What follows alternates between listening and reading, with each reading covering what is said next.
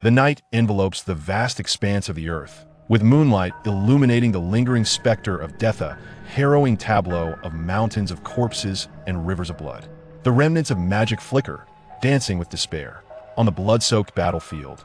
No trace of humanity remains, only countless monsters roam.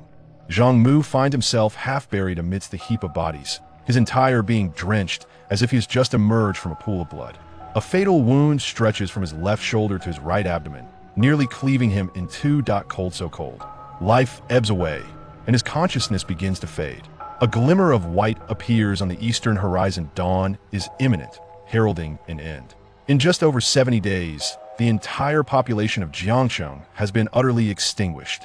For million souls, all gone, what was once a thriving metropolis has now devolved into a paradise for monsters. Perhaps it was the sound of his breathing that drew the attention of the beast's heavy footsteps approach, and soon a hulking figure looms before him, blocking out the light of dawn. The creature stands 3 meters tall, with dark, mottled skin, jagged fangs, and bulging eyes, wielding a spiked club stained with red and white remnants. The ogre has found the last flicker of life in this survivor, revealing a cruel grin as it raises the club and brings it crashing down. Zhang Mu loses consciousness. July 16, 2015. In an instant, it feels as fleeting as a moment, yet stretches like an eternity. His dormant awareness is abruptly yanked from the abyss, and every sensation returns to his body as he bolts upright in bed. Where am I? Zhang Mu glances around, his gaze ultimately falling upon the mirror across the room, where a youthful visage stares back at him. His hair is thick and tousled, his features unremarkable yet well-defined, with a slightly pale complexion and a sheen of cold sweat, as if he has just awakened from a nightmare. My apartment? Zhang Mu touches his intact body, disbelief etched across his face. Didn't I perish in battle? Could it all have been merely a nightmare? Taking a few deep breaths to compose himself, he notices the electronic clock on the wall reads 9:30 p.m. That, if memory serves correctly, only 2.5 hours remain until the game commences. Of course, it might just be a coincidence. Yet, at that moment, a familiar ringtone echoes in his ears that a chill runs down Zhang Mu's spine as memories once hazy sharpen into clarity. He realizes that this moment mirrors his recollection precisely. The call is from Sun Lin, his university girlfriend, at least for now. If he is not mistaken, her first words upon answering would be, "Where are you?" A voice emanates from his phone. "Where are you?" Zhang Mu feels his heart sink. "At home, I am downstairs." "Why don't you come up?" "No, come down. I need to talk to you." I'm hanging up.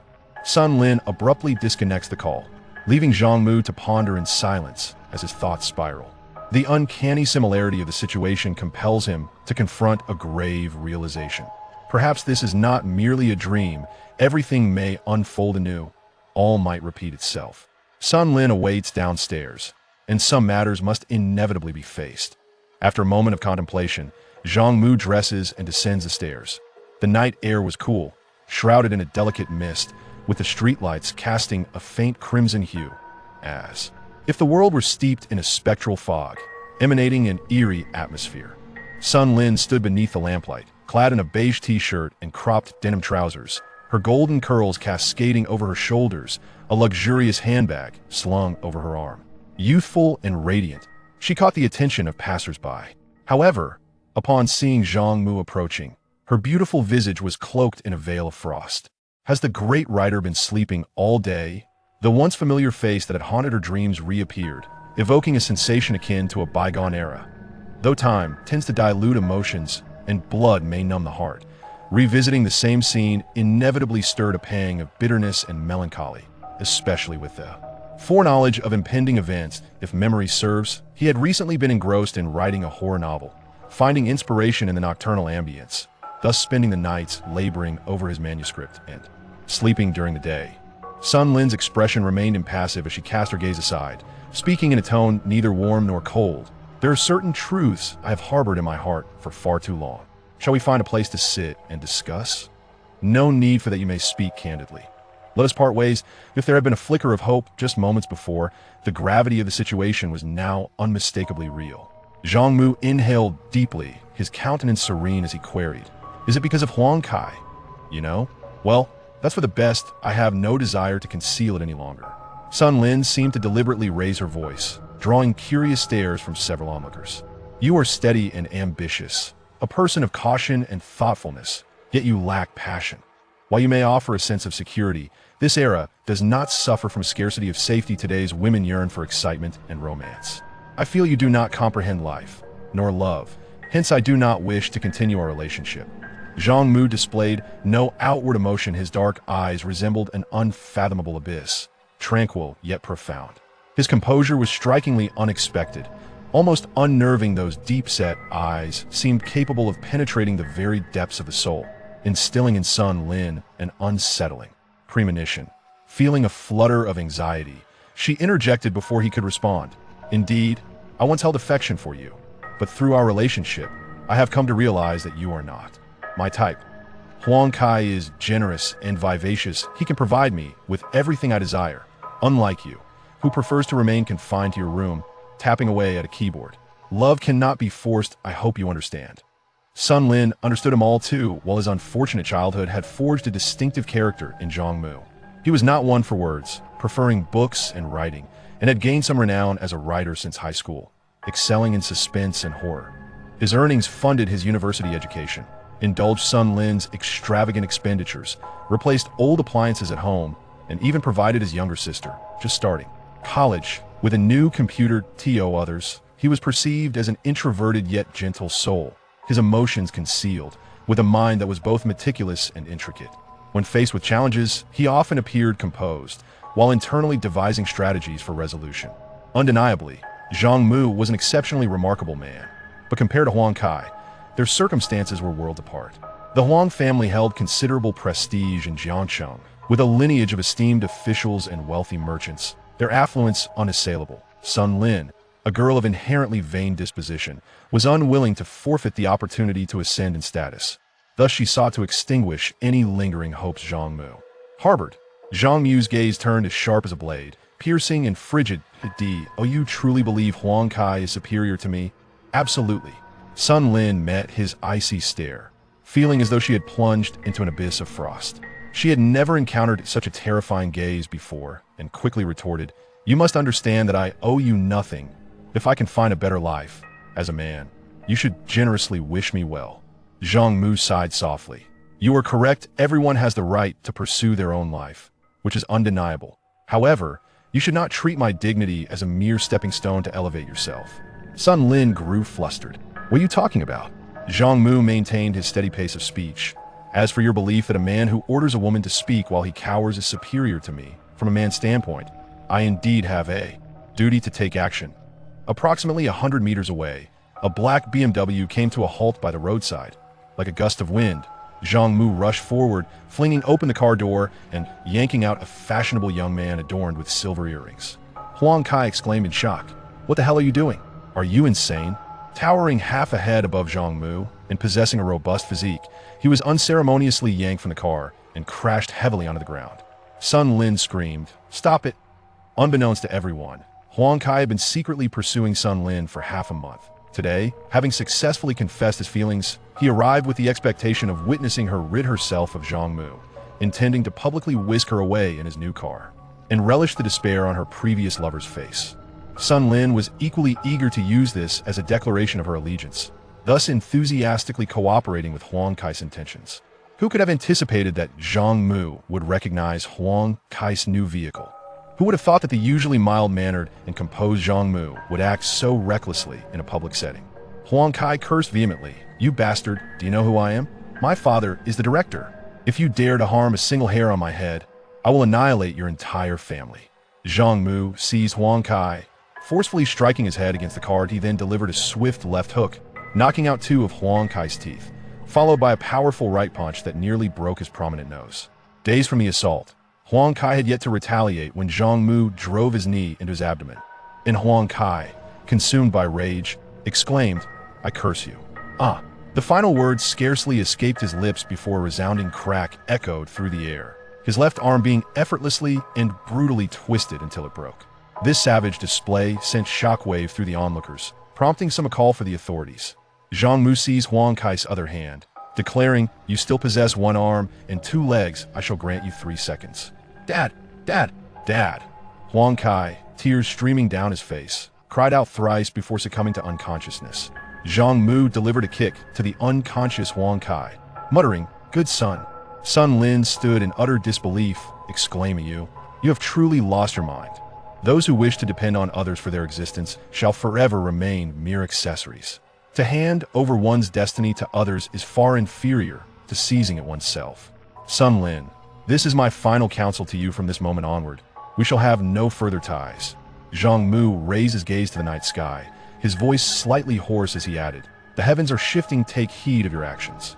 Huang Kai lay motionless on the ground, akin to a lifeless dog, while Sun Lin stared blankly at Zhang Mu's retreating figure.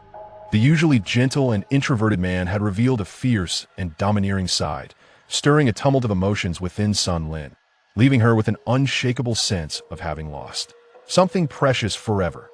Upon returning to his modest yet tidy rented room, Zhang Mu found little of value apart from a computer for his writing. Originally from Yen City, he was a 21-year-old senior majoring in Chinese literature at Jiangxing University, currently interning at a local magazine. After a quick change of attire and donning a cap, he promptly stepped outside. The security guard, inquiring about Zhang Mu's residence, was brushed past nonchalantly as Zhang Mu veered into a shadowy corner, scaling the wall to exit the complex. As he strolled through the bustling streets, his mind remained tumultuous, grappling with the inexplicable circumstances. Why had a person destined for death been granted a second chance in the past? Or perhaps it was not a true rebirth at all, that it might simply be a unique circumstance that had afforded Zhang Mu the fortuitous ability to glimpse the future. He had essentially become a participant in a closed beta, his 2 months of survival serving as rigorous training. This experience endowed him with invaluable knowledge and honed his psychological resilience, placing him ahead of any other player at the starting line.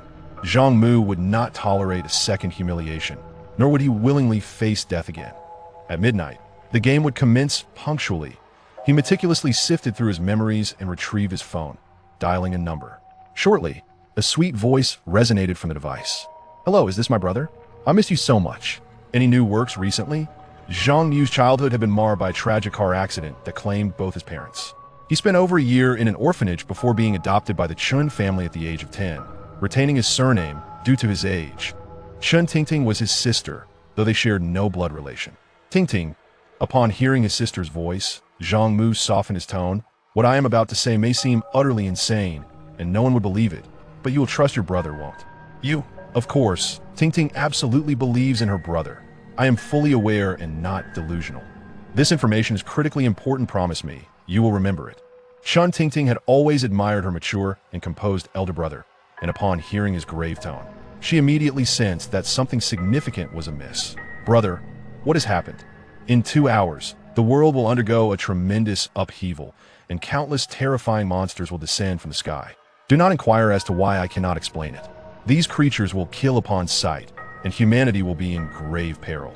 You must find a way to persuade our parents to take refuge at the police station, for it is sufficiently fortified and secure. Additionally, prepare some means of self-defense, and stock up on water and food.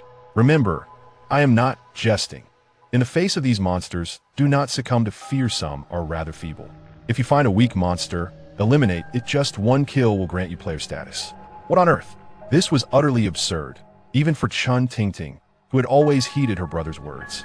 She couldn't help but inquire, "Brother, are you?" "I told you, I am not unwell. Time is of the essence. Do not interrupt me." Zhang Mu understood the question she intended to pose. Once the calamity unfolds, numerous small orbs of light will fall from the sky. These are gifted skills, which will vanish after 24 hours, and each person is limited to absorbing one. However, over 99% of these skills are not formidable. Do not rush to utilize any you find. Generally, the more beneficial skills are guarded by monsters. In 10 minutes, Zhang Mu conveyed a plethora of invaluable information pertaining to the initial phase. "Have you committed all of this to memory?" Chun Tingting cautiously replied, Yes, I have remembered, but this is all so." Zhang Mu took a deep breath. "Over the years, have I ever deceived you? Promise me you will ensure our parents reach the vicinity of the police station. The truth will reveal itself in 2 hours. There's only so much I can do if disaster truly strikes. You must prioritize your safety as long as you survive. We shall meet again." Zhang Mu proceeded to call several of his closest friends from the orphanage, most of whom had been adopted and now lived in various cities. Despite the passage of over a decade, their bond remained strong. Due to time constraints, the information they could provide was limited. However, If they could manage effectively, they would undoubtedly have an advantage in the early stages compared to other players. He withdrew all the cash from his card, purchasing a large backpack and an oversized suitcase. The backpack was filled with chocolates and candies, several knives and a hammer, along with a large fire axe, 2 small barrels of gasoline, and several bundles of rope, all packed into the suitcase that he spent double to hire a rental car to head to Bijiang. Bijiang was situated in the suburban area, with a 500-meter-long bridge spanning the river. This was the Jiangsheng Bridge. After the calamity erupted, a powerful skill orb would fall upon this bridge. Securing this skill would grant a significant advantage over other players. At 11:32 p.m., only 28 minutes remained. Though the 2 months of specialized training had fostered rapid growth through life and death trials, the duration of this training was relatively brief, and such growth had its limits. Zhang Mu's psychological resilience was commendable, yet his physical prowess was not necessarily superior to that of a special forces soldier. Engaging high-level monsters posed significant risks, and if he were surrounded by these creatures, the danger would multiply exponentially. The flowing waters of the Bijiang River gurgled melodiously, occasionally accompanied by the distant chirps of insects. The road lay shrouded in darkness, utterly deserted, save for the rare passing of a long-distance bus or a freight truck. After a prolonged wait, a piercing sound echoed from afar as a large truck with 8 wheels approached. Zhang Mu immediately extended his arms, positioning himself in the center of the road. Honk honk! The truck blared its horn several times, but Zhang Mu remained motionless, steadfastly standing in the middle of the road, prompting the driver to slam on the brakes, halting. Several meters away, Zhang Mu dragged his suitcase towards the truck that a plump head emerged from the window, belonging to a hefty man in his 30s, who appeared to weigh around 250 pounds, his neck obscured by layers of flesh. He sported a buzz cut and had a round, chubby face, with his eyes squinted into slits by the excess fat, his size dwarfing Zhang Mu's frame. With a cheap cigarette dangling from his lips, the man pounded on the window frame and barked, "Hey, you little brat, have you lost your mind?" Zhang Mu quickly apologized. "Excuse me, sir. I'm a student from Jiang University and I'm in a hurry. Could you give me a ride back to school?" He extracted a wad of cash from his pocket, pleading, "Please." Upon seeing the thick stack of red bills, the man's eyes gleamed with interest. He promptly opened the door, grinning, "You've got some sincerity, kid. Well, it's not easy to find a ride at this hour. All right, helping others brings happiness, so we'll give you a lift. It's on my way anyway." The driver's seat of the truck was quite elevated. He first assisted Zhang Mu with his suitcase and backpack, then extended his hand to pull him up. As Zhang Mu stepped onto the truck, he suddenly flung the cash into the air. The man, startled, instinctively closed his eyes and leaned back. Seizing the opportunity, Zhang Mu stepped forward, his fist breaking through the fluttering red bills and striking the man's face. Bang! If the layers of fat provided a cushioning effect, their capacity was still limited. The man staggered, his vision swirling, and before he could retaliate, Zhang Mu delivered a swift kick that sent him reeling back. Following that, an elbow strike resulted in blood streaming from the man's nose as he collapsed into the driver's seat. Zhang Mu retrieved a knife from the small of his back, pressing it against the man's neck. "Stay still, don't move." The blade pierced the skin slightly. The man shrieked in horror, "Please, brother, don't. I truly have no money. I'm a broke loser who can't even afford cigarettes. I haven't even found a wife, yet don't kill me." "Look at you, a grown man without a wife? I want to find one." The man, his nose dripping, reached up to touch his face. "Oh my God, look, it's blood. I'm going to die. Call an ambulance." "It's just a minor injury." Zhang Mu bent down, opening the suitcase to extract a large fire axe. The man wailed, tears streaming down his face. "You've committed murder. Help!" Zhang Mu brandished the axe menacingly before the man's mouth. "Be quiet, or I'll ensure you can never speak again. Please, let's talk this over." "Let's talk." Zhang Mu coldly commanded. "Enough of this nonsense. Turn the truck around." Indeed, the stout man, outwardly strong yet inwardly frail, hastily turned the vehicle around. "Brother, aren't you supposed to be heading to school? Is your brain stuffed with fat as well?" The fire axe waved ominously before the stout man, who was on the verge of tears. "He'll turn around. He'll do whatever you say." The truck pivoted, heading towards the Jiangsheng Bridge, stopping a few hundred meters away, the time reading 11:57 p.m. Only 3 minutes remaining in the dead of night. The bridge was devoid of traffic, the roaring river beneath it presenting an ideal location for disposing of a body. The stout man quivered in fear, stammering, "There must be some misunderstanding. I hold no grudge against you." Zhang Mu retrieved a towel hanging in the truck. "Use this to wipe the blood. Keep your hands on the steering wheel." If you dare to move even a centimeter, it'll stab a hole in your stomach. The stout man wiped the blood from his face, obediently resting his hands on the wheel. This young man, seemingly in his 20s, possessed remarkable skill. His speech was neither hurried nor slow, maintaining a steady calm throughout, resembling not a highway robber, but rather a cold-blooded killer unperturbed by the act of murder. Should the stout man retaliate, he might very well seal his own fate. Zhang Mu's piercing gaze fixed ahead under the orange glow. The bridge lay desolate. Internally, he counted down the moments. Stout man, what is your name? I am Pangren. Pangren? Ha, quite fitting. It's not stout man, it's Pangrun, Pang meaning large, Ren signifying benevolence. Ah, this name rings a bell. Zhang Mu felt a stir within. What a strange coincidence. Wasn't the first berserker named Pangren? He had encountered him a few times. The first berserker was also quite the hefty fellow. This timid, feeble man was destined to become the future berserker. Zhang Mu replied coolly, I am Zhang Mu, nicknamed Wood. You shall follow me from now on. The stout man instantly thumped his chest in affirmation. Yes, I've been thinking the same. Boss, if you tell me to go east, I won't go west. If you tell me to roll, I won't crawl. There are approximately 10 seconds remaining. The stout man was bewildered. What 10 seconds? Boom! Like the collapse of the heavens, a deafening roar echoed through the sky, causing one's eardrums to throb painfully. A blinding light erupted, illuminating the world in a blinding white haze. Even in the pitch-black underground chamber, light flooded in as if conjured from thin air, rendering thought impossible. After an indeterminate amount of time, the brilliant light began to fade. As the stout man regained his senses, he gasped in horror at the scene before him. My goodness, the sky has turned red. The once star-studded heavens had vanished, replaced by a heavy, dark red firmament. The surroundings had dramatically transformed. Towering trees had inexplicably sprouted along the roadside. Then, an even more astonishing sight unfolded.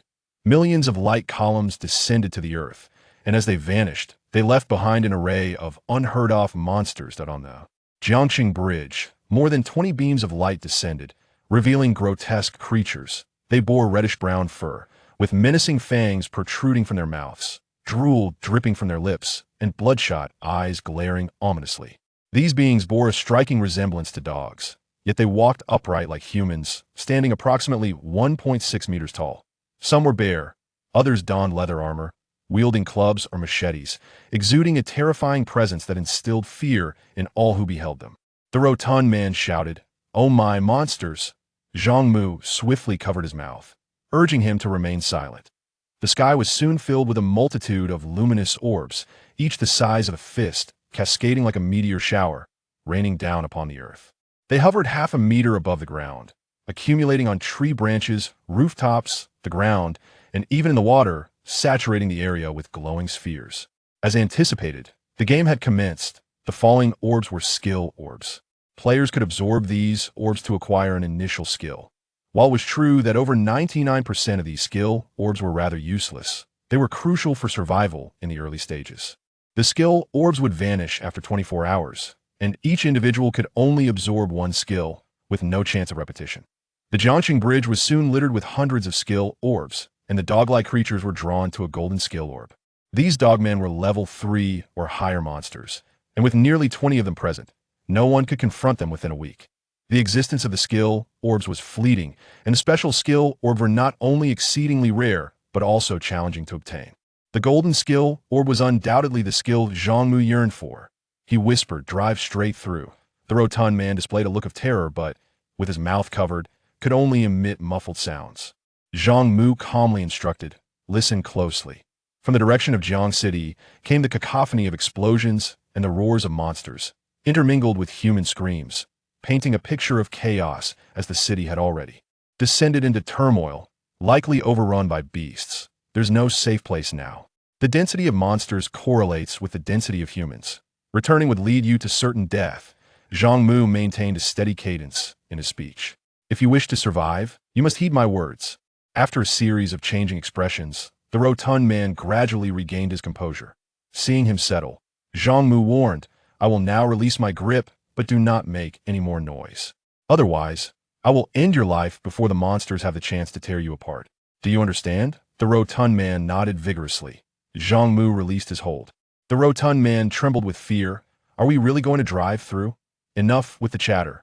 Summoning his resolve, the rotund man pressed the accelerator, igniting the truck's engine as they barreled towards the bridge. Upon sighting the approaching truck, the dogmen erupted in a chorus of barks, refusing to retreat, defiantly charging towards the vehicle. As a result, 8 or 9 of the creatures were instantly struck down, with a few unfortunate ones crushed beneath the wheels, the sound of snapping bones echoing beneath the vehicle. Blood splattered across the windshield, leaving the rotund man in a state of shock as he pressed the gas pedal with all his might, driving onward as the pack of dogmen was thoroughly scattered. Boom! When the dogman leapt 2 meters into the air, crashing onto the windshield, its grotesque visage pressing against the glass, exposing a mouthful of sharp teeth that sent chills down the spine. The rotund man collapsed in terror, a large stain forming in his trousers, the stench of urine permeating the driver's cabin. Without a moment's hesitation, Zhang Mu lifted the fire axe and struck the windshield, shattering it into countless fragments with a sharp crack. Shards of glass scattered everywhere, one slicing across Zhang Mu's cheek, while the axe struck the head of the canine creature. Losing its grip, the creature rolled sideways and fell to the ground, where the truck's wheels subsequently crushed its skull, blood and viscera spilling onto the pavement. "Stop the vehicle!" The rotund man screamed in panic, his judgment clouded. At Zhang Mu's command, he immediately slammed on the brakes. Before the vehicle had come to a complete halt, a canine creature lunged onto the right side, brandishing a knife to shatter the remaining glass. Without waiting for it to climb in, Zhang Mu raised the axe and brought it down upon the creature's neck. The resilient fur parted as warm, foul blood sprayed across the driver's seat. The creature did not succumb instead. It became more frenzied from the injury, desperately attempting to claw its way inside, but the window was too small for immediate entry. Zhang Mu struck again at the creature's head, the axe blade tearing away large chunks of flesh, exposing its skull, blood gushing forth. Howl! The creature writhed in a frenzy, thrashing wildly. With a second swing, a sickening crack resounded as the creature's skull fractured. It still lived. Finally, with a third strike, the heavy fire axe cleaved through the skull entirely, grotesque brain matter mingling with blood as a putrid stench filled the vehicle.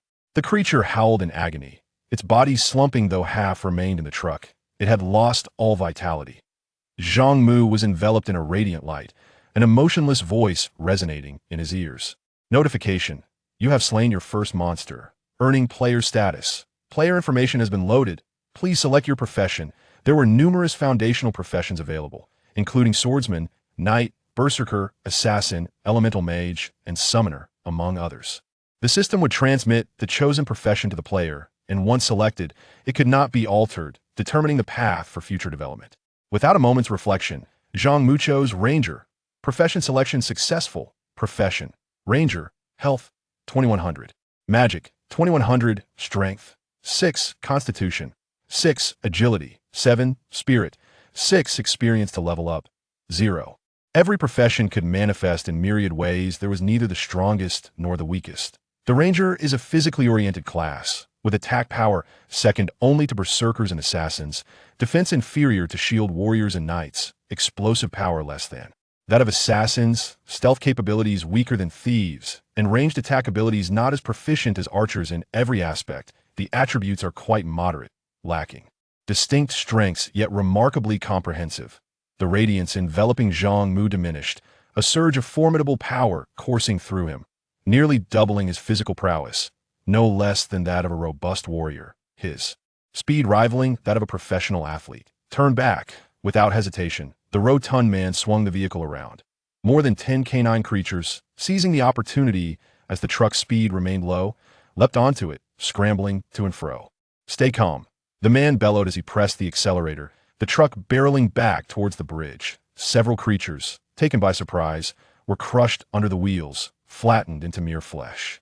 The remaining creatures swarmed the truck like ants, and the vehicle surged forward, resembling a frenzied beast. At that moment, a canine figure clambered onto the left side of the glass, abruptly shattering it with a fierce strike. The hefty man, startled, lost his grip, causing the steering wheel to jerk violently. The truck teetered, and the world around them was suddenly upended. Boom! With a thunderous crash, a dilapidated truck on the bridge toppled to the right, its heavy frame skidding several meters across the ground, sparks flying as debris scattered. Everywhere, the spectacle formidable. What are you panicking for? Zhang Mu, struck during the truck's tumble, felt a gash on his head, his life force dwindling to around 80. He retrieved a hammer from his travel case and handed it to the hefty man, saying, "Hold this, protect yourself." Zhang Mu wielded a fire axe to clear the shards of glass and swiftly crawled out through the windshield. The air outside was thick with the metallic scent of blood, nauseating to the senses, with 4 or 5 completely flattened canine corpses strewn about, entrails and blood pooling. On the ground, Zhang Mu, accustomed to such sights and smells, felt no discomfort. The golden skill orb lay approximately 50 meters away. Though canines were creatures of brute strength, their speed did not surpass Zhang Mu's due to their lower levels. An ordinary person's physique would stand little chance against them. 1 canine, trapped beneath the overturned truck, struggled to free itself. Zhang Mu leaped down from the vehicle and, with a decisive swing of his axe, struck the canine, causing its brain to splatter, resulting in instant death. Experience points surged from 0 to 28, but the bridge was rife with monsters, primarily the Blade Dog and Club Dog. The Blade Dog was a level 3 ordinary monster, while the Club Dog was level 2. Zhang Mu had felled a Blade Dog, surpassing the level 2 foe. Naturally earning considerable experience, he jumped from the truck and hurried towards the golden skill orb, only to be confronted by a Club Dog, swinging its club menacingly at his head. Unfazed, Zhang Mu bent low, the gust of wind barely grazing his hair, and, utilizing his momentum, swung his fire axe fiercely into the Club Dog's abdomen, blood erupting as its intestines spilled forth. The Club Dog howled in agony before collapsing.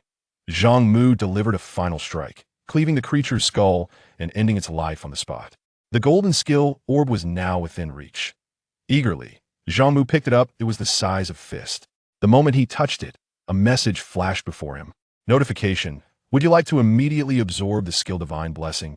This skill was indeed remarkable. Divine Blessing LV1, and a great skill with a maximum level of LV9, consuming 50 of mana, granting invincibility for 1 second, nullifying skill cooldowns for Scrade, and below, enhancing all attributes by 25 for 120 seconds, with a cooldown time of 60 minutes. Skills are categorized into 7 tiers: S, A, B, C, D, E, and F.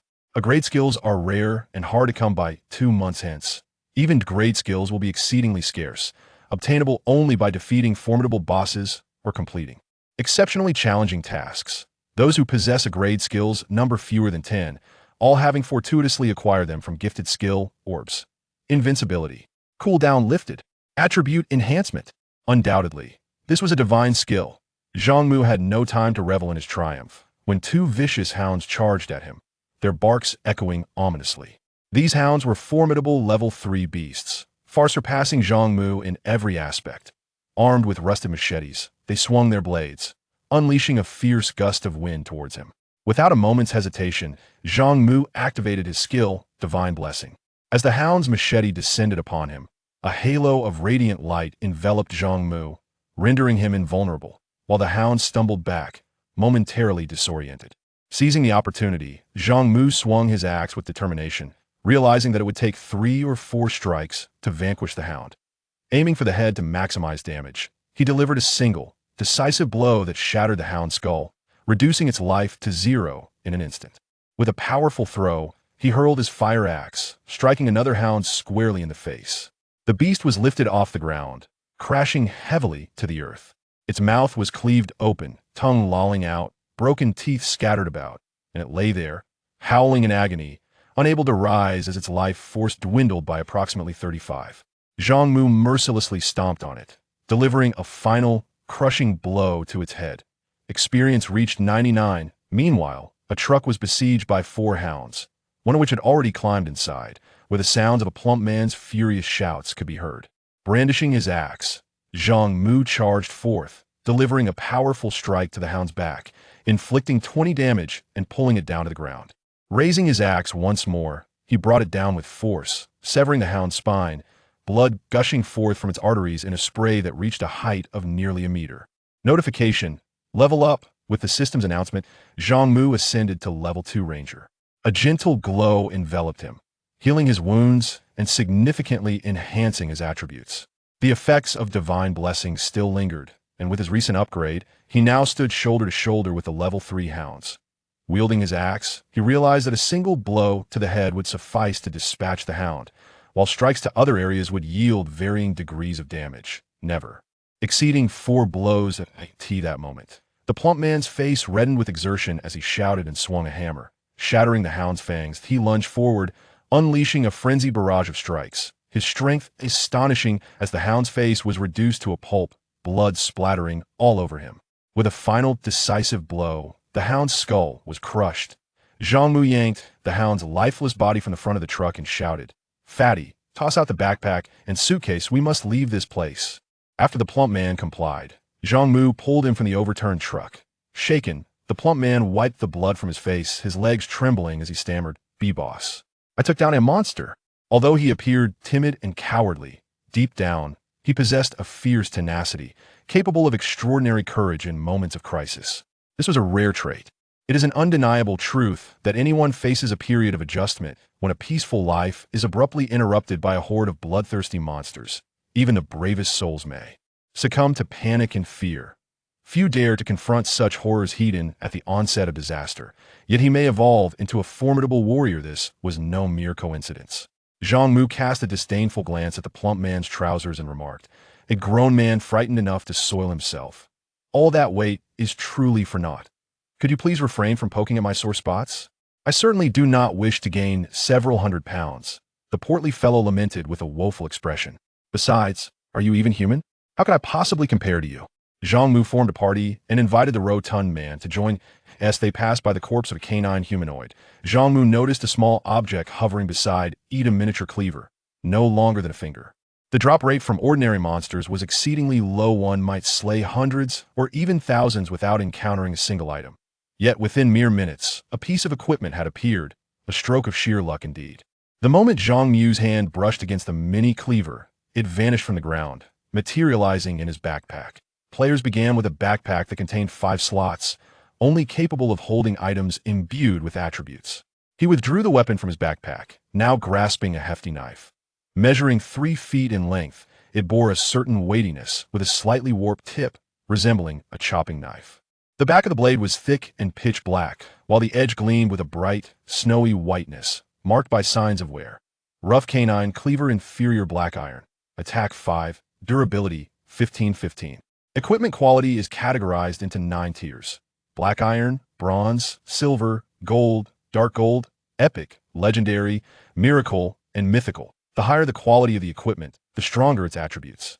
Black iron represents the lowest quality, yet it is, for now, a priceless treasure, at least more useful than a fire axe. The portly man exclaimed, "What a flashy knife." Zhang Mu tossed the fire axe to him. "Enough chatter, let's move." As they left the bridge, they stumbled upon another canine humanoid that had dropped 2 coins. Though a meager amount, it was better than nothing. "Boss, wait for me. Don't run so fast." The rotund man puffed, dragging his suitcase and axe behind him. Zhang Mu turned around and realized that the portly fellow had fallen quite far behind. "Haven't you chosen a profession yet?" Choosing a profession would trigger an enhancement. Even a 200-pound man should not be lagging so far behind. Profession?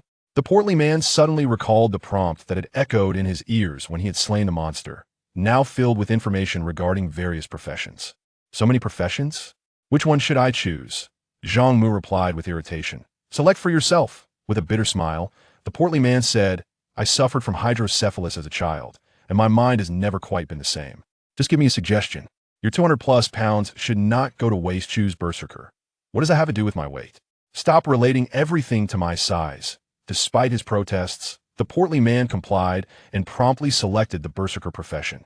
Profession: Berserker. Health: 3100. Magic: 10-100. Strength: 10. Constitution: 6. Agility: 6. Spirit: 3. Experience to level up: 0. As a melee physical profession, the Berserker boasts the highest attack power, with explosive capabilities second only to the assassin and overall output trailing only the elemental mage. Upon selecting this profession, the portly man was instantly infused with boundless strength, instilling a confidence within him that he could fell a water buffalo with a single punch. The two raced towards the bus station, a distance of 5 to 6 kilometers, a journey easily covered in 15 minutes thanks to their enhanced constitution that I fail to comprehend. Why we must venture to the bus station, The corpulent man grunted, dragging his considerable weight of over 200 pounds and a large suitcase. As he ran, he continued, "Monsters abound everywhere. We ought to seek a secure refuge instead." Zhang Mu cast a sidelong glance at him. Do not question so much that a cacophony of strange cries echoed ahead, prompting both to slow their pace. The hefty man anxiously gripped his axe. The ground was strewn with dismembered flesh and entrails, blood still oozing from a recent assault on several humans. A handful of grotesque monsters had mercilessly torn them apart, dragging the remains into the flower bed in the middle of the road, feasting ravenously upon the corpses. These creatures stood approximately 5 feet tall, with yellow fur and a mottled pattern adorning their bodies. They sported feline ears, a long tail, and emitted high-pitched screams of ow from their blood-soaked mouths. As players, the two could discern some information about the monsters. By concentrating their gaze, a segment of text materialized beside the creatures. Catman, level 2 common monster, health 25-100, magic 10-100, attributes? Skills? Damn it, the monsters are devouring humans.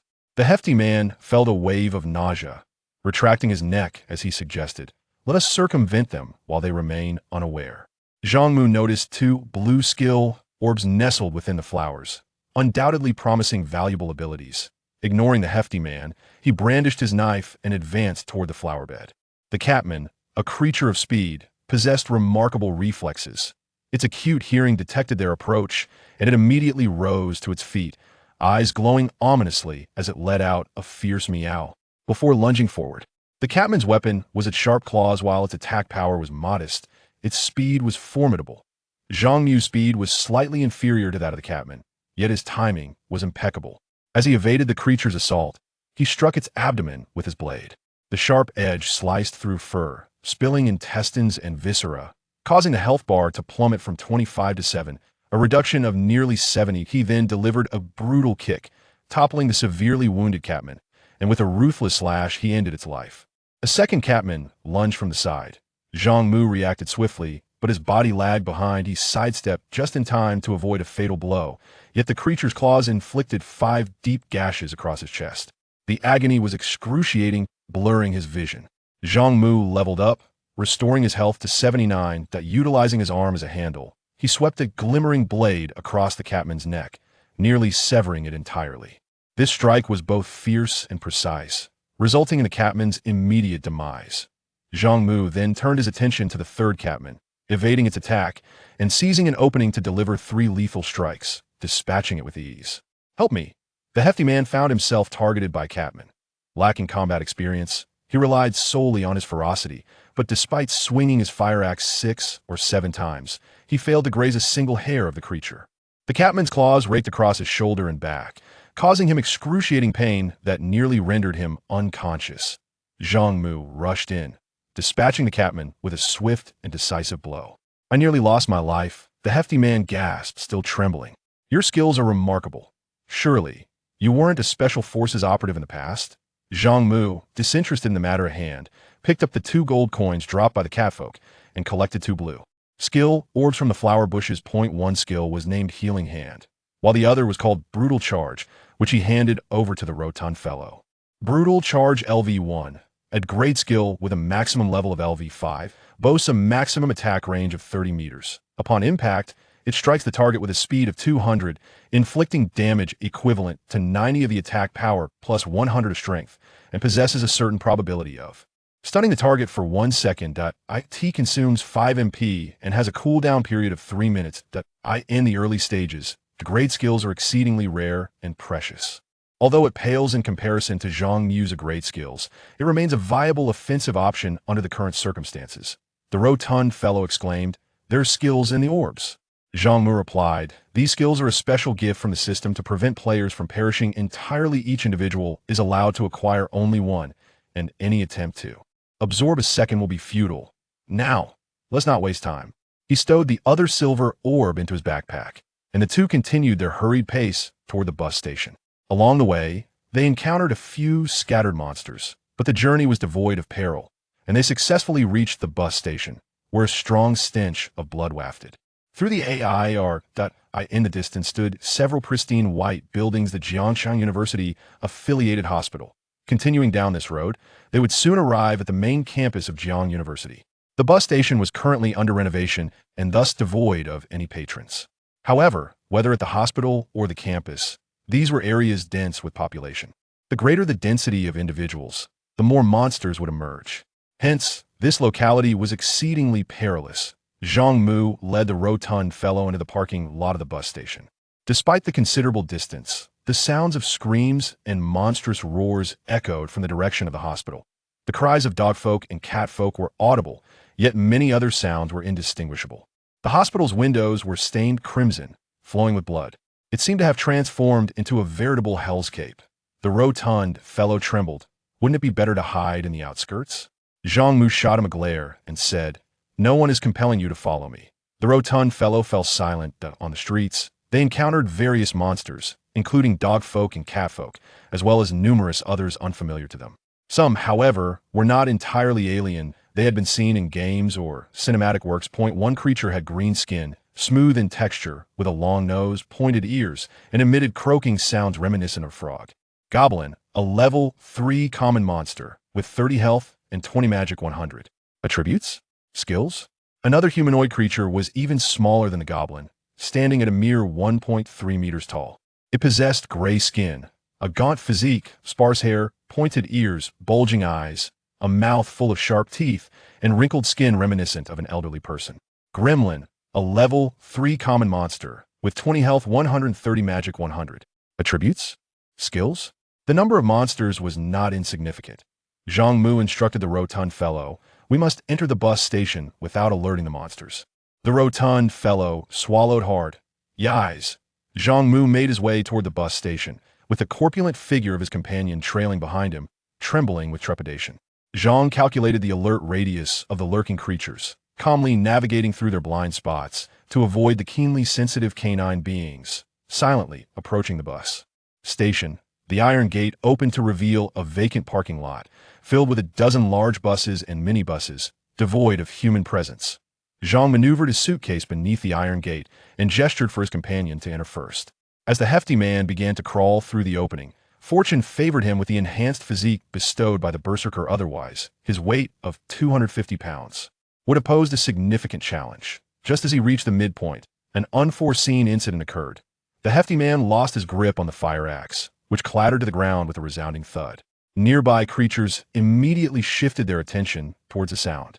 "Could you possibly be any more clumsy?" Zhang scolded, kicking the axe under the iron gate before leaping up to scale the barrier, quickly surpassing his companion and entering the parking lot first. "Hurry down." The hefty man's bulk hit the ground with a jarring thud, causing the earth to tremble. That a horde of creatures, drawn by the noise, gathered outside the parking lot, their roars echoing ominously. "It's over. I'm really going to meet the old man now. Boss, I've dragged you down. Could you refrain from making my life more difficult?" Zhang wished he could kick his companion into oblivion. "Let's go." They can't get in for the moment. The canine and feline beings possessed physiques nearly twice that of an ordinary human, and the 3-meter-high iron gate was no true barrier for them. The hefty man's simplistic mind could not contain his confusion. He opened his mouth to inquire, but as he turned, he noticed a shadow had appeared behind Zhang. It was a tall figure clad in a cloak, a black hood obscuring most of his face, revealing only a portion of his countenance, shrouded in white bandages, with a pair of eyes emanating an eerie crimson glow, exuding a chilling aura that felt decidedly inhuman, seated upon a towering black delivery truck. Good heavens, it's a ghost! Mysterious merchant, neutral alignment, level. Attributes? Skills? Description: a merchant who appears randomly in wilderness or towns, the most enigmatic smuggler on the continent, offering items unavailable in ordinary shops at low prices, with a chance of rare items, skill books, and skill scrolls. From acquiring an upgrade skill on the Jiangchang Bridge to encountering the mysterious merchant at the bus station, everything was meticulously planned by Zhang Mu to forge a greater advantage in the early stages. The mysterious merchant played an integral role, his presence elusive, capable of manifesting anywhere, with each appearance lasting no longer than 6 hours, making encounters rarer than winning the lottery. Yet, the first place he manifested was indeed the bus station. Zhang, guiding his weak-kneed companion, approached the mysterious merchant, who sat atop a formidable, heavily worn, metallic black delivery truck. Brave warriors from another realm, Your fortune is indeed favorable to have encountered me in such a place. The mysterious merchant's voice was gravelly and resonant as he descended from the vehicle, adding, "Welcome to the mysterious shop. Our goods are both splendid and affordable, guaranteed to satisfy your needs." Zhang nodded in acknowledgement. "Let me first peruse your wares." The enigmatic merchant turned and kicked the cargo truck, exclaiming, "Hey, you inside, there's business to be done." The truck was opened, revealing a lengthy shelf laden with over 20 distinct items, each representing a variety of goods. F-Class Monster Manual Dawn Camp contains information and data on ordinary and elite monsters of levels 110 within the Dawn Camp.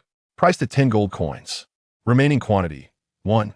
Regional Map Dawn Camp details the terrain of the area, the distribution of monsters across various levels, and the locations of outdoor dungeons. Priced at 100 gold coins. Remaining quantity, 1. Post 6 hours. An E-Class item. The most basic of posts, usable for forum postings, visible only to players within this regional map. Automatically deleted after 6 hours. Priced at 50 gold coins. Remaining quantity, 2. F-Class Skill Book, Strike, Class Restrictions. Berserker, Shield Warrior Knight. Priced at 300 gold coins. F-Class Skill Book, Assassination, Class Restrictions. Thief, Assassin, Killer, Ranger. Priced at 300 gold coins. F-Class Skill Book, Backstab, Class Restrictions, Assassin, Thief, Killer. Priced at 200 gold coins. F-Class Skill Book, Speed Slide, Class Restrictions, Assassin, Ranger. Priced at 200 gold coins. Among the 20-plus items were intelligence, equipment, enhancement scrolls, and skill books, yet most were priced well over several hundred gold coins, far beyond the means of players at this stage. Zhang Mu, after perusing the offerings, declared, "I propose a transaction." The mysterious merchant inquired, "Is there something that catches your fancy?" Shaking his head, Zhang Mu replied, "You must understand, we are currently incapable of affording anything." The merchant chuckled, "Oh, then what business do you wish to conduct?" Zhang Mu stated, "Lend me 50 gold coins. I shall return it in no more than 2 hours, in all my years traversing the continent. It is the first time someone has asked to borrow gold coins from me," remarked the merchant. Zhang Mu asserted, "Your merchant profit comes first. This transaction is quite advantageous, an intriguing individual." The merchant assessed Zhang Mu with a scrutinizing glance. "Though it is against my principles, you seem exceptional. I shall make an exception, but the terms must be altered. I will lend you 50 gold coins, and you shall repay 200 gold coins in 2 hours. Notice, quest triggered, repayment, difficulty level F. Do you accept?" "I accept." Quest, repayment. Nature, random quest. Difficulty, F-Class. Content, repay the mysterious merchant 200 gold coins within 120 minutes. Success reward, 20 favorability with the merchant. Failure penalty, permanent negative favorability with the merchant and the loss of 1 skill. Zhang Mu received 50 gold coins, sold the Dogman Cutlass for an additional 15 gold coins, amassing a total of 69 gold coins that he spent 10 gold coins to purchase an F-Class Monster Manual. He then expended 50 gold coins to acquire a post 6 hours. Zhang Mu concentrated all his energy, and in his mind appeared a miniature version of himself, with various attributes and statuses displayed alongside. Surrounding the character information were multiple options: inventory, quests, guild, team, forum. Upon entering the forum, he found it blank, devoid of any content. The posts bought from the mysterious shop were intended for creating threads in the forum. After a moment of contemplation, Zhang Mu promptly wrote in the post, "Whether one is a wealthy magnate wielding immense power or a dazzling celebrity basking in public adoration, from the very moment this game commenced, all such distinctions have evaporated. Hence, cast aside your former glories or grievances, relinquish your past pride or insecurities. At this moment, all beings stand upon the same starting line. Only the truly formidable shall earn the right to survive, while the weak are destined for obliteration and servitude. Life and death, strength and weakness, these are choices we must make. Trust that this is indeed the true end of the world, though it is not the end of humanity. Furthermore, I must convey an unfortunate truth. We are no longer upon the familiar earth. It may sound absurd, but the reality is thus beyond Jiang City lies an expanse of forest. Yes, we have entered another world, isolated from aid, devoid of military presence, and stripped of government. Jiang City is the most rudimentary region within this map, where monsters range from levels 1 to 3. In truth, if one can conquer their fears and wisely employ their intellect, these low-level monsters are not insurmountable. Of course, one might consider hiding in a bountiful location. That is an impossibility, as the system will soon issue mandatory quests. Failure to complete them will result in annihilation by the system. This is a dossier on monsters below level 10, detailing their habits, weaknesses, attribute information, and skills. It is vital survival intelligence. I implore everyone to regard it with utmost seriousness. Reading this will incur a fee of 1 gold coin. Zhang Mu copied the data from the monster manual, establishing a fee for access. Each individual charged 1 gold coin. The monster manual meticulously recorded information on over 1,000 types of monsters below level 10, with a population nearing 4 million in Jiang City. The majority would perish within the first 24 hours of the disaster, with perhaps 1 in 10 surviving. Among the survivors, 1 in 5 would qualify as players within the initial 12 hours. In other words, nearly 80,000 individuals would attain player status within that time frame. This information is crucial, possessing the potential to rewrite history. Reflecting on the failures of the past, the greatest reason for humanity's ultimate downfall was the overwhelming number of early deaths. Additionally, rampant infighting and discord among human factions led to the mutual slaughter of the already scant survivors, culminating in total annihilation.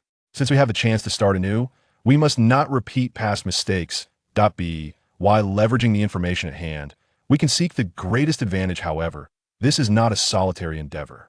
Zhang Mu must ensure the survival of more individuals, thereby strengthening the collective power of humanity. A comprehensive compilation of crucial information regarding all current monsters has been released, which is of paramount importance for survival in the early stages.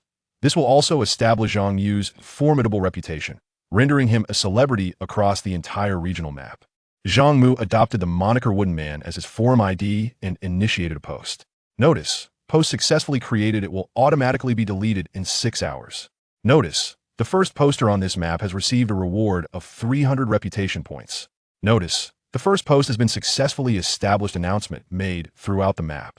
Upon hearing the system announcement, the rotund individual exhibited a look of astonishment. The forum has such functionality? This Wooden Man posting must be you, Chief. Zhang Mu settled down, awaiting developments. Outside the Iron Gate, the monsters continued their furious roars. However, no creature could approach within 100 meters of the mysterious merchant, ensuring their absolute safety, until the merchant departed. Thanks to the system announcement, players were immediately informed of the post's details, and the view count swiftly surged to over 1,000, closely matching the total player count in the city. Approximately 2 minutes later, the first paying customer emerged, marking the receipt of the initial gold coin. 5 minutes later, the number of payers experienced an explosive increase, reaching 160 in an instant. 10 minutes later, the figure gradually stabilized at 180. After 30 minutes, it surpassed 200. Zhang Mu clenched his fist in triumph. The income rate exceeded his expectations significantly. He handed 200 gold coins to the mysterious merchant. Task completed. Favorability with the mysterious merchant. 20 favorability increased to 20. Relationship status, neutral ordinary. From this moment forward, every gold coin earned would contribute to Zhang Mu's personal wealth. The number of payers continued to rise as more players engage in combat to earn gold, leading to a steady increase in growth. In 1 hour, 150 gold coins.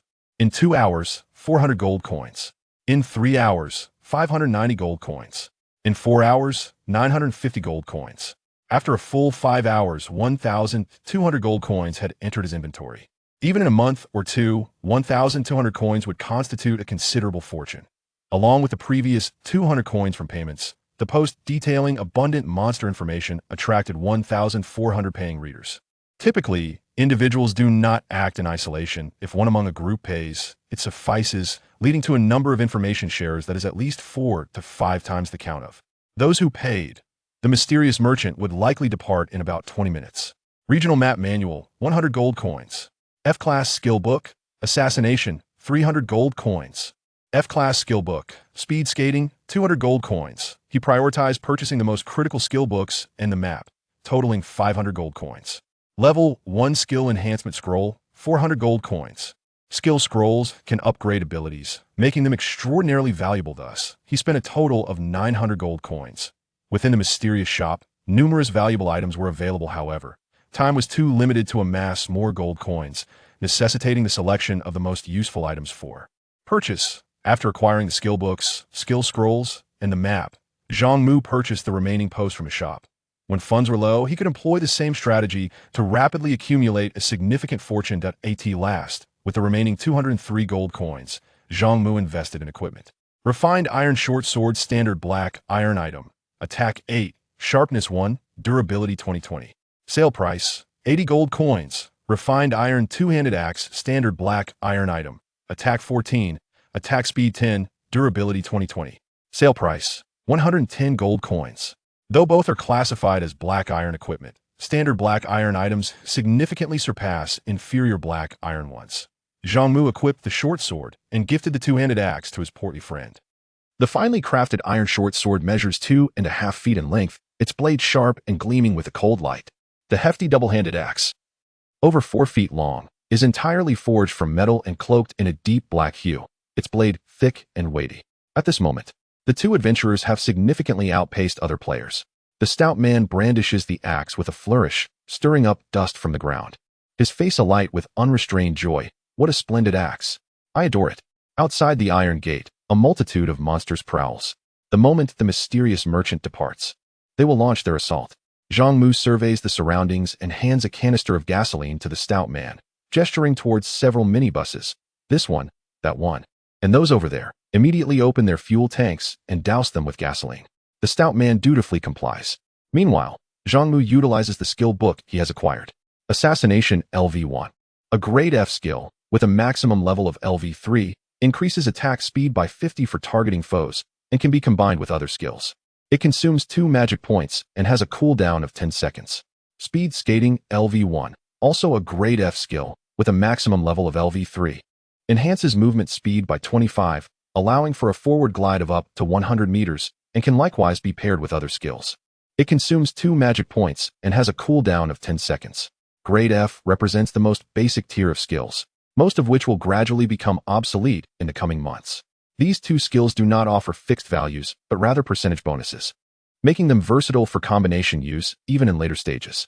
While they do not directly enhance damage, one skill boosts attack speed and the other accelerates movement, thereby indirectly amplifying output.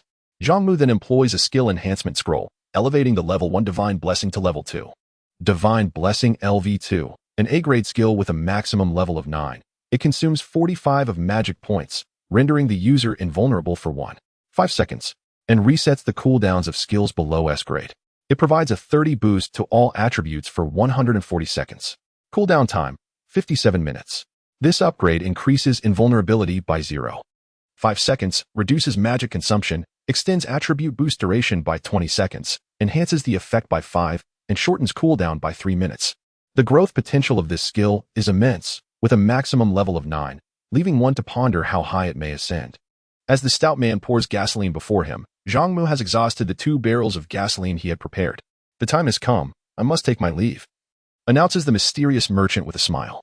I relish engaging with potential warriors from other realms, though fortune plays its part as well. Should you encounter me again within 30 days, I shall bestow upon you a small gift. The random quest, Fortuitous Reunion, is activated. Quest details: encounter the mysterious merchant within 30 days. Success reward: 40 points of favor with the mysterious merchant and a mysterious reward. Failure penalty: minus 20 points of favor with the mysterious merchant. With that, the mysterious merchant gradually becomes transparent. Outside the bus station, the monsters unleash terrifying roars. The stout man trembles in fear. Boss, this situation doesn't bode well. Calmly, Zhang Mu produces a spew lighter. Once the merchant departs, the monsters will initiate their siege. What shall we do? He asks. We fight our way out. The rotund man was nearly paralyzed with fear, stammering. Is the boss truly jesting? Can we really fight our way out? As the majority of the monstrous horde flooded into the parking lot, I planned to ignite the gasoline on the ground, triggering a series of explosions from the cars. A dozen vehicles exploding would create a significant impact, potentially killing or injuring a large number of foes. You should retreat to the waiting room to hide and avoid being caught in the blast, I advised. Once the first wave of explosions subsides, emerge and seize the opportunity to escape amidst the chaos.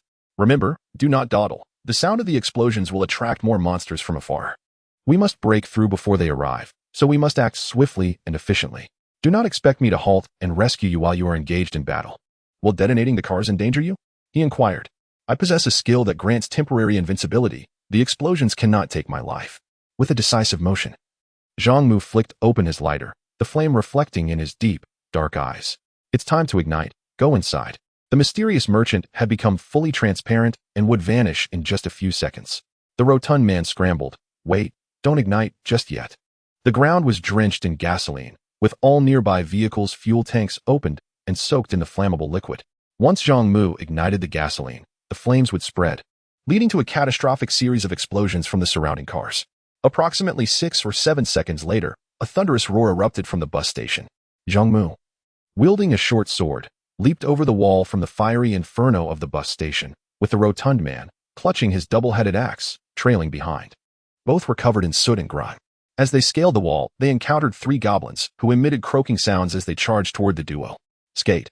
Zhang Mu activated his new skill, gliding forward with astonishing speed, as if on an invisible skateboard, propelling himself towards one of the goblins. With a swift motion of his right hand, he unleashed a deadly gleam. Before the goblin could raise its wooden club, its throat was severed, green blood spraying several meters high, and its health plummeting to 25. Zhang Mu swiftly reversed his grip on the sword, delivering a finishing blow to ensure its demise. Another goblin surged from the side. Assassinate. Zhang Mu struck like lightning, his sword piercing the goblin's heart with a phantom-like precision. With a current attack power of 16, the critical strike dealt substantial damage, causing its health to plummet to 0. Zhang Mu then elegantly swept his sword across its neck, rendering it lifeless and collapsing to the ground. Brutal charge. The rotund man erupted with a crimson glow, flames enveloping him as he propelled himself forward, his feet kicking off the ground, creating cracks beneath him. He barreled into the goblin like an uncontrollable locomotive. Such a ferocious impact was beyond what the diminutive creature could withstand. It was sent flying like a severed kite, its bones shattered, crashing heavily onto the ground 10 meters away, struggling briefly before succumbing to death. The ground bore numerous fissures, and wisps of red energy lingered in the air. The rotund man, momentarily stunned by his own ferocity, stood rooted in place. Hurry, you dawdling fool. What are you waiting for? Zhang Mu urged. The rotund man, shaken but now resolute, hurried to keep pace with Zhang Mu, his perspective shifting. For the first time, he considered that perhaps this cataclysmic disaster was not entirely a misfortune. The sound of the car explosion was deafening, attracting all nearby monsters. The most rational course of action was not to flee blindly, for no matter which path one took, a horde of approaching creatures would inevitably be encountered. Instead, they needed to find a sufficiently sturdy place to hide. The two turned into a narrow alley, where a modest hotel loomed not far away, 3 stories tall yet compact in size. Zhang Mu shouted, "Let us take refuge inside." They hurried towards the small hotel. Zhang Mu's gaze fell upon a tree in front of it. With agile movements, he ascended the branches and leaped over 3 meters, landing on the 3rd-floor window ledge of the hotel. He struck the glass with the hilt of his sword, shattering it to prepare for entry. "Boss, wait for me. Help!" the stout man exclaimed. "Ouch, my backside."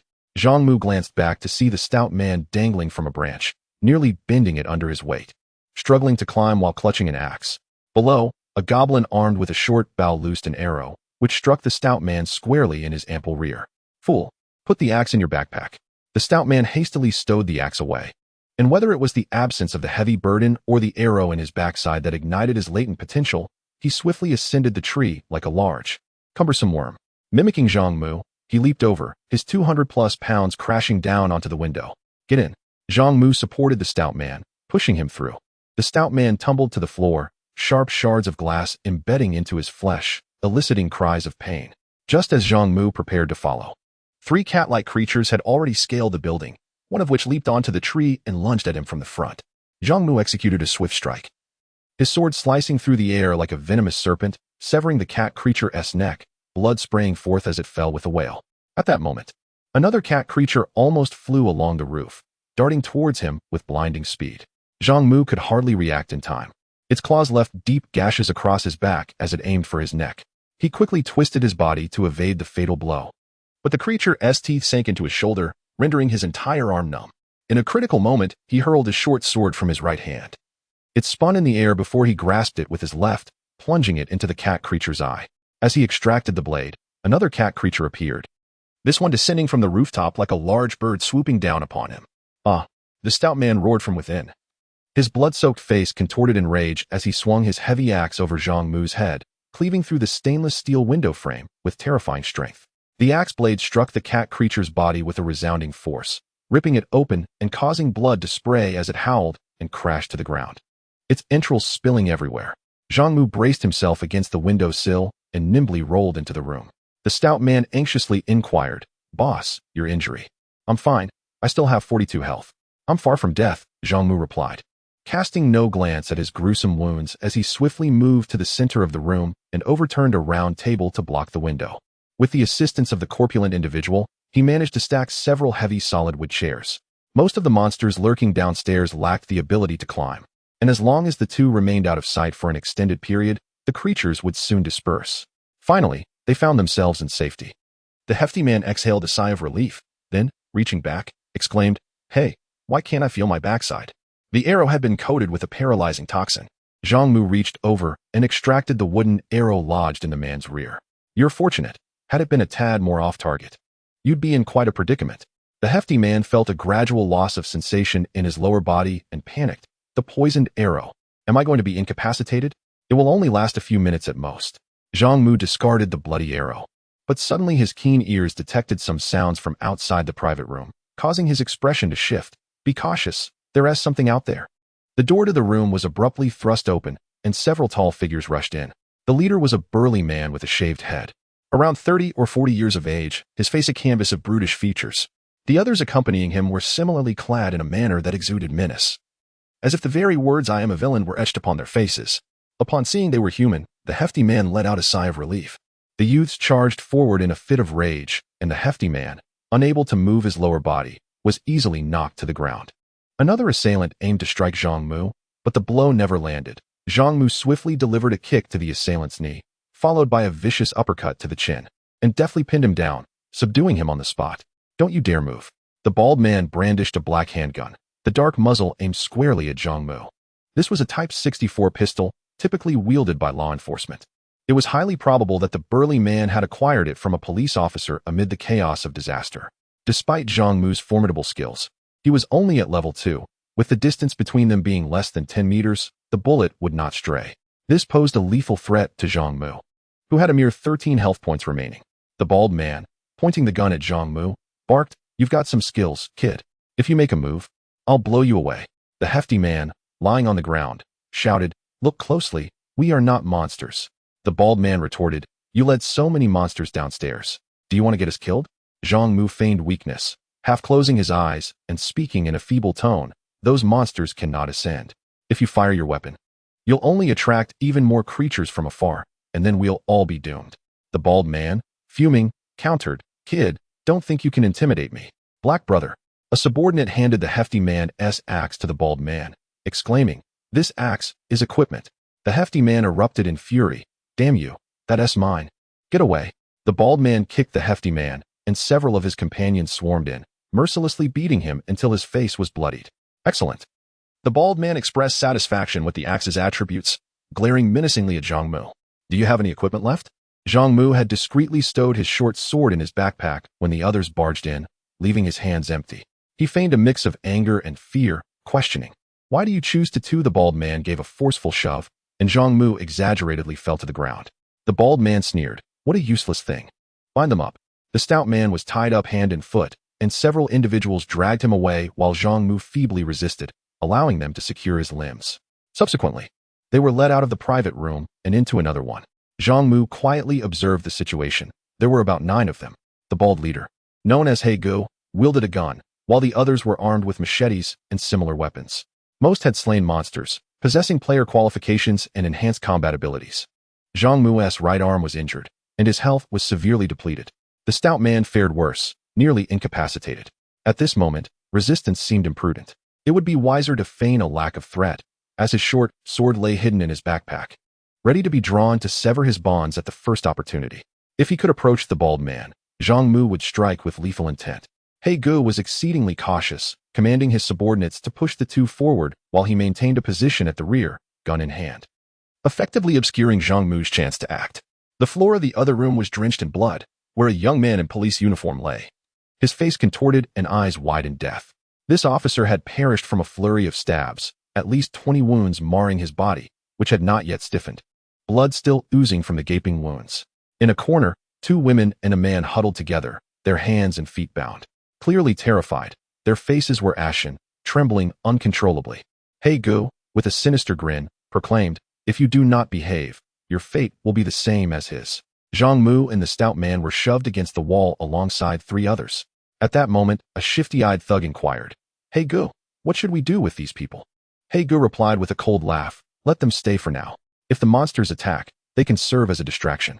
The faces of the group paled, and a short-haired girl resembling a student cried out, "If it weren't for the police officer leading us, we would have been devoured by monsters long ago. You killed him for a gun. How beastly." "Oh, beastly? Today, I'll show you what true beasts are." He Gu retorted with a mocking smile, his gaze lingering on the 2 women. "It has been days since I've indulged. Everyone will have their share today." "Ha ha ha. Thank you, boss." One of the thugs pointed at the long-haired woman beside Zhang Mu, exclaiming, "This woman is stunning, more beautiful than any movie star. Those breasts are almost like pomelos. And her backside is both perky and round. Boss, how about you take the first pick?" "Do I even need to say it?" He Gu leered. "Go on. Take off her pants. Let us broaden your horizons today." The woman's long hair fell to conceal her face, rendering her expression unclear. But her trembling form betrayed her fear. From Zhang Mu's vantage point, he could see her hands bound behind her back, with a shard of glass wedged between her right index and middle fingers. She had cut her delicate fingers in her attempts to slice through the ropes. But time was running short as several thugs approached, and He Gu eagerly began unfastening his belt. At that moment, a shattering sound of glass echoed from the adjacent room, faintly mingled with the cries of cat-like creatures. Black Brother, as if doused with a bucket of cold water, shouted, "Damn it, monsters have entered. You 2 stay here. The rest follow me." He left 2 subordinates to guard the entrance and swiftly led 6 others away. In their distraction, Zhang Mu drew his short sword and fiercely severed his bindings. Just as Black Brother and his men stepped out of the room, 2 of them were startled into immobility. Zhang Mu cut through the ropes binding his legs and leapt up from the ground like a predator poised to pounce on its prey. The short sword gleamed menacingly. The 2 thugs barely had time to turn around. One of them had his neck brutally pierced, the blade protruding from his throat, blood splattering onto the face of the other. The latter's eyes widened in horror as he prepared to scream for help. But Zhang Mu swiftly withdrew the sword and charged at him. The assassination was executed with lightning speed, the cold gleam of the blade sweeping across his neck. The man clutched his throat, stumbling backward as blood gushed through his fingers, his vocal cords and carotid arteries severed, leaving him unable to cry out. Zhang Mu dashed forward, delivering 3 rapid thrusts, stabbing, withdrawing, stabbing again. His life force plummeted to 0, collapsing to the ground, rendered motionless. Zhang Mu's strikes were vicious and swift, the entire process taking less than 2 seconds. He did not blink while committing murder, his methods far more ruthless than a butcher's. The stout man, battered and barely alive, felt an impulse to shout. Zhang Mu glared at him, prompting the stout man to wisely close his mouth. Zhang Mu approached and severed the ropes of the 3 captives. Among them was a short-haired female student, seemingly 18 or 19, of average build, her features quite proper, not strikingly beautiful, yet possessing a delicate charm. Another was a woman in her mid-20s, her long black hair obscuring her face, making her features difficult to discern. However, her skin was exceptionally fair, with a voluptuous bosom, a slender waist, and a rounded, well-formed figure. The last was a man in his 30s, towering at nearly 6 feet 3, strong and robust, with dark skin and an honest, straightforward demeanor. The delicate short-haired student spoke with a quiver in her voice. "You killed them." Fear flickered in the eyes of the 3. Zhang Mu's appearance was far from commendable. He bore countless wounds, bloodied from head to toe, his clothes and hair singed, and his hair a chaotic mess, his face smeared with blood and dirt. The shocking scene of him dispatching 2 foes only heightened their dread. "Well done," the stout man cheered. "These bastards deserve to die. They'll be back any moment." Zhang Mu inquired, "Who among you lacks initial skills?" The tall, curvaceous young woman softly replied, "I do not have any." Her voice was melodic and pleasing to the ear. Zhang Mu noticed blood dripping from her fingers, her fists clenched tightly. In such circumstances, rather than succumbing to panic, she seemed to strive for survival. This woman was undoubtedly extraordinary. "What is your name?" he asked. "Lung Yun," she responded. "That shard of glass cannot harm anyone. Discard it." Lung Yun took a step back, appearing somewhat anxious, yet she did not relinquish the piece of glass. Zhang Mu's admiration for her grew significantly. This woman seemed far more reliable than the portly fellow. He promptly retrieved a blue skill orb from his backpack and offered it to her, stating, "I happen to have a skill orb that is of no use to me. I bestow it upon you." Lung Yun examined the orb, her eyes brightening slightly. "Thank you." The orb contained Healing Hand LV1, a DD class skill with a maximum level of LV5. It consumed 1 point of mana per second, restored 2 points of health to the target, had a maximum range of 0.5 meters, and possessed no cooldown. Lung Yun, an elemental mage at level 1, had 8 health, 80, 30 mana, 100, for strength, for constitution, for agility, and 11 spirit. Zhang Mu remarked, "This is quite a commendable healing spell." With her wariness towards Zhang Mu significantly diminished, she inquired, "They possess firearms. Do you feel equipped to handle them?" Zhang Mu shook his head, replying, "Having guns does not equate to invincibility." Stepping forward, Lung Yun summoned a soft white light in her palm, its gentle glow twinkling like stars as it cascaded over Zhang Mu. His wounds healed rapidly, and within 6 or 7 seconds, he was completely restored to health. The portly fellow, witnessing this, widened his eyes in astonishment. "What a marvelous skill. Young lady, could you also heal me?" Zhang Mu nodded. "I require assistance. Please tend to him." Lung Yun proceeded to heal the portly man over the course of about 8 seconds. The once nearly lifeless figure was instantly rejuvenated. Healing Hand proved to be an exceptionally practical skill, especially in the early stages when potions were scarce. With Lung Yun's acquisition of this skill, her worth became immeasurable. The sounds of battle gradually subsided, and the few cat-like intruders had been dealt with. He Gu returned with his subordinates. Zhang Mu gestured, "You three, take cover." The trio hid behind a table, while Zhang Mu positioned himself by the door. And the portly fellow retrieved his axe, facing the wooden door as footsteps grew nearer. He Ji's heavy breathing echoed from outside. "Damn it, this is bad luck. We cannot linger here. We shall depart after tonight." A surge of anticipation filled everyone's hearts. They were eager to vent their frustrations by capturing 2 women. Indeed. He Gu concurred as he pushed open the door. The dim light within the room momentarily obscured his view of the situation. Suddenly, a fiery red energy erupted, enveloping the portly man, illuminating the room. He stood poised, gripping his axe with both hands, ready to charge. "Crap!" He Gu exclaimed in shock, raising his gun to shoot. Just then, a short sword flew from the left, piercing his right arm and eliciting a cry of pain. "Barbaric charge!" The portly fellow roared, propelling himself with force from the ground, engulfed in the crimson energy, resembling a runaway locomotive hurtling forward. With the force of an explosion, the door shattered, sending He Gu and his men flying. He Gu bore the brunt of the impact, being propelled 5 or 6 meters before crashing against the wall. The tremendous force shattered his bones, and he slid down the wall, lifeless on the ground. Chapter 8. Mandatory Tasks. The Brutal Charge is a D-level attack skill, and at this stage, players barely reach level 2 or 3. To withstand such an impact head-on is likely to result in either death or severe injury. Cold Yun and her companions were utterly astonished. Could such destructive power truly be wielded by a mere human? Zhang Mu picked up his pistol, ejected the magazine, and inspected it. Only 5 bullets remained. The portly man exclaimed, "Boss, there are a few still breathing." Several thugs were left bloodied and broken, yet still clung to life, struggling on the ground. Upon seeing Zhang Mu approach in silence, they immediately knelt and begged for mercy. "We understand our mistakes. Please, show us mercy. Don't kill me. I don't want to die. It was all Black Brother who forced us to do this." Regardless of their pleas or curses, Zhang Mu coldly extinguished their lives one by one. They possessed no capacity to resist. A tall, stout middle-aged man hesitated, expressing reluctance. "Is it really necessary to kill them all? They're merely underlings." Zhang Mu replied indifferently. Their heinous actions immediately following the catastrophe reveal their inherent malevolence. Once they recover, they will undoubtedly return to their wicked ways, harboring resentment against us. It is unwise to leave any potential threats. This world has changed. Either take action or be completely ruthless. Do not leave any room for danger. These individuals had been ordinary law-abiding citizens just yesterday, each fulfilling their societal roles, and the notion of murder was utterly foreign to them. No one is born a butcher. Every person undergoes a transformation of thought. In this era, where lives are as insignificant as grass, devoid of legal constraints, the grotesqueness of human nature will be laid bare, and murder often requires no justification. If you do not kill, others will kill you. In times of chaos, compassion has no place, nor does it allow for pity. "Dispose of all the bodies," he commanded. The portly man introduced them. "Let us get acquainted. This is the illustrious Zhang Mu, also known as Wood. Have you seen the posts on the forum?" Indeed, that was the brilliant leader who made those contributions. Expressions of shock spread among the group, and a short-haired girl exclaimed, "You are the one who posted those. How impressive. Where did you find all that monster information?" The portly man puffed with pride. "That information is nothing.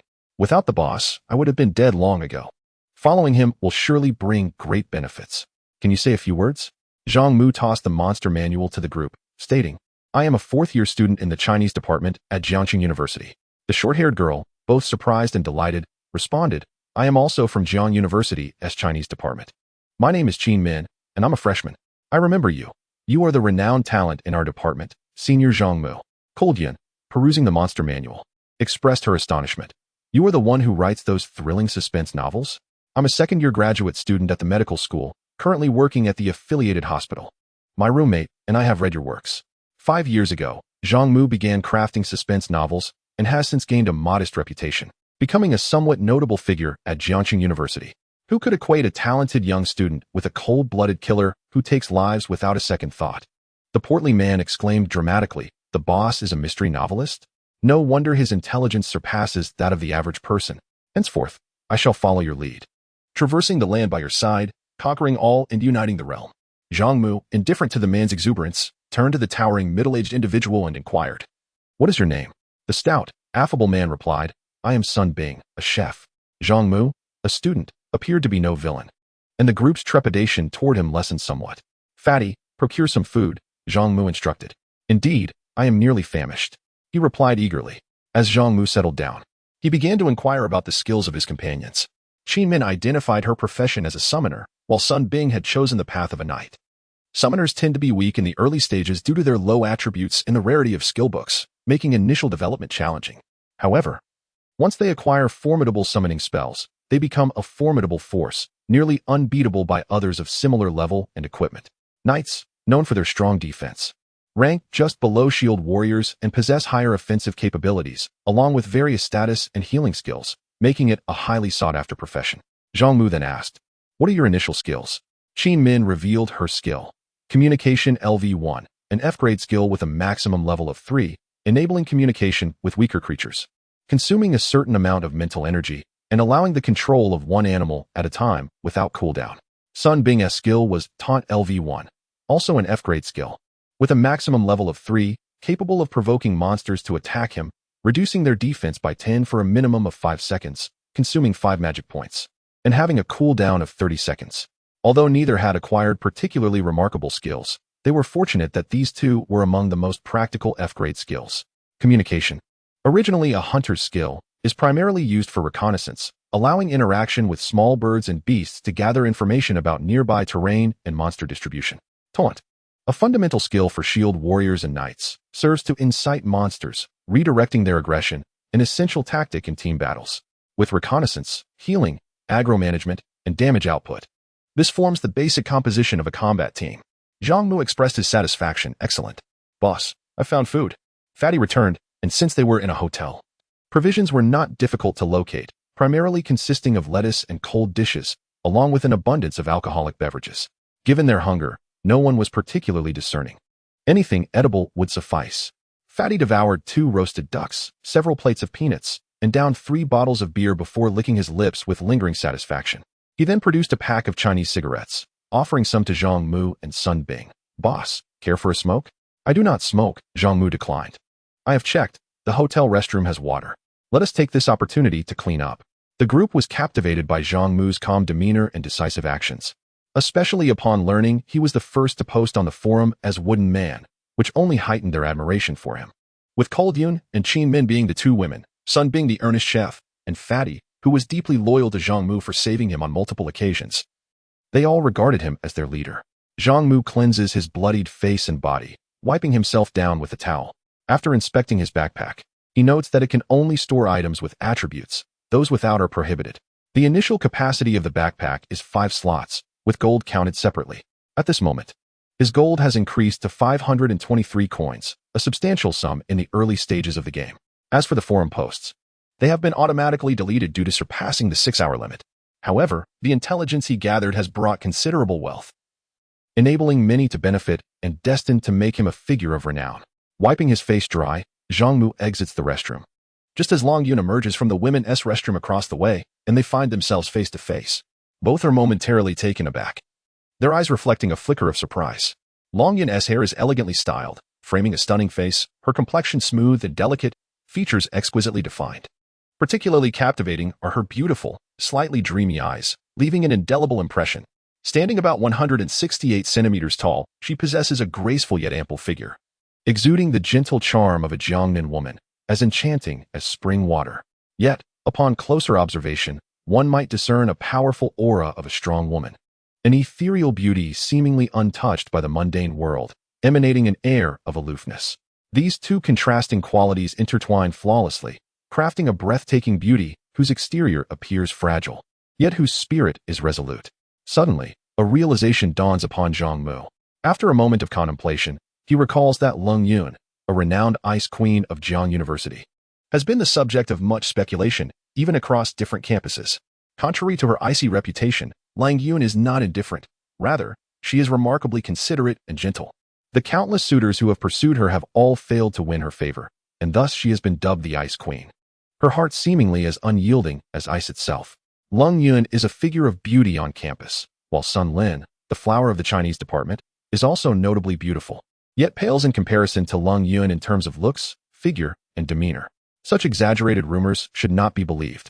Leng Yun studies Zhang Mu, noting his height of 178 centimeters and handsome features, reminiscent of the boy next door, evoking a sense of warmth and comfort.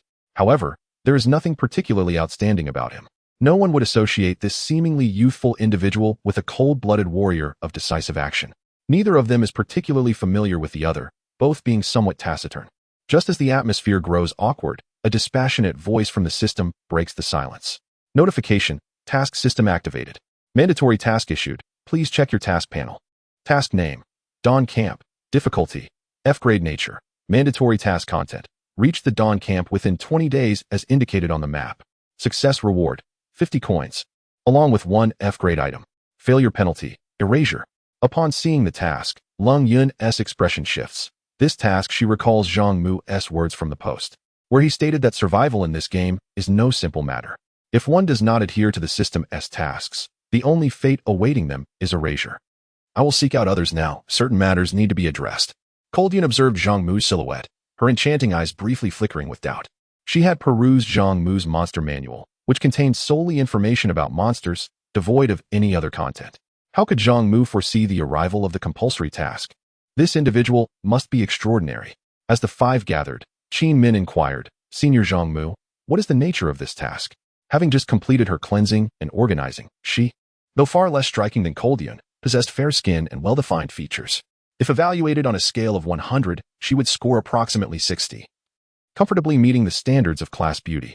Zhang Mu replied, "The task description is exceedingly detailed. We must hasten to the Dawn Camp. You can locate the camp's position on the map." The task came equipped with a map, where Jiang City appeared as a mere speck, surrounded by dense forest. In the distance, a grayish area obscured the terrain and environment, while a glimmer of light in the western darkness likely indicated the location of the Dawn Camp. Positioned in the western suburbs, they could reach the camp directly without traversing the city, thus holding a distinct advantage over others. Koldian furrowed her brow, remarking, "The map provided with the task is too vague, offering only a general direction." Zhang Mu retrieved a large scroll from his backpack, unfurling it upon the ground and illuminating it with a flashlight. "This is a map I acquired at a high price from a mysterious merchant. It is highly detailed, outlining the general terrain of the area as well as the distribution of monsters within." As Qin Min gazed at the map, she noted that Jiang City was merely a small fraction of it, revealing peculiar names such as Blood Jungle, Goblin Village, Canine Camp, and Feline Cave. Zhang Mu pointed to the map, stating, "We must traverse the Blood Jungle."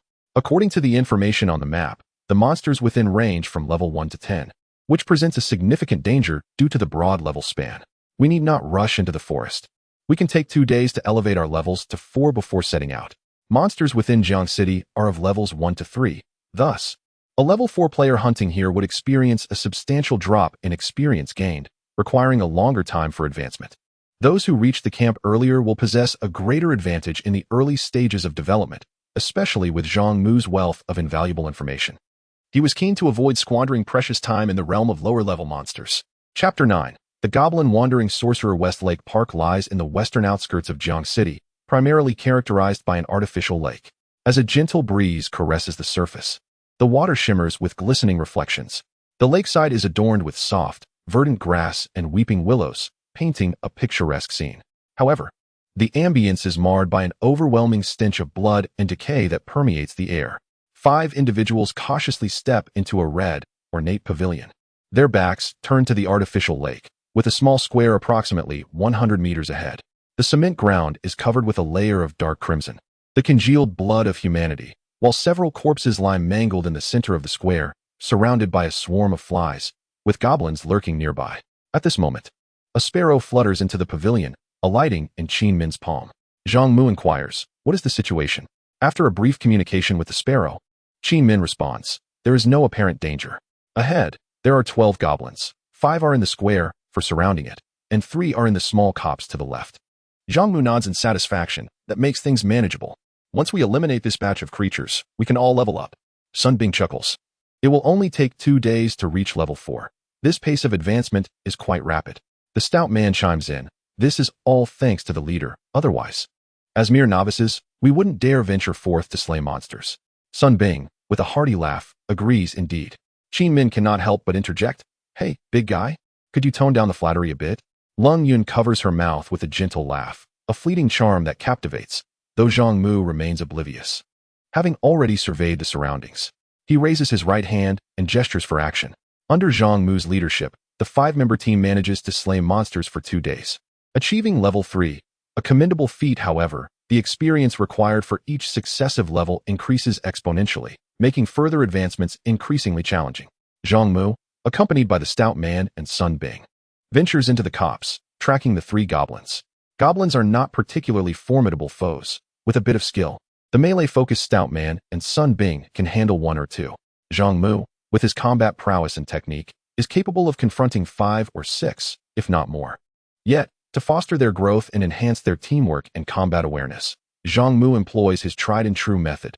He draws the monster's attention, leading them in circles while Sun Bing seizes the moment to cast taunts. The goblins, provoked by the taunts, inevitably disengage, allowing the group to strike them down. Only when Sun Bing inadvertently attracts too many foes does Zhang Mu intervene. After half an hour, all the monsters are vanquished, and each member levels up in turn. Zhang Mu checks his experience points and notes. The experience required to ascend from level 4 to 5 is several times greater than that needed to progress from 3 to 4. Slaying creatures below level 3 yields minimal experience. If we continue to linger in the city, it will take no less than 5 days to attain another level. The stout man boldly declares, "Then let us set off for Dawn Camp." Zhang Mu lifts his gaze. The sky appears somewhat dim, likely around 4 in the afternoon. There is no rush. Let us rest for the night and prepare some provisions in the meantime. Sun Bing remarks, "I know there is a small convenience store just outside the park where we can find tools and food." Then what are we waiting for? Qin Min, a person of vivacious character, promptly exclaimed, "Let us depart." The 5 gradually exited the park, where Sun Bing had indicated the supermarket was conveniently located at the main entrance. However, from a distance, it appeared as though shadows were flickering in the middle of the road. Zhang Mu discerned that there were 3 goblins. Within Jiang City, formidable monsters were scarce. Goblins, though possessing low health and defense, were ranged attackers, making them comparatively more challenging to confront. A glimmer of intrigue flashed in Lung Yun's bright eyes. "Look, there is a chest over there." Following her gaze, the group spotted a large chest behind the goblins. This chest, crafted from pure metal, gleamed darkly, square in shape, lacking any notable features, yet it likely contained something of significance. Zhang Mu smiled slightly. "This is a black iron treasure chest. We are indeed fortunate." Curiously, Qin Min inquired, "What is a black iron treasure chest?" Zhang Mu shrugged and replied vaguely, "Well, based on my gaming experience, treasures occasionally spawn in the wild, typically containing surprises. Black iron treasure chests can only be found in areas below level 10, and within them, one can usually discover black iron-grade equipment. With a stroke of luck, one might even uncover special items. Encountering a treasure chest is, in itself, a stroke of serendipity." The stout fellow excitedly raised his axe. "That is splendid. Let us proceed." Zhang Mu pulled him back. "When will you ever employ some common sense?" "Boss, I don't understand." The stout man exclaimed. "Have you not noticed that one of the goblins is different from those we usually encounter?" It was only then that he observed the goblin standing in the middle, which bore distinctions from the ordinary goblins. Rather than a short bow, it wielded a wooden staff. Upon closer inspection, one could see that this goblin sported a beard, appearing somewhat older than its companions. Goblin Wandering Sorcerer, level 4 Black Iron Elite, health 100, magic 200. Attributes. Skills. 100 health points? My word, that is substantial, exclaimed the stout man. This is an elite monster. Zhang Mu paused before adding, health is not the primary concern. It is a magic-based creature, capable of inflicting considerable damage. Lacking equipment, we would be nearly instantaneously obliterated. Monsters are categorized into 8 ranks: ordinary, elite, boss, lord, earth spirit, sky spirit, holy spirit, and fairy spirit. As the rank increases, their numbers diminish while their strength amplifies. Starting from elite, each rank is further subdivided into 4 tiers: black iron, bronze, silver, and gold. This particular creature is merely the weakest black iron elite among its kind. Yet for low-level players devoid of equipment or skills, it is virtually invincible, especially given its high magical damage output. What shall we do? Lung Yun observed Zhang Mu's calm demeanor and, for reasons unbeknownst to her, suddenly felt a surge of confidence. Despite her delicate appearance, her tumultuous past and childhood had forged within her a tenacious spirit, leaving her devoid of any sense of security from men. Perhaps he was an exception. After a moment of contemplation, Zhang Mu remarked, "I have researched the goblin sorcerer's abilities. It possesses 2 skills. The first is a fire missile, swift and potent. Aside from Uncle Sun, the rest of us would likely be dispatched in an instant. The second skill, the magic shield, is relatively slow but can conjure a shield with a defensive value of approximately 25, effectively adding 25 points to 1's life." Lung Yun furrowed her brow and inquired, "How shall we proceed? With your current combat awareness, the odds of a total wipeout are exceedingly high. Therefore, it would be prudent for everyone to remain here. Allow me to handle this. Can you manage it alone?" "It is an elite." "Elite? Merely an elite." Zhang Mu, the backbone of the team, understood that should anything go awry, the others would find themselves in peril. Just as Lang Yun was about to speak, she caught a fleeting glimpse of disdain on his face, which left her momentarily speechless. Zhang Mu had already drawn his pistol and, crouching low, surged forward with haste. The sound of gunfire was too loud to be used in the blood-soaked jungle infested with monsters. Such firearms, devoid of attributes, do not yield experience when slaying monsters. Thus, it would be more beneficial to utilize them here for some value. As he approached within 100 meters, Zhang Mu suddenly accelerated, activating his skill, Speed Slide, gliding swiftly towards the goblin as if riding an invisible skateboard. Goo-goo-goo. The goblin, having spotted Zhang Mu, emitted a harsh cry. 2 ordinary goblins drew their bows to shoot, while a goblin warlock began casting, a blue glow manifesting from its staff, gradually coalescing into a protective shield. A mage-type monster with a shield skill would instinctively deploy it at the earliest opportunity, and due to the distance, there was no chance to interrupt the spell. Zhang Mu tilted his head slightly as an arrow narrowly grazed his cheek. He raised his hand and fired twice. As a level 4 ranger, his physique greatly exceeded that of an average person, and his balance was exceptionally high, allowing him to aim even while moving at high speed. Unfortunately, the shield deflected the bullets, reducing its value by only 21 points. With merely 3 bullets remaining and the distance now under 50 meters, Zhang Mu aimed at a nearby ordinary goblin, firing. The bullet struck the goblin's head, inflicting 32 points of damage, and the creature was instantly dispatched. Another goblin, who had just drawn its bow to shoot, met a similar fate, struck down in an instant. The goblin warlock completed its incantation, flames erupting from its staff and condensing into a fireball slightly larger than a fist. This was a fire missile. Should it hit Zhang Mu head-on, he would likely be obliterated. Goo-goo-goo. It screeched, pointing its staff at Zhang Mu, the fireball hurtling towards him at an astonishing speed. Zhang Mu pulled the trigger, firing his last bullet. The blue shield shattered, and the goblin's chest erupted in a spray of blood, only inflicting 8 points of damage, revealing that the elite monster's defenses were significantly higher than those of ordinary creatures.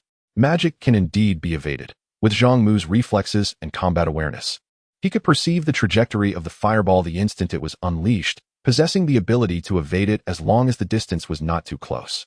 Yet, driven by a desire to engage in close combat, he pressed forward without attempting to dodge. With a thunderous explosion, the fireball detonated upon his chest, flames engulfing Zhang Mu in an instant. Qin Min gasped in horror, and the others were equally startled. Zhang Mu was enveloped in a faint golden glow, emerging unscathed from the flames. With his right hand gripping the short sword in a reverse hold, he struck fiercely, inflicting 12 points of damage. The goblin wandering sorcerer let out a shriek, raising its staff to strike, but its invincibility status remained intact, resulting in no damage dealt. Zhang Mu activated his assassination skill, landing 2 successive strikes that totaled 20 points of damage. At this moment, the sorcerer's health plummeted to 60. The goblin sorcerer turned to flee, being a mage-type creature. It was at a disadvantage in close combat. With a mere bit of distance, it could unleash its spells, capable of eliminating Zhang Mu in a single blow. However, as a ranger, Zhang Mu was not slow, especially after being bestowed with divine blessings, and would not allow the goblin sorcerer to escape easily. Before Zhang Mu could make his move, the burly man and Sun Bing rushed in from either side. Sun Bing taunted the goblin sorcerer, momentarily halting its flight and provoking its ire. The staff flickered with fiery energy as a fireball rapidly took shape. With a ferocious charge, the burly man barreled into the goblin sorcerer like a deranged wild boar, delivering a powerful axe strike that dealt 28 points of damage in 2 blows. The fireball veered off course due to the impact, striking Sun Bing on the right shoulder. Flames engulfed his hand, causing him to cry out in agony, while Lung Yun and Qin Min hurried to extinguish the fire. After several coordinated attacks from Zhang Mu and the burly man, the goblin sorcerer finally collapsed. It was their first time defeating an elite enemy, and as they gazed at the remnants of flames on the ground, disbelief washed over them. The burly man exclaimed, "Look! Equipment has dropped." Chapter 10, Bloody Jungle, Goblin Gauntlets, Common Black Iron. Level 3, Physical Damage Reduction 1, Agility 2, Durability, 15-15. Goblin Leather Armor, Common Black Iron. Level 3, Physical Damage Reduction 5, Magical Damage Reduction 2, Durability, 20-20. Zhang Mu promptly donned the Goblin Gauntlets, which augmented his physical defense by a modest point. Instead of enduring 5 points of damage, he now only faced 4. Though this may seem trivial, every bit helps. The 2 points of agility provided a significant boost to his speed. The defensive capabilities of the goblin leather armor were commendable, originally facing 10 points of physical damage. He now withstood merely 5. Within the confines of Jiangcheng, the creatures were generally feeble, and as long as he was not besieged by an overwhelming number of foes, his life was not in peril. The treasures on Earth were also quite pleasing. Zhang Mu nodded in satisfaction. "Let us open the chest and see what treasures lie within." The rotund companion fumbled for a moment before locating the opening mechanism. Rubbing his hands together, he exclaimed with excitement, "I'm about to open the chest. Everyone, keep your eyes peeled." 20 gold coins, F-class skill book, petrified skin, refined iron round shield, common black iron. Level 3, physical damage reduction 8, magical damage reduction 8. Durability, 30-30. Equipped classes, shield warrior, knight, swordsman. 5 ordinary lower-level magic potions, each restoring 2 points of mana per second for 10 seconds. The chest had a 100 chance of yielding potions or gold, with a slim possibility of containing equipment, while the likelihood of discovering skill books and special items was minuscule at best. This particular black iron chest not only revealed a piece of equipment, but also bestowed a skill book, a stroke of extraordinary fortune. Zhang Mu allocated the spoils. The goblin leather armor was given to the rotund companion. Stunned, the companion replied, "But you have no armor. Why give the leather armor to me?" Zhang Mu shot him a glance and replied, "The berserker possesses formidable attack power and serves as the primary damage dealer, often charging into battle against monsters. If you find the leather armor cumbersome, by all means, return it." The companion grinned widely. Who would refuse? "I absolutely need it. I wouldn't want to hold the boss back." The skill book and shield were entrusted to Sun Bing. Scratching his head, he sheepishly remarked, "This distribution doesn't seem fair. I'm the least useful here." With the skill and shield, the advantages of a knight would become apparent, making him an indispensable member of the team. Zhang Mu insisted, "Take the skill book and shield. These items are class restricted, and we cannot utilize them. Do not hesitate. Accept them." Sun Bing gratefully accepted, learning the skill book. Petrified Skin LV1, F-class skill, maximum level LV3, petrifies the skin's surface, rendering one impervious to pain, enhancing overall defense by 5, while reducing movement speed by 20. Activating it consumes 1 point of mana every 5 seconds, with no cooldown. Petrified Skin allows one to lose the sensation of pain while simultaneously augmenting defense, making it an essential skill for shield warriors and knights in the early game. Sun Bing, with his high health and robust defenses, possessed taunting abilities. Combined with Petrified Skin and a decent shield, he could now withstand elite monsters with ease. If they were to start anew, even without Zhang Mu, the 4 of them could vanquish the goblin wandering sorcerer. Zhang Mu retained 1 potion for himself, bestowed 1 upon Qin Min, and allocated 3 to Long Yun, an elemental mage who, due to her healing abilities, could temporarily assume the role of a cleric, ensuring that her magical energy remained ample. The spoils of this battle were immensely bountiful. Zhang Mu did not covet any of the spoils, but rather rationally distributed them to those truly in need, thereby undoubtedly establishing a trustworthy image. This generosity was not merely out of kindness. He was acutely aware of the perils that lurked in the Blood Forest, where nearly half of the players could meet their demise, rendering the dangers of Jiang City merely a warm-up in comparison. With a dependable team, The chances of survival would increase significantly, enabling them to confront formidable monsters that one could not defeat alone, thus yielding even better rewards. These trifling gains were akin to a prudent investment in the early stages. "This armor is remarkably sturdy," remarked the stout fellow, squeezing the leather armor. "The spoils from this venture are truly gratifying. If only we could have such opportunities more frequently." Qin Min responded, "Treasure chests are certainly hard to come by. There are no such things as easy gains. Indeed, treasure chests were elusive, requiring extraordinary luck to uncover." Zhang Mu was aware of several black iron chests, more advanced treasure chests, and unique treasure locations, all situated near the camp, which would soon be discovered by others. Hence, it was imperative to hasten to the Dawn camp to secure the treasures before others could lay claim to them. The quintet pried open the door of a small convenience store and discovered a bounty of chocolate, candies, compressed biscuits, and drinking water, which they packed into large containers. With these provisions, they would not have to worry about food for the time being. As nightfall descended, eerie sounds echoed around them. From the city came ghastly shrieks, while from the west arose roars imbued with a savage aura, evoking a chilling sense of dread. The five found a storage room, dismantled a wooden stool, and kindled a small campfire, its flickering light illuminating the dark, confined space, instilling a semblance of safety. The stout fellow opened several bottles of Moutai, threading sausages onto iron wire to roast over the flames. Zhang Mu closed his eyes to rest, while Sun Bing smoked, and Lang Yun stared vacantly, each lost in their own thoughts. Qin Min shattered the silence, saying, "Let us not dwell in silence. Captain, say something." All eyes turned to Zhang Mu, who had unknowingly become the core of the group, not merely a nominal leader, but a spiritual one as well. Zhang Mu nonchalantly inquired, "Fatty, where are your family?" The stout fellow was the first to respond, "Damn it, don't remind me. I can barely recall what that drunken old man, my father, looks like. Who knows which prison he is languishing in. As long as one person is fed, the family won't starve. I have no close relatives to worry about." Uncle Fat had his struggles too. Qin Min sighed and asked, "Captain, what about your family?" Leaning against the wall, Zhang Mu gazed into the dancing flames and replied, "My home is in Yen City, and I have a sister. However, she is not my biological sister. I lost my family in a car accident during my youth and ended up in an orphanage, only to be adopted around the age of 10. My adoptive parents are decent people, very kind-hearted." Qin Min expressed her sympathy. "Your experiences are truly tumultuous, Captain. I also have a sister named Qin Shaoshi. Although she is still in high school, she is quite the beauty. I wonder how she is faring now." Suddenly, Zhang Mu interjected, "Fatty, hand me a cigarette." "But you don't smoke," he replied. "Quit the chatter," Zhang Mu retorted. Zhang Mu took a drag from the cigarette, the pungent sensation filling his lungs, causing his body to momentarily recoil, prompting a few involuntary coughs. Sitting across from him, Lang Yun gazed intently, perhaps feeling a sense of kinship in their shared plight. In this moment, Zhang Mu seemed particularly endearing to her.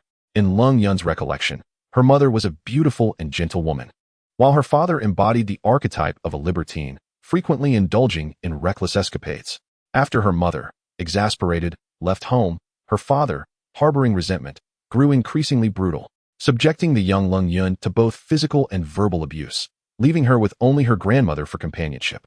This tumultuous upbringing forged her into a mature and resilient individual. Yet the absence of security during her formative years left her emotionally guarded. Despite the multitude of suitors during her secondary education, she bestowed no affection upon any man. At home, there were two young children. Sun Bing's eyes were slightly reddened. His son was 8, and his daughter was 5, and he lamented the uncertainty of whether he would ever see them again. Young children, lacking the ability to protect themselves, were often the most vulnerable. Qin Min offered words of consolation. "Uncle Sun, do not despair. As long as we live, there is hope." Zhang Mu responded, "Indeed, as long as we breathe, hope remains. We are bound for the Dawn camp, where we shall carve out our destinies." However, arriving at the Dawn camp was merely the beginning. Whether humanity could endure the myriad trials and survive in such a harsh environment was a question fraught with uncertainty. In his memory, it was approximately 70 days since the entire Jiang city had fallen silent. This time, could Zhang Mu utilize his recollections to rewrite history and enable the people of Jiang City to endure longer? Setting aside distant thoughts, the imminent peril of the Blood Forest loomed large. Zhang Mu could not even guarantee his own survival until reaching the camp, let alone for Fatty, Lang Yun, Sun Bing, and Qin Min, who could only rely on fortune, as sometimes luck is as vital as strength. The following morning, the five prepared for their journey. Each packed a backpack filled with provisions, water, knives, and essential tools such as flashlights and lighters. Departing from their overnight shelter, they headed west along the highway. The sky was overcast, a gentle breeze wafted through the air. The weather was neither too hot nor too cold. The expansive road, bearing the scars of an earthquake, was riddled with fissures and overgrown with weeds, some plants towering over a meter in height. The outskirts were desolate, with the occasional abandoned vehicle lining the roadside, devoid of any signs of human activity. Approximately an hour later, the sight that greeted them left the four in awe. The highway stretched into a verdant forest, abruptly emerging before their eyes, imbued with an aura of primal wildness. This forest was vast, stretching beyond the horizon. Behind them lay a bustling metropolis, while before them sprawled an untamed wilderness, the stark contrast eliciting a profound shock. Fatty exclaimed, "How immense is this forest? Can we truly find our way out?" Zhang Mu withdrew a short sword from his pack, declaring, "Let us proceed." The five ventured into the blood forest, where the highway vanished entirely after a few hundred meters, and the environment transformed into dense woodland. Towering trees with thick foliage obscured the light, rendering the forest oppressively humid. Merely walking slowly for a short while left them drenched in sweat. The air was tinged with a faint mustiness, and the ground was carpeted with a thick layer of leaves. With each step, their feet sank into the soft, fresh leaf litter, under which lay the decayed remnants of years of accumulation. The roots of the surrounding trees entwined, and not far away lay a fallen log, thick enough for 5 people to embrace, covered in slick, dense moss. How could this resemble a forest that materialized overnight? Zhang Mu declared, "Let us rest for 5 minutes while Qin Min scouts ahead." The group, having trekked for a considerable duration, was utterly fatigued. Zhang Mu wiped the sweat from his brow and suddenly hurled his short sword, which whizzed past Lung Yun's face, embedding itself into a large tree. Startled, Lung Yun turned to see the blade pinning a venomous snake, no thicker than a thumb, to the trunk. The serpent's coloration matched that of the bark, rendering it nearly invisible. Had Lung Yun ventured closer, she would have likely suffered a bite. "Thank you." Zhang Mu glanced at her, noticing her drenched attire clinging to her form, accentuating her curves, particularly her ample bosom. Her cheeks flushed a rosy hue, and a few strands of hair, dampened by perspiration, clung to her face, adding an alluring charm. As they ventured deeper into the forest, the prevalence of venomous snakes and insects increased. "Be cautious," he warned. Indeed, Lung Yun felt a warmth in her heart and nodded. Captain Qin Min, after conversing with the returning scout, displayed an expression of alarm. Approximately 400 meters ahead, there is a creature. Remarkably close to the forest's edge, they had encountered a monster so swiftly. "Let us investigate." Zhang Mu led the group forward, and soon, amidst a thicket, they discovered the beast Qin Min had described. It was a black bear, weighing no less than 400 kilograms, with a head and body measuring around 3 meters in length, boasting an imposing physique. Its eyes glowed a blood red, and its fangs were bared, exuding a menacing demeanor. The rampaging black bear, Iron Elite, Level 5, Health 320, Magic 100, Attributes, Skills. Description: originally an ordinary black bear, it has become exceedingly ferocious due to the corruption of dark powers. Chapter 11. The Terrorclaw Dragon. The black bear, alongside the goblin sorcerer, is classified as an elite creature. However, it surpasses the latter by a level, boasting an astonishing 320 points of health. Typically, an ordinary black bear weighs around 200 kilograms and measures approximately 2 meters in length. Yet, this particular specimen exceeds 3 meters in length and an estimated weight of 400 kilograms, towering above the average human even while in a crouch position. Its glossy black fur and robust limbs exude formidable power, rendering it a creature of undeniable destruction. Surprisingly, this thick-skinned and high-blooded beast proves less troublesome than the goblin sorcerer. Zhang Mu turned to Qin Min and inquired, "Before we engage, have we thoroughly surveyed the terrain for potential dangers around here?" Qin Min replied, "Yes. The area is predominantly wooded, with a river to the northwest. No evident threats have been detected within 500 meters." The plump man stepped forward with enthusiasm. "Elite creatures often drop valuable items. We must not let such opportunities slip away. Boss, let me take the lead." His recent upgrades had evidently granted him extraordinary resilience, bolstering his confidence. Engaging an elite creature indeed presented a valuable opportunity for training. Zhang Mu consented, assigning Sun Bing to assist for safety. The plump man, accompanied by Sun Bing, emerged from the thicket and approached the bear. The black bear stood before a large tree, peeling bark in search of insects or ants to satisfy its hunger, oblivious to the two approaching figures. Suddenly, the plump man accelerated, unleashing his signature move, the savage charge. The black bear, startled by the noise, roared and turned, only to be met head-on by the charge. The impact was akin to a rhinoceros collision, sending the bear crashing into the tree, causing its bark to splinter and a cascade of leaves to fall, startling nearby birds into flight. Despite the dramatic spectacle, the black bear suffered a mere 21 points of health loss. The plump man seized the moment, wielding his axe to cleave through the bear's thick fur and blubber, inflicting significant damage. The bear roared in furious retaliation, its fearsome growl echoing as it propelled itself off the ground. The plump man stood too close to evade, and the bear swiftly pinned him to the ground, its teeth tearing through his resilient armor. Fortunately, to protect the black bear lunged forward, and before Sun Bing could rise, he was swiftly knocked down, his shield tumbling aside. Reality diverges sharply from virtual gaming. In computer games, players equipped with formidable weapons see an immediate and steady increase in damage, transforming into powerful damage dealers. A player clad in high-defense armor becomes as steadfast as a mountain, serving as a robust tank to absorb the blows of a boss. However, this is not the case here.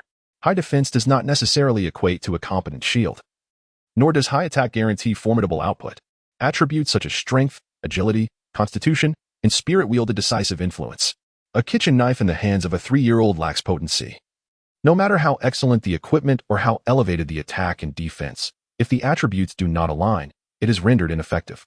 Conversely, even modest equipment can yield commendable output if the attributes are sufficiently high. As a tank, Sun Bing's defense may be adequate, yet his constitution is evidently lacking, and the bear's strength is overwhelming, leading to his easy downfall. The hefty man charged in with a furious roar, swinging his axe and inflicting 3 or 4 gashes across the bear's back, staining its dark fur with blood. Although the hefty man possessed commendable strength and attack, the bear's thick hide remained resilient, retaining 85 of its health. The bear, forsaking its assault on Sun Bing, suddenly lunged at the hefty man, drawing from previous experience. The hefty man cautiously maintained his distance, evading the bear's jaws and delivering a deep wound to its abdomen with his axe. However, his dodging was awkward, rife with openings. The bear struck him squarely on the chest. Despite the protection of his leather armor, the impact dealt nearly 20 points of damage, dropping his health below 50 and fracturing several ribs. In a state of alarm, Sun Bing rushed to attack the bear, momentarily diverting its attention. The hefty man, despite blood streaming from his mouth and nose, relentlessly swung his axe, and the two engaged in a fierce struggle for 2 to 3 minutes, reducing the bear's health to 70. Both men sustained grave injuries, proving unable to contend with the bear. Zhang Mu quietly remarked that their equipment and skills were more than sufficient to vanquish the bear. They simply lacked coordination and failed to exploit their advantages or grasp the rhythm of the monster's attacks. Lung Yun nodded thoughtfully in agreement. Qin Min exclaimed, "Captain Mu, the hefty man is nearing his limit." Zhang Mu drew his short sword, declaring, "I will confront it. You all observe closely, for this creature is, in fact, quite weak." He leapt from the thicket, stepping onto a fallen tree trunk, activating his skill to glide swiftly along it. The bear, attacking Sun Bing with relentless ferocity, suddenly heard a noise from the side and turned its head. Zhang Mu launched himself into the air, propelled by momentum, resembling a soaring rock, and descended upon the bear. The bear let out a furious roar, but before it could fully vocalize, Zhang Mu hurled his short sword, embedding it in the bear's eye. Though Zhang Mu's strength and attack paled in comparison to the hefty man's, that single, critical strike was enough to inflict a 10 loss to the bear's health. The bear covered its eye, retreating with a mournful howl. Zhang Mu swiftly extracted his sword, unleashing a flurry of strikes, each reminiscent of flowing water, delivering a sequence of damage and capitalizing on the bear's retreat to amplify their success. The black bear's right eye was gouged out, possibly injuring its brain, as vile fluids oozed from its eye socket. Yet, before its life reached its end, it would not succumb. The bear steadied itself, its fierce countenance contorting as it lunged, while Zhang Mu deftly evaded its onslaught, slipping into the blind spot created by its blindness, and struck with precision. The bear, battered and bloodied, exhibited no sign of temper. It endured 16 or 17 strikes, its life force dwindling to just over 40, all the while never landing a blow on Zhang Mu. As its life dipped below 30, the bear unleashed a ferocious roar, its massive form swelling as if inflated, its dark fur tinged with a faint crimson, exuding an aura of unbridled rage. Had it activated a berserk skill?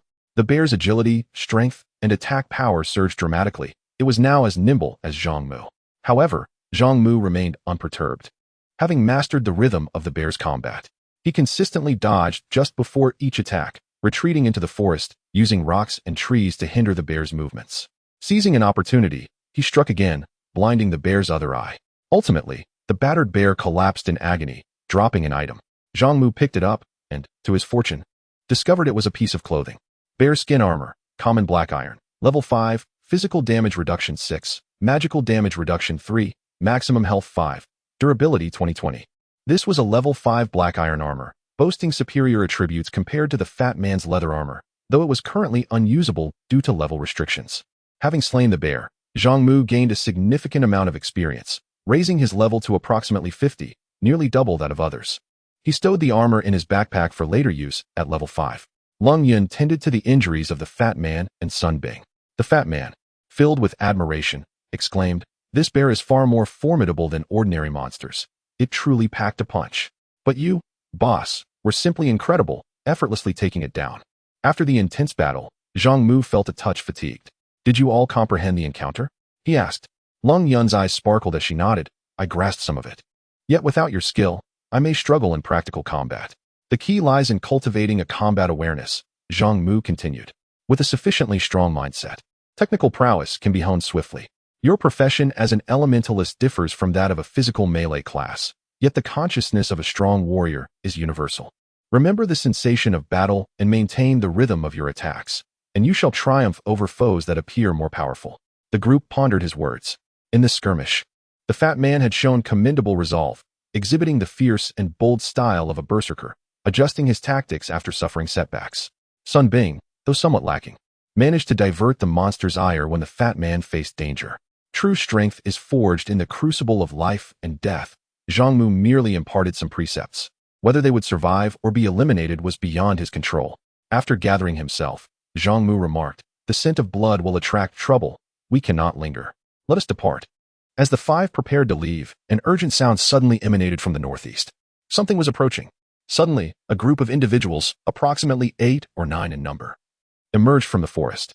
Both men and women bore visible injuries, their garments torn as they fled through the underbrush, each face marked by sheer terror, desperately escaping as if pursued by some dreadful creature.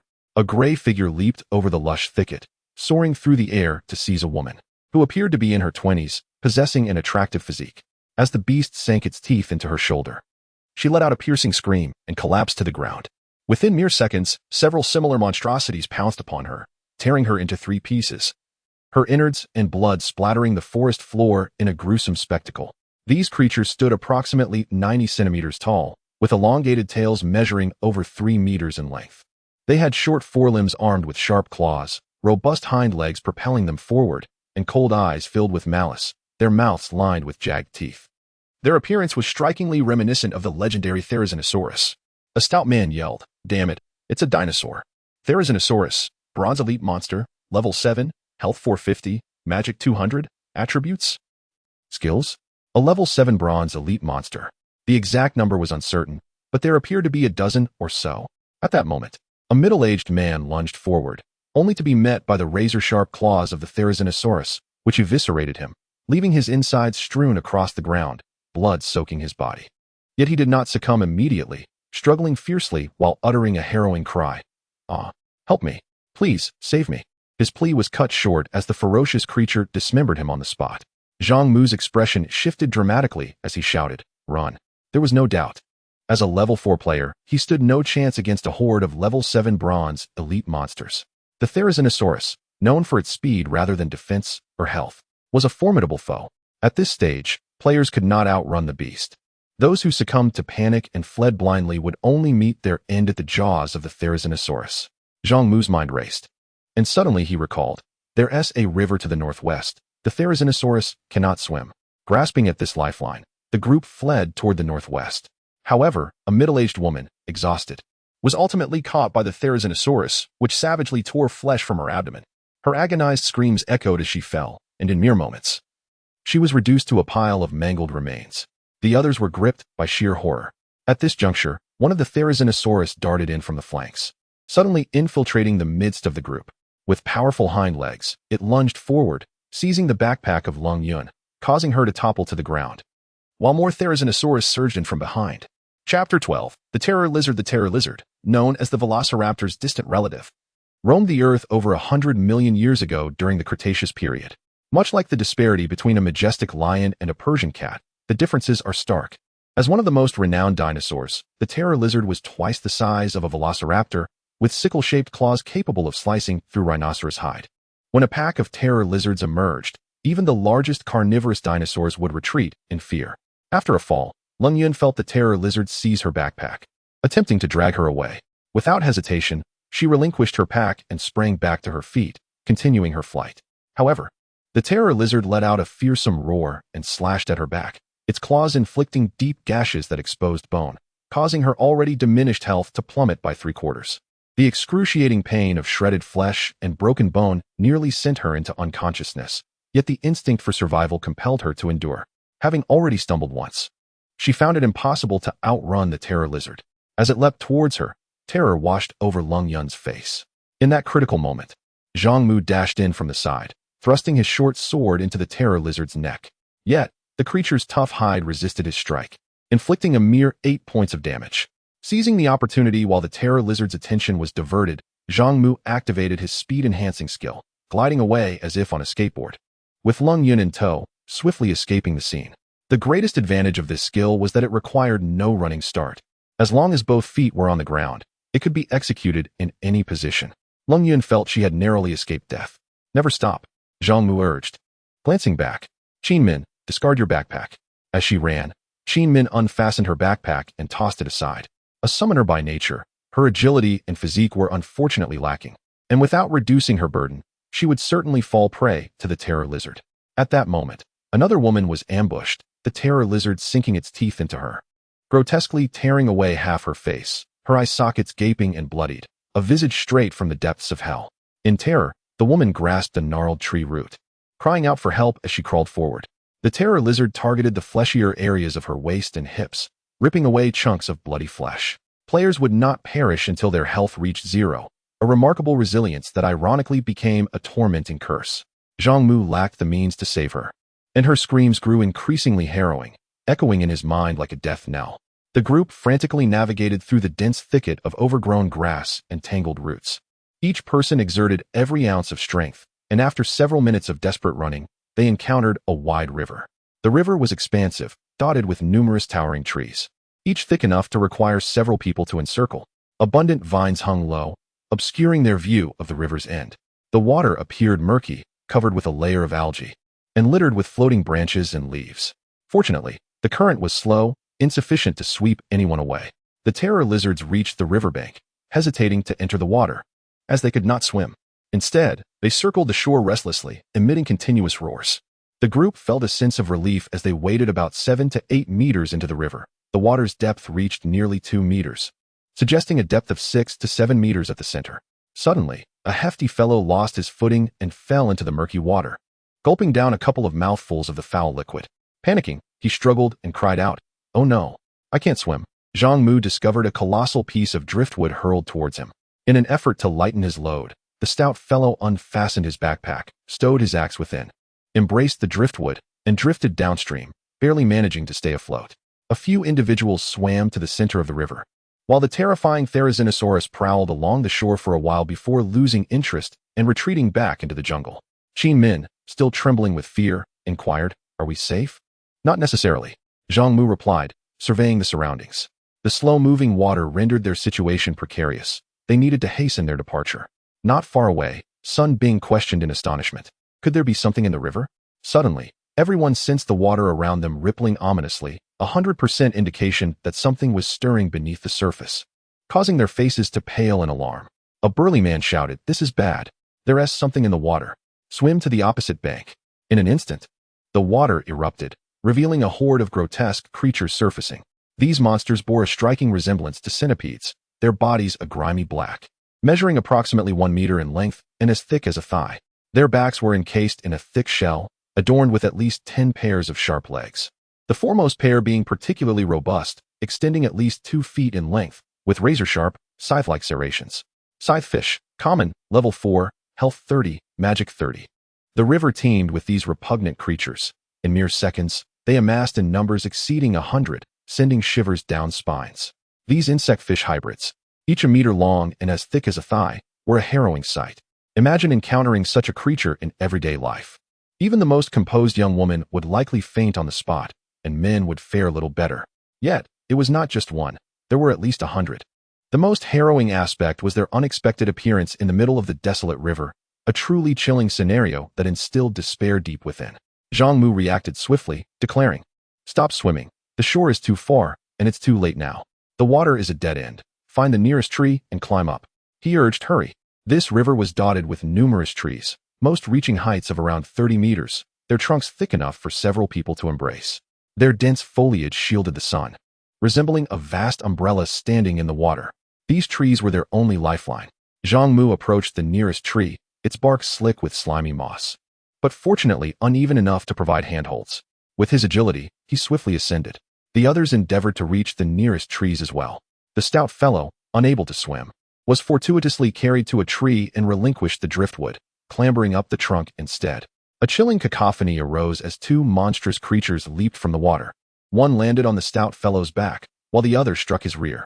Their scythe-like forelimbs swiftly tore into his flesh, leaving several gaping wounds. The stout man screamed in agony, his back drenched in blood, yet he dared not relinquish his grip, desperately climbing higher.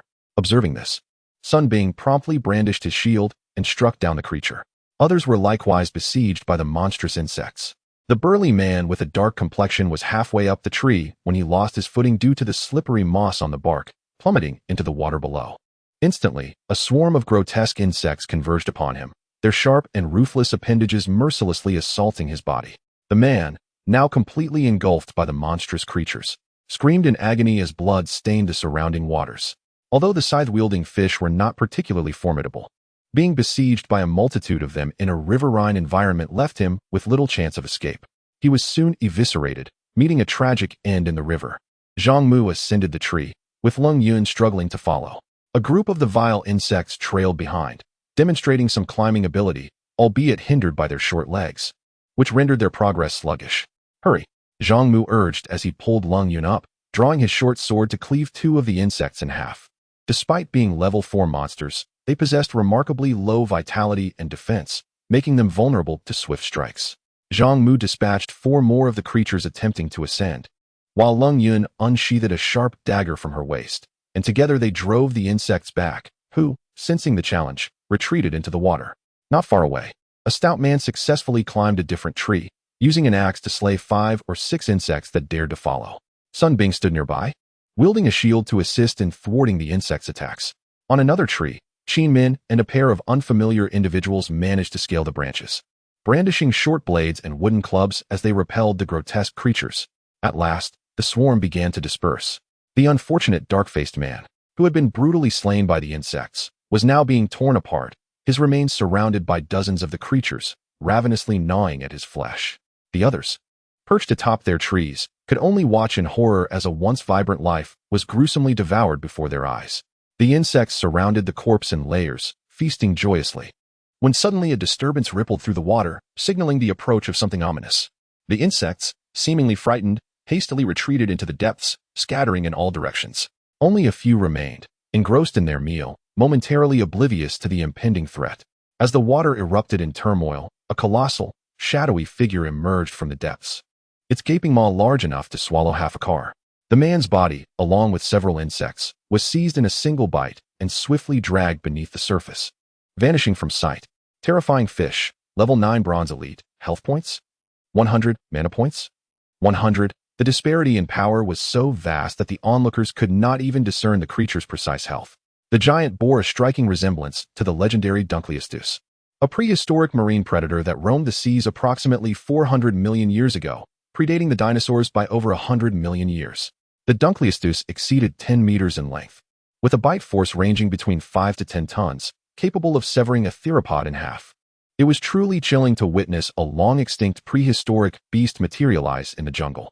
Throughout the chaos, Zhang Mu maintained his composure, only slightly furrowing his brow upon sighting the enormous fish. This creature is indeed massive, yet its agility is lacking. We are safe at this height, beyond its reach. Cold Yun felt a lingering dread. It was truly terrifying. Having just emerged from the water, everyone was drenched. Her hair cascaded down to her chest, continuously dripping with water, while her clothes clung to her graceful form, accentuating the roundness of her bosom. On her back, 3 deep wounds, visible to the bone, were inflicted by the fearsome velociraptor, oozing fresh blood. She began to feel her limbs turn cold and her head spin, symptoms of excessive blood loss, which might lead to infection.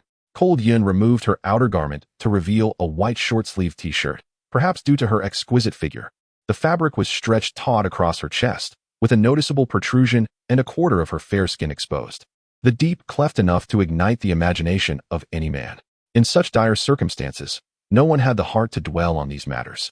As Cold Yun tended to her wounds, Zhang Mu surveyed the surrounding environment. The branches were densely packed, covered in moss, while beneath the decaying bark lay numerous brownish-green cocoons and caterpillars, difficult to discern without careful examination. Based on his adventurous experience, he knew that the caterpillars in the primal jungle were often venomous. Soon, darkness enveloped the sky, and they could only seek refuge among the trees for the night. Zhang Mu gazed up through the thick branches at the sky, then drew his short sword, stating, "Let us clear the area." Once Cold Yun had treated her wounds and donned her outer garment again, she assisted Zhang Mu in clearing the surrounding branches. As the light faded, the cacophony of screeches in the woods intensified. Those with even a modicum of experience understood that the jungle at night was the most perilous of all. Chapter 13. The underwater treasure chest. The temperature here exhibits a stark contrast. Although dusk has yet to settle, the evening chill has already descended. As the saying goes, when it rains, it pours. An unexpected downpour arrives, with the patter of raindrops cascading from the sky, filling the air with the sound of rain striking the leaves. The combination of cold and dampness is indeed a lethal one, rendering it nearly unbearable. The cruel and untamed primeval forest, teeming with ferocious beasts, coupled with the harsh and desolate environment, gradually erodes one's psyche. This is merely the first day in the blood-soaked jungle, and the dangers faced already push the limits of endurance. Cold Yun finds herself enveloped in deepening darkness, feeling cold, hungry, and afraid. Never before has she felt so helpless. The rain will obscure our scent, making it difficult for the monsters to track us, so perhaps this downpour is a blessing in disguise. Zhang Mu wipes the rain from his face, retrieves a few pieces of chocolate and a box of compressed biscuits from his backpack, and offers them to Cold Yun. Eat. Feeling a slight uplift in her spirits, Cold Yun is grateful for the presence of this mysterious and formidable man beside her. Otherwise, she would be utterly at a loss on how to confront everything. "Thank you for saving me." Zhang Mu smiles gently. "We are companions." Cold Yun feels a touch of emotion and nods earnestly. Suddenly, her face flushes, an awkwardness washing over her. Zhang Mu, puzzled, inquires, "What's the matter?" Lowering her gaze, her voice barely above a whisper, she admits, I need to relieve myself." "Well, you'll have to manage that among the trees." Zhang Mu replies, shaking his head in resignation. "Hurry up, I need to take food to Qin Min and the others." Feeling a bit embarrassed, Cold Yun responds, "Thank you." Not far away, the plump man and Sun Bing are at the same tree. The plump man has tossed his backpack into the water, and Sun Bing's backpack has snagged in the underbrush, scattering much of their food, though there is enough left for both to have a meal. Meanwhile, Qin Min and two strangers are huddled together, having lost all their provisions in the forest. Fortunately, the two trees are not far apart. Zhang Mu ties his backpack to a vine and swings it across to deliver the food. Upon Zhang Mu's return, Cold Yun has finished her business, her face tinged with a shade of red. Zhang Mu feels no embarrassment.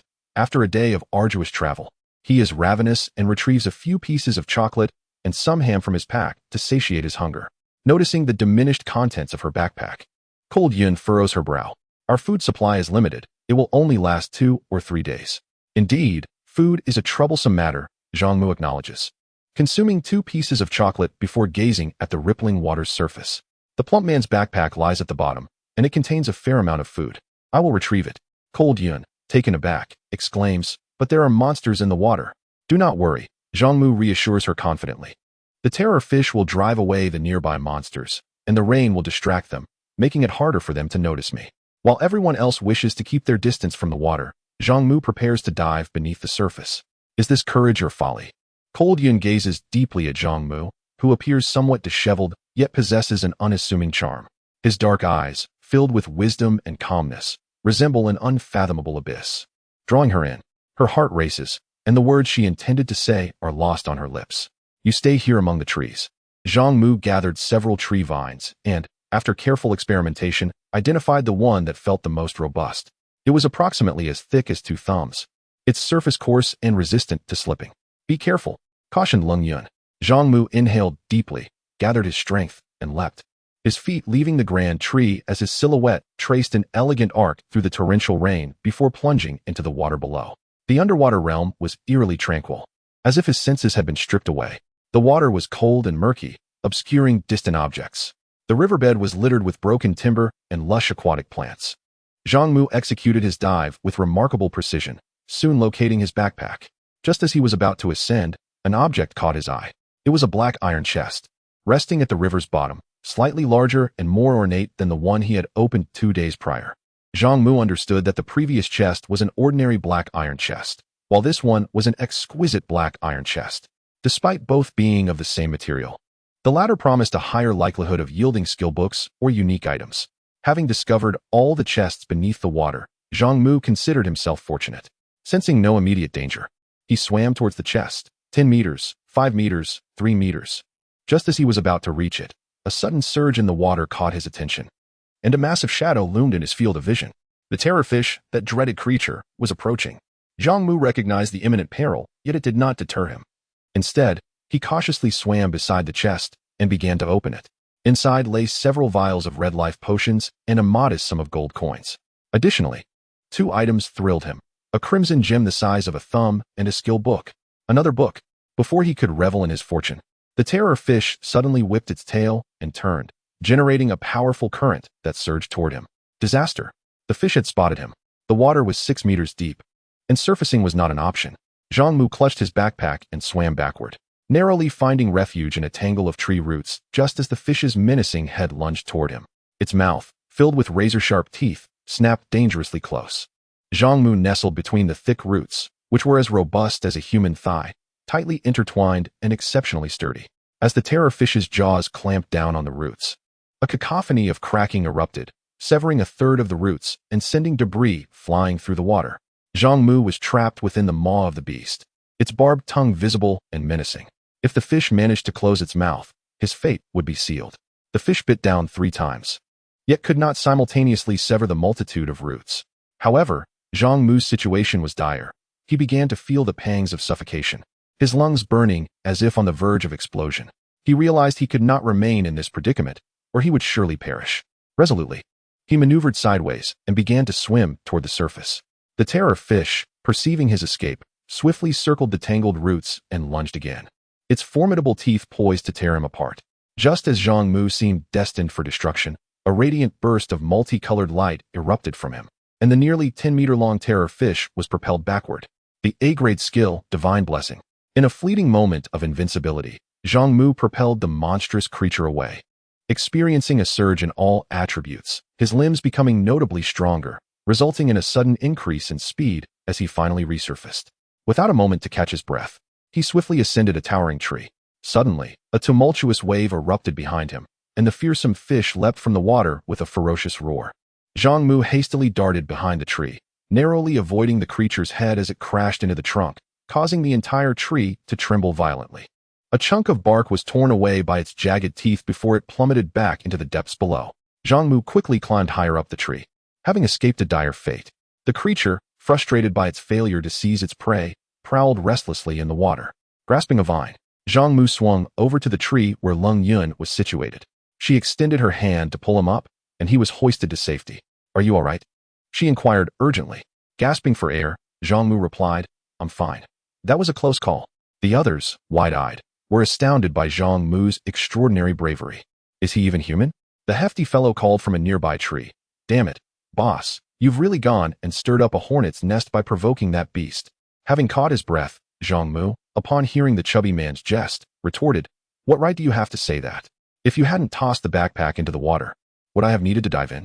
Unfazed, the hefty man's eyes sparkled with excitement as he exclaimed, "What? My backpack? Hey, boss, I need to discuss something with you. Those sausages are my favorite. You better not eat them." This peculiar individual was truly one of a kind, still fretting over sausages at such a critical moment. After narrowly escaping danger, Zhang Mu's first action was to examine the skill book and the crimson orb. Explosive orb, FF grade, a special item that activates by consuming 10 mana points, creating an explosion with a 1-meter radius, dealing a minimum of 30 damage, with a 50 chance to stun the target for 2 seconds. This is a one-time combat consumable. Ice Arrow Technique LV1, F grade skill, maximum level LV3. Effective at a distance of 50 meters, dealing 10 points of 100 magical attack damage, with an additional 50 mental damage, and a certain probability of reducing the target's movement speed, consuming 5 MP, with a cooldown of 30 seconds. This is a skill book for elementalists. Feeling frustrated, Zhang Mu thought, this is not my book. His gaze fell upon the fearsome fish lurking beneath the water's surface, and suddenly he nodded, contemplating. Perhaps we can take this creature down. Lung Yun, upon hearing this, was taken aback. This monster is a level 9 bronze elite creature. It is significantly stronger than the Terror Claw Dragon. Can we truly defeat it with our combined strength? The terror fish was indeed a formidable elite foe. However, through their brief encounter, Zhang Mu had discerned several of its weaknesses. Despite its large size, it lacked agility, and its brutish temperament led it to attack blindly. This terror fish closely resembled the extinct dung fish once found on Earth. There must have been reasons for its obsolescence during evolution, allowing the smaller, weaker shark to ascend as the ocean's sovereign. Darwin once stated, "The species that survive are not necessarily the strongest or the most intelligent, but those most adaptable to change." The dung fish was a casualty of evolution, primarily due to its lack of flexibility. Nevertheless, a strategy was indeed within reach. Zhang Mu presented the skill book to Lung Yun, stating, "I discovered a treasure chest at the bottom of the water and found the skill book for the elementalist. You should take it and study it." Lung Yun was acutely aware of the preciousness of such skill books. Throughout her life, she had always despised being indebted to others. Yet it seemed that her debt to Zhang Mu was increasingly mounting. Zhang Mu continued, "The fear fish is a level 9 bronze elite. If we can defeat it, the experience gained will be substantial.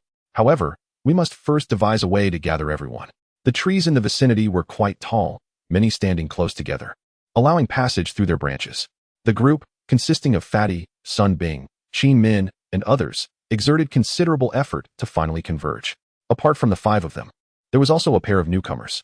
The male was a high school student, slightly shorter than Zhang Mu, exceedingly thin, with sunken eyes and dark circles beneath them. His demeanor was somewhat dull, and his appearance was remarkably ordinary, embodying the quintessential image of a homebody. The female, on the other hand, was a 30-year-old woman with an oval face, tall stature, fair skin, and a pleasing countenance and demeanor. Perhaps due to excessive fright, both individuals were still trembling. "This is our team leader, Zhang Mu," Qin Min introduced, pointing to the newcomers. "His name is Lu Yao, and this sister is Chun Ling." Zhang Mu's primary concern lay solely with their levels and skills. The two were merely at level 3, although not particularly high. It was acceptable. Lu Yao was a rogue, possessing the initial skill, charge, an F-grade skill typically belonging to swordsmen. It functioned similarly to Zhang Mu's ice skating, enabling a straight-line impact with a short cooldown, making it useful for both offense and escape. Chun Ling was a swordswoman with the initial skill Swift Walk, an F-grade skill shared among assassins, rogues, and archers, which significantly increased her movement speed for a limited time. It was no wonder they could run so swiftly. They had a speed-boosting skill at their disposal. Chapter 14. The hunt for the terror fish. Zhang Mu promptly commenced preparations for the pursuit of the terror fish.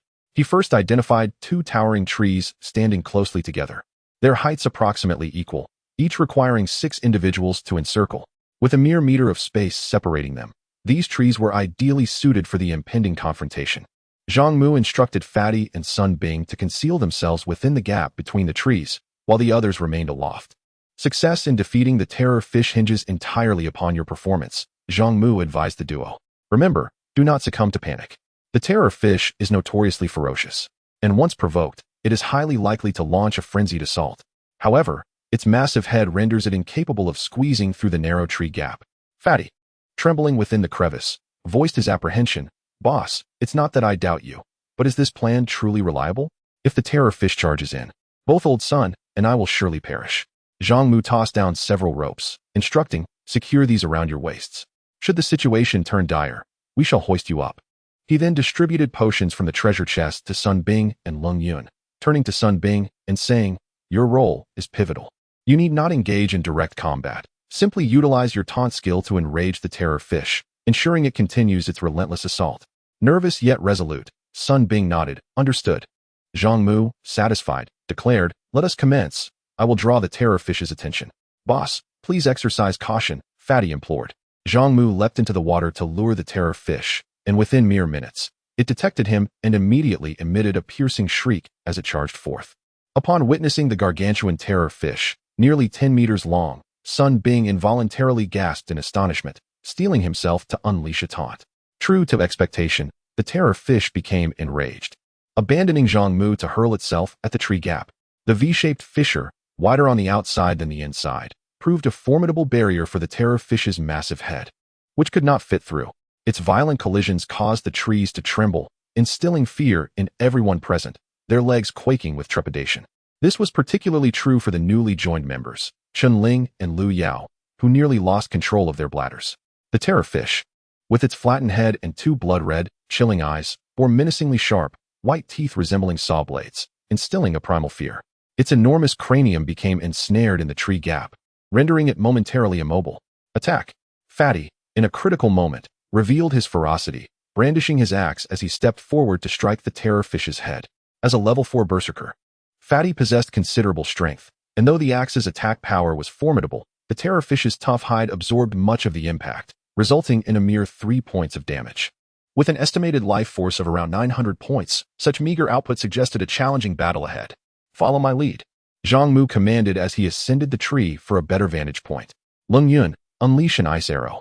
A frigid mist enveloped Lung Yun's hands, coalescing into a crystalline ice arrow, about a meter in length, exuding an aura of chilling power. The casting speed of spellcasters is often contingent upon their mental acuity, and after approximately 3 seconds, Lung Yun completed her incantation and aimed the ice arrow at the terror fish. Whoosh! The enormous creature, the terror fish, found itself ensnared within the crevices of a tree, making it exceedingly challenging for Lung Yun to adjust her aim. The ice arrow pierced through the terror fish's formidable leathery hide, inflicting 22 points of damage as frost began to envelop its body, significantly hindering its speed. Among all professions, the elemental mage's damage output ranks among the highest, and the terror fish's magical defenses appeared rather lacking. However, this meager damage was merely a trifling flesh wound to the terror fish, inciting its wrath. It began to thrash violently against the great tree, intermittently attempting to bite, yet failing to reach either Fatty or Sunbing. After several exchanges, Fatty's courage swelled, prompting him to launch a ferocious counterattack. The terror fish soon bore 6 or 7 gashes. Zhang Mu orchestrated the assault with meticulous precision, his observations astutely accurate, knowing precisely when to evade and when to strike with impeccable timing. Through several battles, Fatty's latent combat talent gradually surfaced, and under Zhang Mu's guidance, he exhibited a measured approach, mastering the rhythm of attack. Yet, Fatty's low damage output resulted in less than 20 points of damage inflicted. After a standoff lasting several minutes, the terror fish's health dwindled to 95, unable to land a hit on its foes, and it began to lose interest, withdrawing to escape. Do not let it flee, Zhang Mu commanded. Ice arrow. Taunt. Lung Yun unleashed her ice arrow, slowing the terror fish's movement, while Sun Bing executed his taunt, reigniting the creature's fury as it lunged at the two, tearing off chunks of bark from the tree, though the sturdy trunk remained unscathed for the time being. After nearly 30 minutes of attrition, their magical potions were nearly depleted. The terror fish's health had fallen to over 40, its head battered by countless strikes, bloodied and mangled. Its defenses considerably weakened, allowing Fatty's axes to inflict 6 to 7 points of damage with each strike. As another 10 minutes passed, the terror fish's health plummeted below 20, its cries growing feeble as it prepared to retreat once more. Sun Bing adeptly employed his taunt, expecting the terror fish to respond as it had before, but to his dismay, the creature disregarded him and prepared to submerge into the water. This was reality, not a computer game. Despite its low intelligence, the terror fish could discern its circumstances. Acknowledging that further confrontation would lead only to demise, it harbored a strong desire to flee. At this juncture, Sun Bing's level 1 taunt proved insufficient to draw it back. Fatty exclaimed, I'm exhausted, and this beast is about to escape. Boss, what do we do?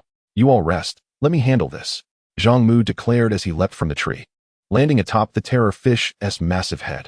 With a swift motion, he plunged his short sword into the creature's eye, dealing a staggering 50 points of damage with a critical strike aimed at its vital spot. Zhang Mu continued to stab furiously, but the terror fish writhed violently, its slick body causing him to lose his grip and tumble off. As the terror fish turned, it unleashed a powerful wave, and in the midst of his instability, Zhang Mu found himself facing the creature's gaping maw. Realizing he could not evade, he steeled himself and, rather than retreating, advanced into the cavernous mouth. Blessings of the gods. Zhang Mu radiated a kaleidoscope of colors, thwarting the voracious attacks of the terror fish. With deft precision, he produced an explosive orb and hurled it into the creature's gullet. A thunderous explosion ensued, sending blood and flesh flying from the terrorfish's maw, accompanied by the acrid scent of charred remains. This strike proved fatal, and the creature's life was swiftly ebbing away. Zhang Mu unleashed a flurry of 5 or 6 thrusts with his short sword against the terrorfish's upper jaw. Ultimately, the fish, bloodied and weakened, let out a wail of despair, its strength failing as it flipped over, struggling briefly before falling still. Emerging from the gaping jaws of the terrorfish, Zhang Mu was drenched in blood, although he had been blessed with divine protection, allowing him to evade several life-threatening assaults. The invulnerability was fleeting, and the creature's teeth had left a grievous wound on his chest, exposing his innards, a near-fatal injury. Captain, boss, the others, except for the portly one who could not swim, scrambled into the water to rescue him. Zhang Mu was not merely a captain, but also a beacon of morale for his team. As Leng Yun witnessed Zhang Mu, bloodied and crawling from between the creature's teeth, her heart raced with anxiety. Fearing for his safety, Zhang Mu was assisted by several members as he swam to the side. 2 minutes later, the terrorfish had completely succumbed to death. Because Zhang Mu dealt the final blow to the monster, he garnered the most experience. Leng Yun and the portly fellow, having inflicted the highest damage, received the next highest experience, followed by Sun Bing. As for Qin Min, Lu Yao, and Qin Ling, their contributions were minimal, resulting in the least experience gained. Level up. Zhang Mu, the portly one, Leng Yun, and Sun Bing all ascended to level 5, their health fully restored in an instant. Qin Min's experience surged to 96, while Lu Yao and Qin Ling, though they received less experience, still advanced to level 4. The terrorfish yielded several spoils. Terrorfish sword, superior black iron equipment, requires level 5 to equip, inflicting 18 physical damage, with a sharpness of 5 and a 10 chance to cause bleeding damage. Durability 30. Fishbone staff, common black iron equipment, inflicts 10 spell damage with a 5 casting speed increase. Durability 20. Jungle cloak, common black iron equipment, grants 10 health and 3 agility. Durability 20. Monsters exceeding the ordinary classification can be divided into solitary and pack creatures. The terrorfish is classified as a solitary elite monster, while the terrorclaw dragon is a pack elite monster. Generally, solitary monsters have much higher drop rates than their pack counterparts, as they are often more formidable. This bounty was exceptionally rich, comprising 3 pieces of black iron equipment, including 1 superior black iron item. Equipment of the same type can be categorized by quality into inferior, common, superior, and exceptional, with exceptional gear possessing the highest attributes. Zhang Mu grasped the terrorfish sword, a blade over 3 feet long, shrouded in a chilling glow, with its dual edges lined with fearsome serrations. Only rangers, swordsmen, and knights can wield a one-handed longsword, and rangers, like thieves, assassins, and killers, possess the ability to dual wield. Zhang Mu held a fine iron sword in his left hand and equipped the terrorfish sword in his right. The terrorfish sword, a superior black iron weapon, boasted an impressive attack power of 18, surpassing even that of the portly one, although, due to class differences, his strength could not be matched. The fishbone staff was a rare piece of mage equipment, thus bestowed upon Leng Yun. As an elemental mage, her damage output was already high. Possessing a staff would only augment her formidable abilities. The jungle cloak enhances agility, and Zhang Mu's favored attribute is indeed agility, so he donned it without hesitation. Qin Min sighed in relief and complained, "Captain, you are really pushing yourself too hard." "This is nothing," Zhang Mu replied with an air of calm, as if nothing had transpired. "Danger and reward coexist. Our gains are considerable." The group truly triumphed over the seemingly invincible terrorfish. This battle not only greatly benefited the team, elevating 3 members to level 5, but also lifted their spirits, dispelling any lingering sense of despair. The rain gradually ceased. Ripples began to emerge in the water, as strange insects were evidently drawn to the carcass of the terrorfish, congregating in its vicinity.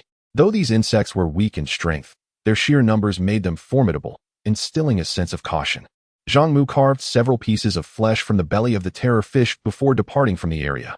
The group approached a colossal tree near the opposite bank. It had no intention of disembarking, as the impending darkness made it safer to spend the night in the tree. Zhang Mu gathered some pine wood, which, rich in resin, could easily ignite even when damp, provided it was allowed to dry slightly, ideal for building a campfire for warmth.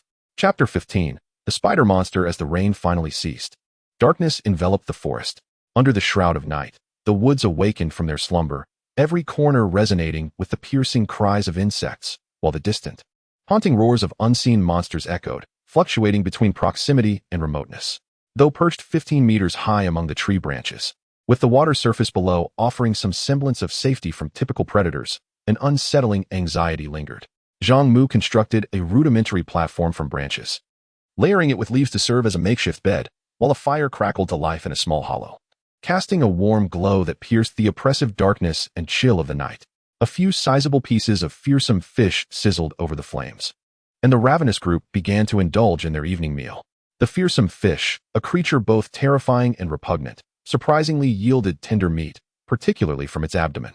Although they had brought some provisions into the forest, mainly chocolates and candies, their high caloric content could hardly satiate their hunger. The 7 individuals huddled around the fire, seeking every bit of warmth and reassurance. Qin Min and Lung Yun engaged in conversation, having known each other since before the catastrophe struck. The plump man, holding a slightly charred piece of fish, laughed heartily. This foolish fish wanted to eat us, yet here we are, feasting upon it. Sun Bing chuckled with an innocent grin. Honestly, I can hardly believe we triumphed over such a colossal beast. The plump man shed his drenched shirt, placing it near the fire to dry, his ample flesh resembling a mountain. The women instinctively distanced themselves, but he remained oblivious, his insatiable appetite driving him to consume several large morsels within mere minutes. Full at last, he exclaimed contentedly, patting his belly. The texture of this meat is rather delightful. It's a pity there are no spices. Boss, why didn't you cut a bit more for the journey? We could have taken it with us. Zhang Mu, casually prodding the fire with his sword, replied, do you possess any basic knowledge? Carrying raw meat is tantamount to courting death.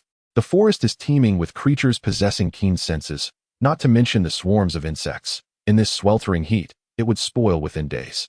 The plump man nodded, acknowledging the wisdom in that. Qin Min retrieved a piece of meat from the fire and offered it to Lu Yao and Chen Ling. If you don't eat now, our corpulent friend will devour it all. Chen Ling expressed her thanks. Thank you. Qin Min smiled. No need for gratitude. From now on, we are partners. Chen Ling nodded. The image of their leader, Zhang Mu, battling the fearsome fish etched deeply in her mind.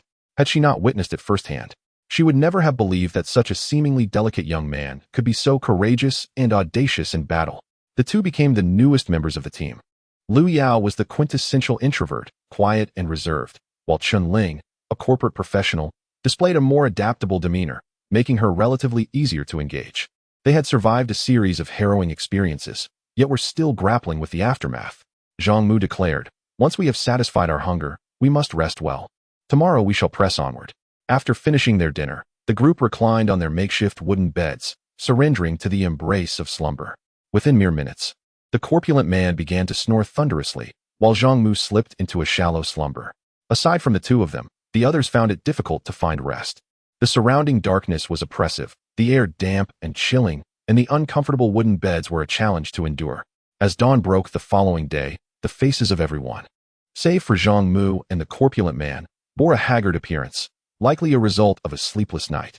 After cautiously ascending the riverbank, the group continued their journey northward.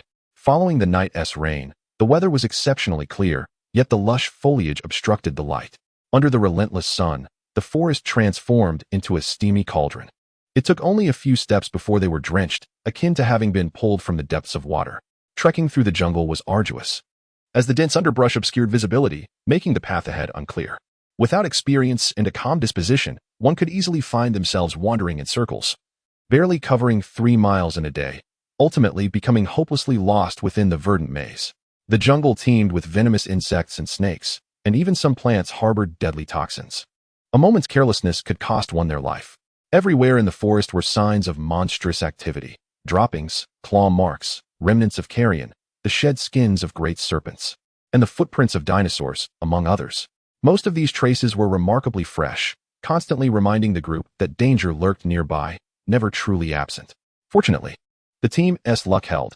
After approximately 2 hours of travel, they encountered only a few scattered creatures, with no significant threats in sight. Suddenly, Zhang Mu raised his right hand, signaling the others to halt, tension palpable in the air. The corpulent man tightened his grip on his axe. Boss, what's wrong? Zhang Mu sniffed the air, his brow furrowing. This forest feels off. It's too quiet. There's a hint of blood. Qin Min, scout the surroundings. The corpulent man inhaled deeply. Blood? How can I smell that? Having endured countless experiences soaked in blood, Zhang Mu was particularly attuned to the scent of iron. Qin Min, sensing the gravity of the situation, summoned a small bird to scout the vicinity. As the bird soared ahead into the thicket, A sudden white projectile shot forth from the trees, striking the bird mid-flight, and with a mournful cry, it plummeted to the ground. Qin Min exclaimed in alarm. A monster is hiding in the bushes. Rustling sounds emerged from the underbrush, and before anyone could react, another white object shot out, landing squarely on Qin Min. She let out a piercing scream and collapsed. It was a net, a white web laced with red, clearly potent with venom. The net struck her face, and her delicate skin erupted with clusters of blisters, even beginning to fester. Qin Min, Lung Yun, who shared a close bond with her, rushed over to support her. Are you all right? Zhang Mu quickly drew his sword, positioning it defensively. Sun Bing, take defensive stance. Sun Bing raised his shield, placing himself protectively in front of Qin Min and Lung Yun. The rustling sounds in the jungle intensified as grotesque. Large spiders emerged, each larger than a wheel. Their bodies a dark gray, with 8 legs that resembled sharp blades. Their bristles were as sharp as steel needles, and their black, gem-like eyes glinted with a chilling light. Blood lingered on their mandibles, which continuously chewed on something, evoking an unmistakable sense of dread. In the heart of the jungle, a horde of giant spiders, each at level 5 with a life force of 55 and a magical essence of 35, emerged from the surrounding thickets. Within moments, they encircled the party, numbering perhaps 20 or 30. Their skill, the ability to launch webs, lacked direct offensive power, yet was laced with venom and capable of immobilizing their targets. Zhang Mu, grasping his swords with both hands, cautioned against the impending web attacks. The group had little time to react. Suddenly, a blood-curdling scream pierced the air. It was Lu Yao, the newest member of the team, who had been relegated to the back due to his low level and lack of equipment. As the others turned to assess the situation, they were met with a shocking sight. A massive, crimson spider, suspended by a thick strand of silk, descended silently behind them, ensnaring Lu Yao with its long, barbed legs. Rendering him helpless, it sank its fangs into the soft skin of his neck. The moment Lu Yao was bitten, venom coursed through his veins, causing his eyes to roll back and his skin to flush crimson as he convulsed violently. Chunling screamed in terror and stumbled back. Enraged, the stout man charged forward, swinging his axe at the spider, shouting for its demise. However, the red spider, clearly an elite creature, evaded with astonishing speed, retreating to the safety of a high branch before the axe could land. Lu Yao, now limp and devoid of any resistance, was swiftly cocooned in a thick web by the spider's agile legs, transformed into a mere effigy in mere seconds. Cold Yun conjured an ice arrow, which struck true, embedding itself in the spider's patterned abdomen. The creature let out a piercing shriek, leaping away while clutching the ensnared Lu Yao. The stout man, fuming with rage, stomped his feet in frustration. At that moment, the swarm of spiders launched their assault, each one advancing menacingly and unleashing their toxic silk as soon as they were within range. Zhang Mu single-handedly drew the majority of their fire, skillfully dodging several strands of silk. He hurled his short sword, piercing the head of one spider, then activated his speed-enhancing skill, gliding forward and driving his blade into the creature's skull. The spider emitted a bizarre screech as a noxious, viscous black substance oozed from its wound, and after a few feeble thrashes, it succumbed. Zhang Mu then struck at the other spiders, finding their defenses weak. With just a couple of strikes, he dispatched them. Their fearsome appearance belied a lack of offensive capability, and while their silk was troublesome, they were not particularly difficult to handle. The stout man and Sun Bing positioned themselves on either side, blocking the spider's advance. Cold Yun's ice arrows had the power to vanquish the spiders instantly, but their lengthy cooldown rendered them unusable at will. After leaving behind several carcasses, the swarm ultimately retreated into the depths of the forest. Zhang Mu returned to his companions, inquiring about their well-being. Sun Bing, his shield encrusted with webs, emerged from his petrified state and replied, "I am unscathed. But that young brother has been taken by the spider. What shall we do?" Zhang Mu merely shook his head in silence. The fate of Lu Yao seemed grim. Cold Yun, in a state of distress, called out urgently, "Hurry! Xiao Min is in dire condition." Lu Yao's fate was of little concern to Zhang Mu. Yet Qin Min was a crucial investigator, a vital role within the team, especially in the perilous and intricate jungle environment. A few of them immediately rushed over, only to find that Qin Min had been struck in the face by a spider's web, resulting in swelling and decay. Fortunately, the injury was largely healed by Lung Yun, though Qin Min's eyes had been poisoned, rendering her nearly blind. With her eyes tightly shut, she cried out in panic, "What should I do? I can't see. My eyes." Lung Yun's skill, healing hands, could restore health but was powerless against disabilities, requiring at least a C-grade healing spell. In such a place, blindness was tantamount to a death sentence. "Do not be afraid. Zhang Mu reassured her as he bent down to inspect the injury. It's not too severe. As soon as you level up, you will recover. Lung Yun sighed in relief, tightly grasping Qin Min's hand and reassuring her, it will be all right. We will help you level up. Qin Min felt a glimmer of hope. Her experience points had reached 99, and by defeating a few ordinary monsters, she could ascend to level 5. Zhang Mu glanced around and declared, this place is far too unsafe. We must leave at once. The swarm of spiders could return at any moment. Lung Yun healed Sun Bing and the chubby guy, and the group navigated around the spider-infested woods, making their way forward. After traversing only a few hundred meters, they encountered a grassy clearing, where a figure wrapped in spider silk appeared before them. The chubby guy exclaimed, isn't that Lu Yao? What is he doing here? Suddenly, Sun Bing whispered, stammering, sea captain. Look over there. Zhang Mu followed his gaze to spot a crimson elite spider lying in the underbrush not far away, having been sliced in two. Its dark purple blood staining the grass. Its head was nowhere to be seen. The chubby guy gasped, what in the world? How did this spider end up here? Who could have killed it? A chill ran down Zhang Mu's spine as an overwhelming sense of foreboding enveloped him. Chapter 16. The death mantis. This formidable elite spider was unexpectedly cleaved in two, lying lifeless amongst the grass, with no signs of struggle surrounding it. Zhang Mu whispered, be cautious and retreat. We must leave this place. The 5 individuals, upon encountering the elite spider, were already filled with trepidation.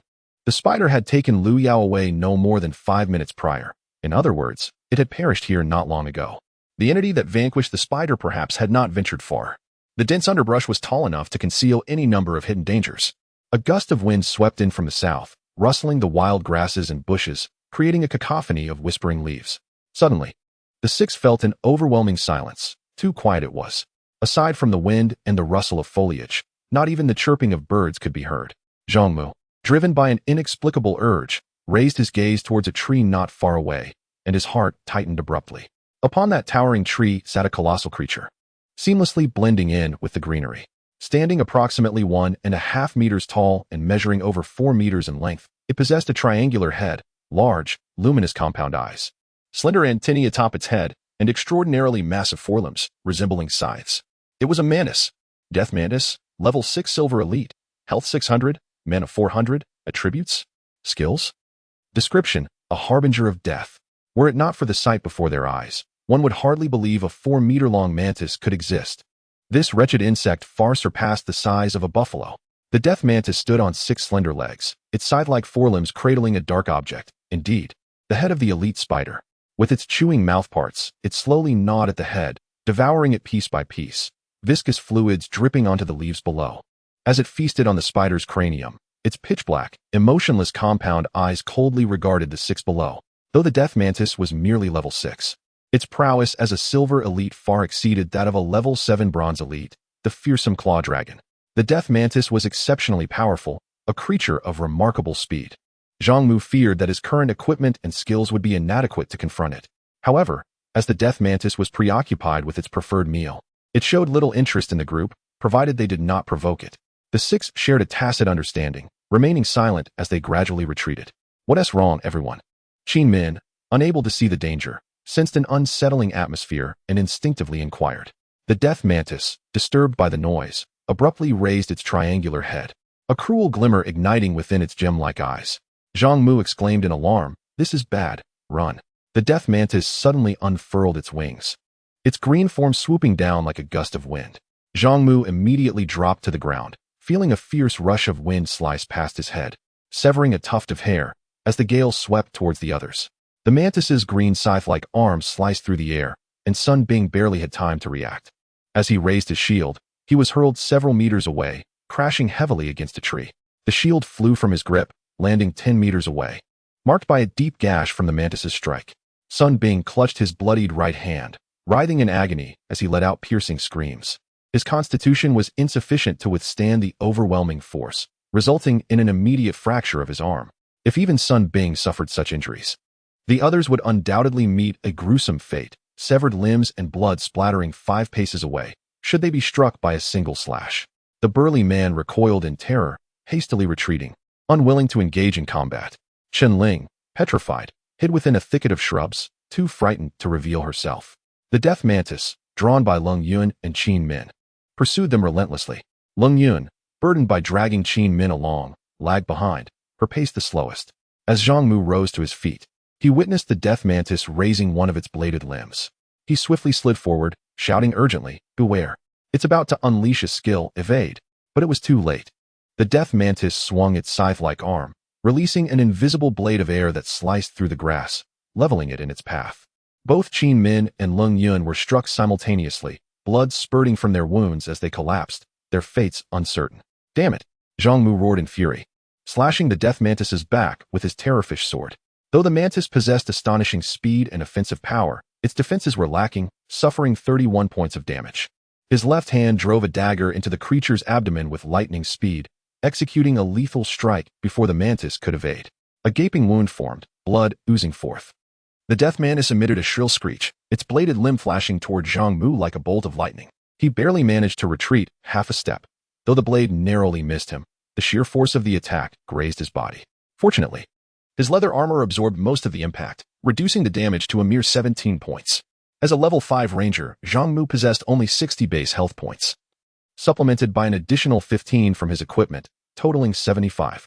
Yet, a single glancing blow from the death mantis had stripped away 17 points, a testament to its devastating offensive prowess. Ducking beneath another swing, Zhang Mu lunged forward, tearing a deep gash with his terrorfish sword. As he raised his dagger for a follow-up strike, the mantis retaliated with a swift counterblow, sending the weapon flying. The sheer force of the impact nearly shattered Zhang Mu's left hand. From a distance, a sharp whistling sound pierced the air. An ice arrow struck the death mantis's back, dealing 45 points of damage. Relief flickered in Zhang Mu's heart. At least Leng Yun is still alive. The frost effect slowed the death mantis considerably, its movement sluggish as it turned its enraged gaze toward Leng Yun. Pale-faced, her fishbone staff dripping with blood, she stood defiantly despite her grievous injuries, her beautiful eyes burning with fury as she glared at the creature. Qin Min, however, remained motionless on the ground. Witnessing this, the burly man's eyes reddened with rage. "I'll fight you to the death," he bellowed. Just as the death mantis prepared to take flight, the burly man charged with savage impact, stunning the creature. His axe cleaved through one of its legs. But the mantis quickly regained its senses, shrieking as it raised its bladed limb to bisect him in a single stroke. Sun Bing snatched up his shield. "Hey, bug, over here," he shouted, taunting the death mantis. The creature spun around, unleashing another airblade. Though Sun Bing braced himself behind his shield, the sheer force of the attack sent him hurtling backward, his body drenched in blood as he collapsed. The burly man attempted another assault, but the mantis struck with its scythe-like arm, sending him flying with a pained cry. Both were now critically wounded, incapable of continuing the fight. The death mantis, with 70 of its health remaining, was poised to pounce upon the severely injured Sun Bing. Zhang Mu had already seized a short sword, calling out several times to divert the mantis's attention, swiftly gliding forward to position himself directly in its path. With a shriek, the death mantis raised its body, towering over Zhang Mu, its dual blade arms simultaneously lifting to strike him in a crosswise motion. Should this attack connect, Zhang Mu would undoubtedly be cleaved into 3 pieces. Standing immobile, as the mantis's arms were about to make contact, he activated his innate blessing, entering an invincible state that deflected the blades, causing the death mantis to stumble backward. Seizing the fleeting opportunity, Zhang Mu leapt 2 meters into the air, his 2 swords spinning in his palms before he reversed his grip and plunged them into the mantis's eyes. Regardless of the creature, the eyes are invariably a vital target, and simultaneously, the most vulnerable part of its being. The 2 swords, one long and one short, sank deeply into its eyes, inflicting tremendous damage. The mantis's health plummeted from 70 to just over 30, and it screeched as it staggered backward. Zhang Mu withdrew his short sword, performing a forward roll on the ground to evade the wild flailing of the mantis's blade arms, and positioned himself at its flank, striking its back with both swords. Despite its blinded eyes, the death mantis could still sense Zhang Mu's approximate location and swung its blades in retaliation. Zhang Mu barely managed to keep pace with its speed, raising his swords to block momentarily before he staggered back 6 or 7 steps to regain his footing. At that moment, the stout companion, bloodied and battered, charged in once more, roaring, "Kill!" He swung an axe downwards, striking the juncture between the mantis's head and body, the most slender and critical point of its anatomy. The mantis's head was nearly cleaved in half, its health dropping to 15. Cold Yun unleashed an ice arrow that inflicted 43 points of damage, reducing the mantis's health to a mere 8. Zhang Mu and the stout companion coordinated their efforts, launching another wave of attacks, and the death mantis collapsed to the ground, lifeless. It dropped 3 items, a skill book, a verdant great sword, and a green ring, along with dozens of gold coins. Furthermore, Zhang Mu, Cold Yun, Sun Bing, and the stout companion each gained an average of 18 in experience points. What of Qin Min? Zhang Mu disregarded the spoils, rushing to check on her condition. Qin Min lay in a pool of blood, her abdomen brutally slashed open, gaping at a horrific angle, internal organs spilling forth, with some intestines and organs severed. Though she had not entirely succumbed, her mouth slightly open and her murky eyes wide with dilated pupils indicated her peril. Cold Yun, at a loss, exclaimed, "We clearly defeated the monster. Why isn't she leveled up?" Qin Min's health had dropped to 0, though her body had not completely perished. The system deemed her dead, rendering any hope of salvation futile.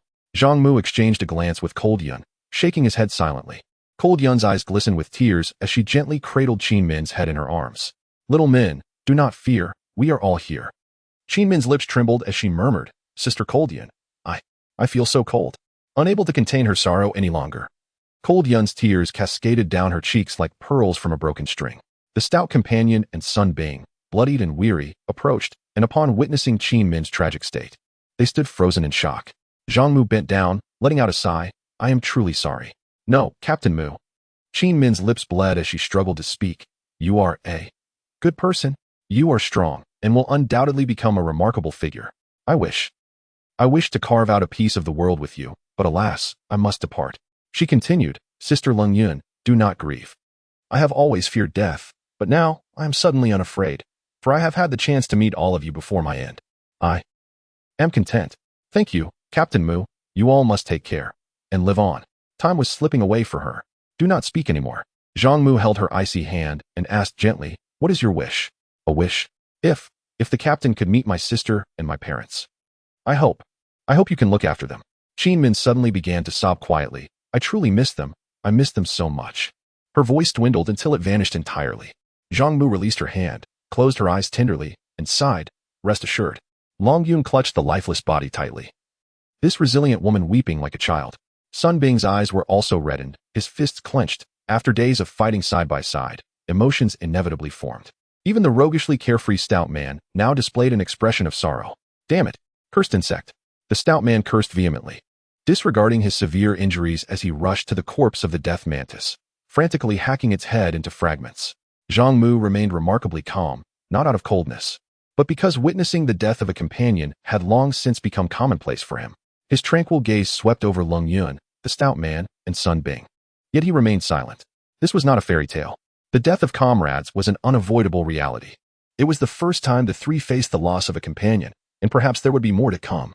The world is cruel. Grief will transform individuals, foster growth, and instill strength. Chapter 17. The jungle wetlands. This battle exacted a tremendous toll on the team. Scout Qin Min perished, and several key members sustained grave injuries. Sun Bing suffered multiple fractures and severe internal injuries, resulting in internal bleeding and incessant spitting of blood. The portly member bore a deep gash across his abdomen. Though the assault was not particularly fierce, it breached his protective armor and sliced through his considerable layer of fat, revealing his intestines. Despite clutching his belly with both hands, the blood flowed uncontrollably, staining half of his body crimson. An ordinary person would surely face dire consequences. Ling Yun was struck by a blade on her back. Yet most of the assault had been directed at Qin Min, allowing her to narrowly escape with injuries that, while serious, were not excessively severe. As for Zhang Mu, although he was the least injured, he had severely sprained his wrist, and the bare hide armor on his chest was cut open, leaving a 30-centimeter gash from which blood gushed forth. Ling Yun attended to their wounds, exhausting the team's entire supply of magical potions. Zhang Mu had previously opened a few bottles of life potions from a treasure chest in the river, and they proved invaluable at this moment. After nearly depleting the life potions, the group's injuries were finally stabilized. Zhang Mu inspected the spoils of battle. FF level skill book, Summon Death Mantis. Learning requirement, Spirit greater than 30. Class restriction, Summoner. Jungle Blade, Fine Black Iron. Level 5 two-handed weapon, Attack 24, Sharpness 5, Attack Speed 5, Durability 2020. Wind Cut Iron Ring, Fine Black Iron. Level 5 magical accessory, Attack Range 0. 5 meters, Attack Speed 5. Additional 8 points of wind attribute damage. Durability 2020. A skill book for summoners. A rare skill book for summoners. A sense of inexplicable sorrow enveloped the group. What a pity. Had Qin Min lived, she would undoubtedly have claimed this book. The power of the death mantis was evident to all, Summoning it would provide an immense combat advantage. Truly, it was a lamentable loss. Ling Yun handed Zhang Mu a bloodstained card. I found this among her belongings. I believe it belongs to Qin Min's sister. Zhang Mu wiped away the blood, revealing a photograph on the card. Qin Min with a serene and lovely girl, whose beauty was striking. If I ever have the chance to meet her, I shall fulfill my promise.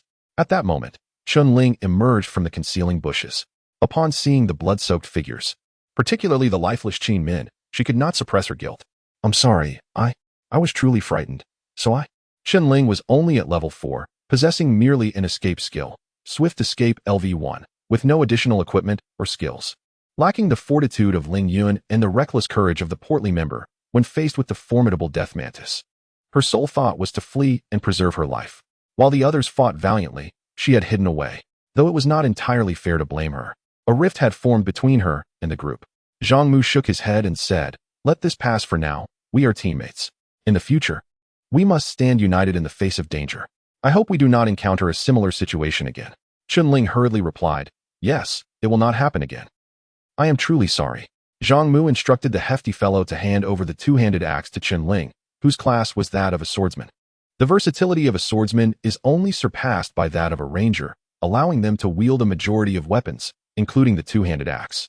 As for the hefty individual, he naturally equipped his new weapon, the jungle blade, a colossal sword exceeding 4 feet in length and 3 fingers in width. Adorned in a vibrant green hue reminiscent of a clear spring, exuding a remarkable sharpness. Its attack power reached an impressive 24 points, elevating his damage potential to a new echelon. The items dropped by the death mantis were all of exquisite quality. Among them was the wind-cutting ring, a magical accessory of far greater value than the jungle blade due to its exceedingly low drop rate. Such magical artifacts typically possess unique effects or attributes, and this ring was no exception. Upon donning the wind-cutting ring, Zhang Mu felt his weapon infused with an extraordinary power. A gentle swing of the fish sword unleashed a barely discernible pale blue blade aura, effortlessly severing the surrounding wild grasses. This ring enabled physical attacks to carry wind attribute damage, significantly amplifying the weapon's potency. Skill books for summoners are exceedingly rare, valued at several times that of skill books for other classes. Although the demise of Qin Min was regrettable, the arrival at the camp meant that the book could still fetch a commendable price. Zhang Mu placed the skill book into his backpack. The group contemplated burying Qin Min's body, but found themselves lacking the necessary tools. Moreover, the act of burial seemed futile, as the jungle was teeming with creatures possessing acute senses, likely to unearth the remains within mere hours. Thus, following Zhang Mu's suggestion, they merely covered the body with a layer of earth and concealed it with leaves, hastily concluding the matter. The hefty individual pointed at the figure on the ground, inquiring, "What shall we do with this?" Lu Yao, captured earlier, had been bitten by a spider, his body now infused with venom. Wrapped in spider silk, he was undoubtedly beyond salvation. To confirm, the hefty fellow used the blade to slice through the silk, and upon revealing the contents, a wave of nausea swept through the group, nearly causing them to retch. Lu Yao had swollen considerably, his body covered from head to toe in horrifying blood blisters, most of which had ulcerated, oozing a viscous mixture of pus and blood. He was a grotesque amalgamation of festering flesh and putrid fluid. The stench was beyond imagination, causing the hefty individual to feel dizzy, almost succumbing to unconsciousness. The 5 hastily dealt with the body and resumed their journey. With Qin Min absent, they lost their means of reconnaissance and could only proceed by feel, oblivious to the terrain ahead or any encounters that awaited them. Zhang Mu led the way, tasked with clearing the path. Chun Ling followed closely behind. As a level 4 swordsman now equipped with a weapon, her combat prowess was assuredly formidable. Ling Yun, wielding the fishbone staff, trailed next.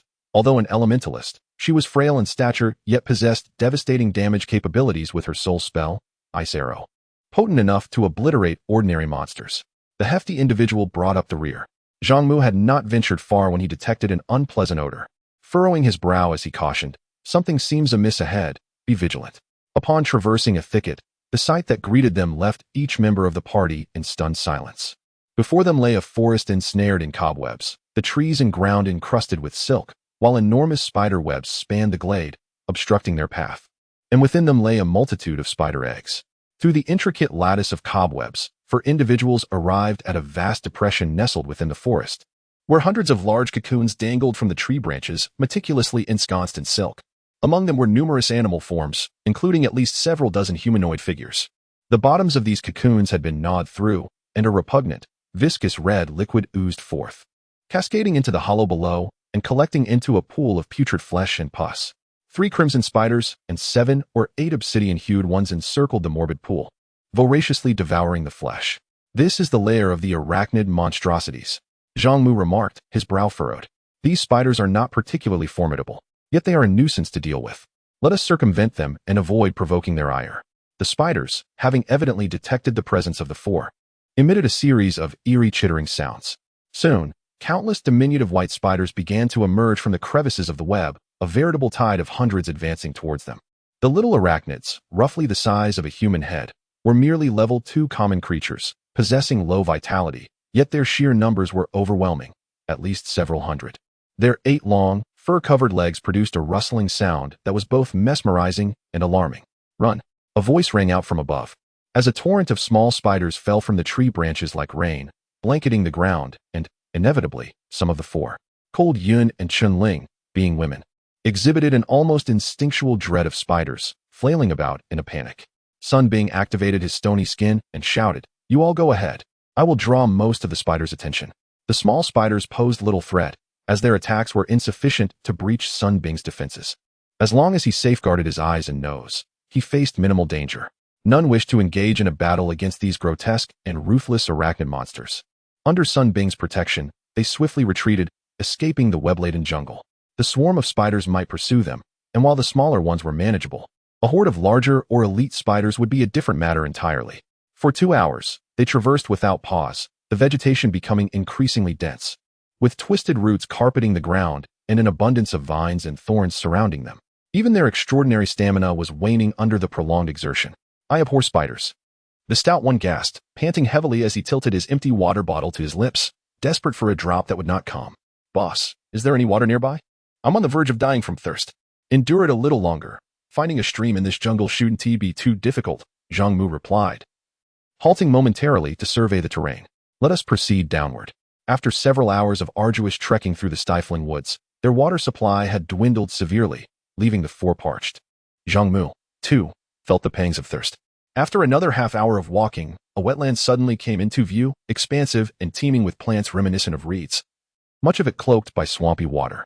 This vast wetland, devoid of towering trees to obstruct the view, offered a panorama of sprawling reed clusters. With just a glance upwards, one could see the cerulean sky, and a refreshing breeze wafted through, instilling a sense of liberation. A few large birds swooped down from above, snatching a small fish from the water and landing on the bank to feast. The stout man, upon seeing the water, exclaimed in relief, "Water! There is water!" "Wait." Zhang Mu restrained the impulsive stout man, deciding to assess the situation first. His prudence proved justified, for as the 5 approached the water's edge, they immediately spotted several crocodiles measuring 3 to 4 meters in length. Mere level 5 common creatures, the group dispatched them with effortless ease. Hauling the reptilian carcasses ashore, they resolved to feast upon them for their midday repast. "This water is undrinkable," Zhang Mu observed, scrutinizing the murky liquid teeming with countless suspended particles, crimson toxic algae, and swarms of minuscule, visible insects. "Follow me." The burly man hoisted a crocodile onto each shoulder and trailed Zhang Mu upstream, where an expansive marsh unfolded before them. Zhang Mu excavated a small pit in the sodden earth, and soon, water seeped into the hollow. Though turbid, the filtration process had purged it of harmful contaminants, rendering it generally safe for consumption. Their throats parched and burning with thirst, the group wasted no time. They knelt by the muddy pit, gulping down mouthfuls of the silt-laden water before replenishing their canteens. Retreating to the wetland's fringe, they kindled a fire and commenced preparations for their meal. Chapter 18. The swamp's terror. 2 magnificent alligator hides were stripped and cast upon a stone to bake in the sun, while the flesh was carefully sliced and skewered over a crackling fire, filling the air with a mouth-watering aroma in no time. The alligator, composed entirely of muscle, possessed a fat content less than half that of beef, rendering its meat particularly succulent, a rare delicacy indeed. 2 alligators, each over 3 meters long, could easily satiate 5 hungry souls. Cold Yun's spirits were somewhat dampened, as memories of Qin Min surfaced. Just last night, they had shared laughter and feasted together. A vibrant soul with a distinct personality, now suddenly separated by the chasm of life and death. This sensation was one that could never be comprehended by those who had not experienced it. Cold Yun even entertained the delusion that Qin Min had not truly perished. Yet, reason insisted otherwise. Qin Min was irrevocably gone, perhaps even devoured by some passing beast. The emotional void was stark and entirely unexpected. Zhang Mu offered her a skewer of alligator meat, saying, "Do not dwell on sorrow. Filling your belly will give you strength to fight." "I understand," Cold Yun nodded. Accepting the skewer from Zhang Mu, the meat was grilled to perfection, slightly charred on the outside, yet thoroughly cooked within, oozing with enticing juices. As she took a bite, she noted the alligator meat was somewhat tough, but the flavor was exquisite, an attribute undoubtedly influenced by the grilling technique. Sun Bing inquired, "This swampy wetland is vast. Crossing it will not be easy, will it?" The plump one nodded in agreement. "Indeed, it's all muck and mire. Traversing it will be quite laborious." "Are we to take a detour?" Qianling whispered, glancing around. "The area is too expansive. It could take us a day or two." Zhang Mu, while savoring his meat, reassured them, "There are plenty of ways to manage this. Do not worry." Once everyone had their fill, the alligator hides had dried sufficiently. Zhang Mu began to cut the hides into sturdy lengths of rope, and then instructed the group to gather reeds. In no time, a substantial pile of reeds lay before them. The plump one questioned, "Boss, what do we need so many reeds for?"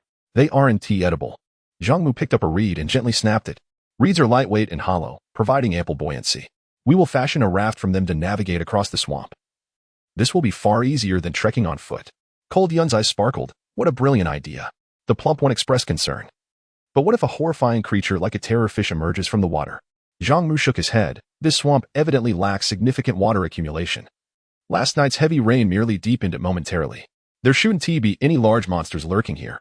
Nevertheless, caution is prudent. The absence of water beasts does not preclude the existence of other creatures in the swamp. Alligators are a prime example. We must remain vigilant." "That is reassuring," the plump one replied. The group then gathered wood for reinforcement, using the alligator hide ropes to construct 2 lightweight rafts. They also fashioned buoy-like tools from the excess reeds, which would provide additional flotation in case anyone accidentally fell into the muck. They procured 5 long bamboo poles to serve as paddles, and, with a collective effort, launched the rafts into the water. Cold Yun, Qianling, and Sun Bing boarded one raft, while the plump one, unable to swim and weighing as much as 2, joined Zhang Mu on the other as they set off. Zhang Mu advanced through the wetland, wielding a slender bamboo pole. The torrential rain from the previous night had left the marsh teeming with dark, murky water, though it was not deep, ranging from half a meter to a meter. Beneath the surface lay a thick layer of muddy silt. Each time the pole pierced the muck, a multitude of bubbles would escape, releasing a foul odor reminiscent of a cesspit. This was marsh gas, a byproduct of long-term plant decomposition, indicating the depth of the swamp. Sinking into it would spell doom. The 5 individuals rowed forward with bated breath, their reed raft drifting 600 or 700 meters. The terrain became increasingly low-lying and the water deepened. Surrounded by dense clusters of reeds, many over 2 meters tall, adorned with golden-hued blossoms, when a gust of wind swept across the land, rippling the water's surface and bending the reeds, the sight was a vast expanse of green. Numerous dandelion-like plants released clouds of white seeds into the air. Beneath the cerulean sky, a gentle breeze caressed the landscape, while wild birds soared above. In the radiant sunlight and the gently undulating waves, the reeds flourished, and white fluff filled the sky. It was indeed a scene brimming with poetic beauty. Yet, there was no one to admire it. In the minds of the 5, a singular thought prevailed: to escape the swamp as quickly as possible. Such a place evoked a profound sense of insecurity. Danger could emerge at any moment. Would the raft capsize in the next instant? No one could say. After enduring a tense 15 minutes, each person silently prayed for an uneventful passage, but often, the more one fears something, the more likely it is to occur. Inevitably, the unsettling situation materialized. As the 2 rafts approached a particularly expansive thicket of reeds, a cacophony of cawing erupted from within, causing a flock of startled gray birds to take flight. Zhang Mu raised his hand, prompting the group to cease their rowing. Their gazes fixated anxiously on the reeds. "What is going on?" whispered Sun Bing. "Something seems amiss. We should take a detour," Zhang Mu replied in a hushed tone. Cold sweat broke out on the faces of his companions, the surrounding swamp appearing unfathomably deep, with over 1,000 meters to the opposite shore. The consequences of an attack were too grim to contemplate. The group's focus intensified, but the reeds were too tall and dense to reveal what lay within. Nevertheless, no one questioned Zhang Mu's judgment. They immediately turned to navigate around the potential threat. At that moment, a noise emanated from the reeds, something forcing its way through the vegetation. Judging by the swaying of the reeds, it must have been a sizable creature drawing near. Fatty felt cold sweat trickle down his brow. What in the world is that? The entity drew ever closer, bending the reeds further. Sun Bing produced a shield, exclaiming, "It's coming." As the nearby reeds were pushed aside, just as something was about to emerge, a strange silence enveloped the scene. The five, poised for battle, found themselves stunned as nothing materialized from the thicket. Chun-Ling gripped her axe tightly, bewildered. Where did it go? Suddenly, a series of bubbles erupted from the murky water. Zhang Mu's pupils constricted in alarm as he shouted, "Be careful, it's beneath the surface." Bang! The surface of the water was suddenly disrupted as a colossal python, measuring approximately 13 to 14 meters in length, emerged. Its body bore a striking white pattern resembling rings, while its triangular head flicked its tongue. Its icy gaze fixed upon the group. Towering at the height of 4 stories and slightly thicker than an adult male, this was indeed an unprecedented giant serpent. The mud swamp python, an elite level 8 creature, possessed 600 hit points and 300 mana, with unknown attributes and skills. It was described as a brutal water serpent, having been strengthened by the corruption of malevolent forces. The stout man exclaimed in disbelief, "What on earth?" The speed of the mud swamp python was astonishing. Before anyone could react, its massive tail swept through with tremendous force, overturning their reed raft. 5 individuals plunged directly into the murky, viscous water, their feet sinking into the swampy mire. As they struggled, a plethora of marsh gas was disturbed, releasing countless bubbles that churned in the mud, accompanied by a foul stench that overwhelmed their senses, leaving them dizzy. The noxious water was irritating, akin to chili pepper extract, rendering their eyes nearly shut. Damn it! Damn it! I detest water." The stout man flailed about like a drowning pig, panicking as he shouted, "Where did such a massive snake come from?" The creature was a water python, and though pythons and anacondas are fundamentally similar, differing primarily in their reproductive methods, anacondas being predominantly ovoviviparous, while pythons are mostly oviparous, this giant serpent was generally non-venomous but incredibly swift. If ensnared, death was inevitable. Zhang Mu emerged from the muddy water, having fallen at a considerable distance from the others. The reed raft had been completely dismantled, fragments scattered everywhere. Fortunately, all 5 had dawn life rings fashioned from reeds, allowing them to surface in the nick of time, albeit now encrusted in mud. Their mouths and noses clogged with the foul substance, making it difficult to breathe. The giant python raised its 4-story-high body, coiling into a dangerous S-shape, poised to strike. Once this enormous serpent ensnared its target, it could swiftly crush bones with lethal force. In the treacherous swamp waters, entrapment meant a certain demise. In this life-threatening moment, where ordinary individuals would have succumbed to panic, Zhang Mu maintained his composure, swiftly analyzing the situation and identifying a potential escape. He called out loudly, "The reeds. Head to that patch of reeds. If they can support the weight of the python, they can surely bear our weight as well." Upon hearing this, the 4 others felt as though they had grasped a lifeline. Engaging in combat within the water was futile. However, if they could confront the creature on land, they might have a chance at victory. The python weighed no less than 300 kilograms, and if it could traverse the reeds, so too could they. Cold Yun lifted her staff, launching an ice arrow that struck the giant python, inflicting significant damage and slowing its speed considerably. Sun Bing pulled the stout man, both striving to reach the reed area, with Chun-Ling closely trailing behind. Hissing in fury, the python, enraged by the ice arrow's impact, turned its attention towards Cold Yun, ready to attack. As Sun Bing and the stout man clambered onto the reeds, Sun Bing employed a taunt just as the python was about to strike Cold Yun. Suddenly, overcome by the taunt's effect, the creature's fury ignited, and it pivoted to focus on Sun Bing. Feeling the weight of the serpent's ominous gaze, Sun Bing's legs turned to jelly, and he hurriedly fled into the safety of the reeds. Zhang Mu's judgment was impeccable. Beneath the reeds, the accumulation of mud had formed a patch of ground, albeit incomplete, concealing numerous water-filled pits. Each step taken varied in depth, yet it was preferable to battling in the water. The giant python moved with astonishing speed, creating waves akin to those of a mythical dragon as it surged forward. In a moment of panic, Sun Bing suddenly found his foot slipping into a deep water pit, submerging half of his body. Seizing the opportunity, the python coiled around him, initiating its deadly constriction technique. Sun Bing activated his petrified skin, but his physical prowess alone was inadequate to withstand the python's lethal embrace. At that moment, Zhang Mu had just entered the reed area, still over 10 meters away, unable to assist in time. Observing this, the stout man bellowed, enveloped in a crimson energy as he charged forward. With a ferocious impact, he collided with the python, inflicting a significant 44 points of damage. The force of the collision knocked the python's head aside, enabling him to swing his jungle blade down upon it. The jungle blade boasted an impressive attack power of 24, and combined with the berserker's extraordinary strength, it dealt 32 points of damage, slicing through the python's resilient scales and skin. The python let out a furious roar, sweeping its tail with tremendous force, striking the stout man in the chest. This seemingly simple blow was, in fact, immensely powerful. The stout man's weight of over 250 pounds sent him flying from the reeds, landing in the muddy water, where he inadvertently swallowed several mouthfuls of foul, contaminated sludge, nearly losing consciousness. "Fatty!"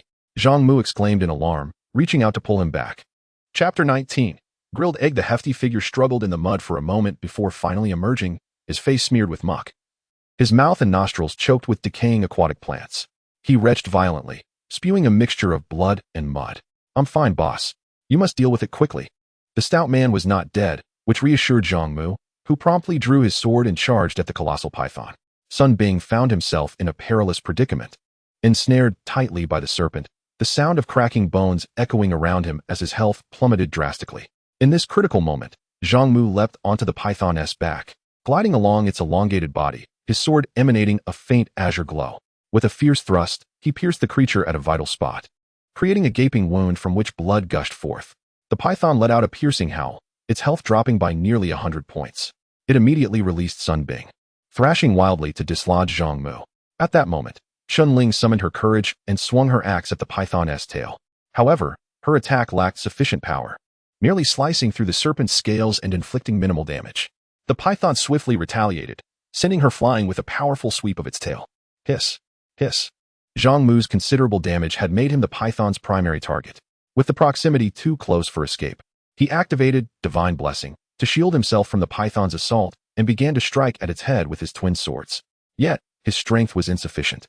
Despite the fearsome edge of the terror fish sword, it failed to inflict significant harm, and the iron short sword, devoid of enhancements, could barely breach the serpent's defenses.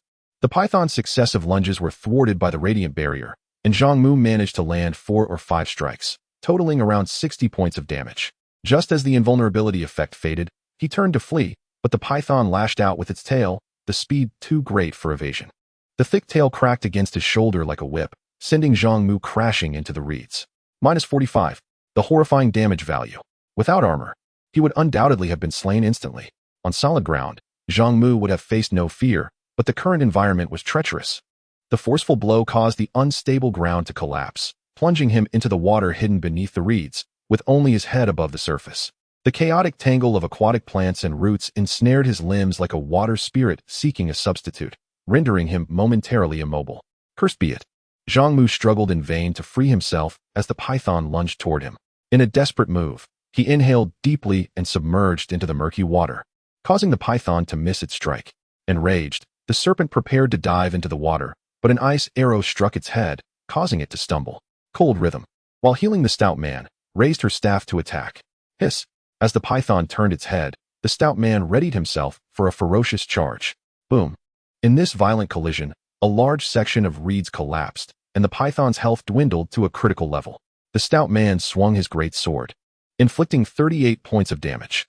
As the python retaliated with its tail, flinging him away, it attempted to flee.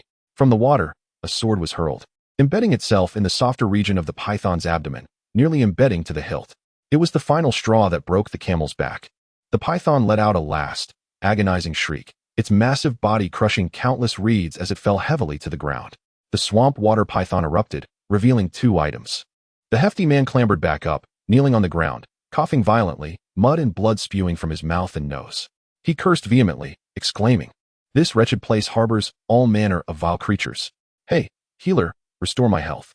With a slight furrow of her elegant brows, Lung Yun replied, "There's no magic left.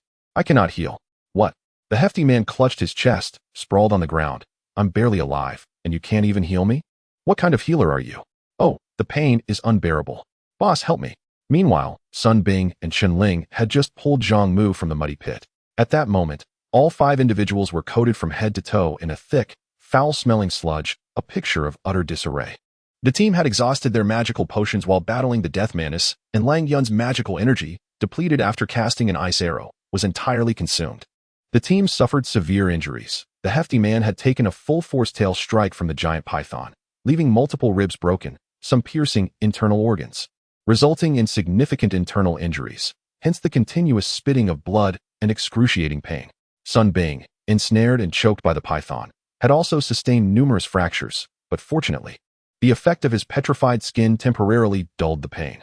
Zhang Mu was not unscathed either. A strike from the snake's tail had dislocated and fractured his left shoulder, rendering his arm swollen and discolored, nearly immobile. Chen Ling bore only minor injuries, the sole individual not harmed being the ranged specialist, Lang Yun. With a background in medicine, Lang Yun was familiar with basic first aid techniques and promptly attended to her comrades. Zhang Mu produced a vial of potion, handing it to the hefty man. The last life potion, you take it first. This ordinary low-grade life potion restored 2 health points per second for a duration of 10 seconds, but could be interrupted if attacked. Given the hefty man's grave internal injuries, if not restored, his health would dwindle continuously. Thus, it was imperative he utilize the last potion. Health would not recover automatically, while magical energy could, albeit at a slow rate of 1 every 5 minutes. As a level 5 elemental master, Lang Yun had a maximum health of merely 38 points and a magical energy pool of 75, but the recovery was painfully slow.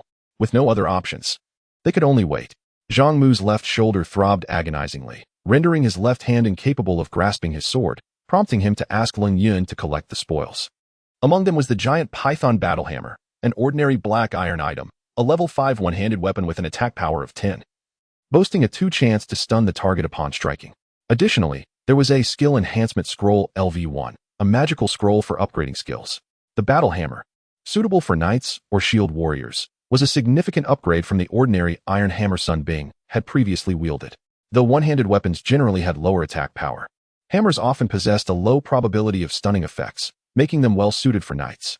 The drop of the skill enhancement scroll was quite unexpected for Zhang Mu, as LV1 scrolls held considerable value and were seldom available in the market, with trading prices among players not falling below that of an F-grade skill book. However, Zhang Mu had no use for it, as his most treasured skill, Divine Blessing, was already at LV2, rendering the LV1 scroll unnecessary. The other 2 skills did not warrant an upgrade at the moment, so he decided to hand it to Lang Yun, allowing her to enhance Healing Hand LV1. Healing Hand's LV2, DD grade skill, with a maximum level of LV5, consumes 2 mana points per second, restoring 5 health points to the target at a distance of 1 meter. This skill has no cooldown.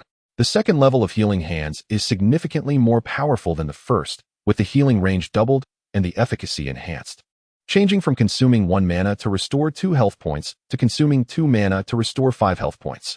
Zhang Mu clutched his left shoulder and said, "We are all injured and cannot continue on our journey. Let us first seek a safe place to rest." The group made their way towards the center of the reed area, planning to cross to the opposite shore once their injuries had healed. Players possess a constitution unlike ordinary individuals. As long as their health points do not reach 0, they cannot perish, regardless of the severity of their wounds.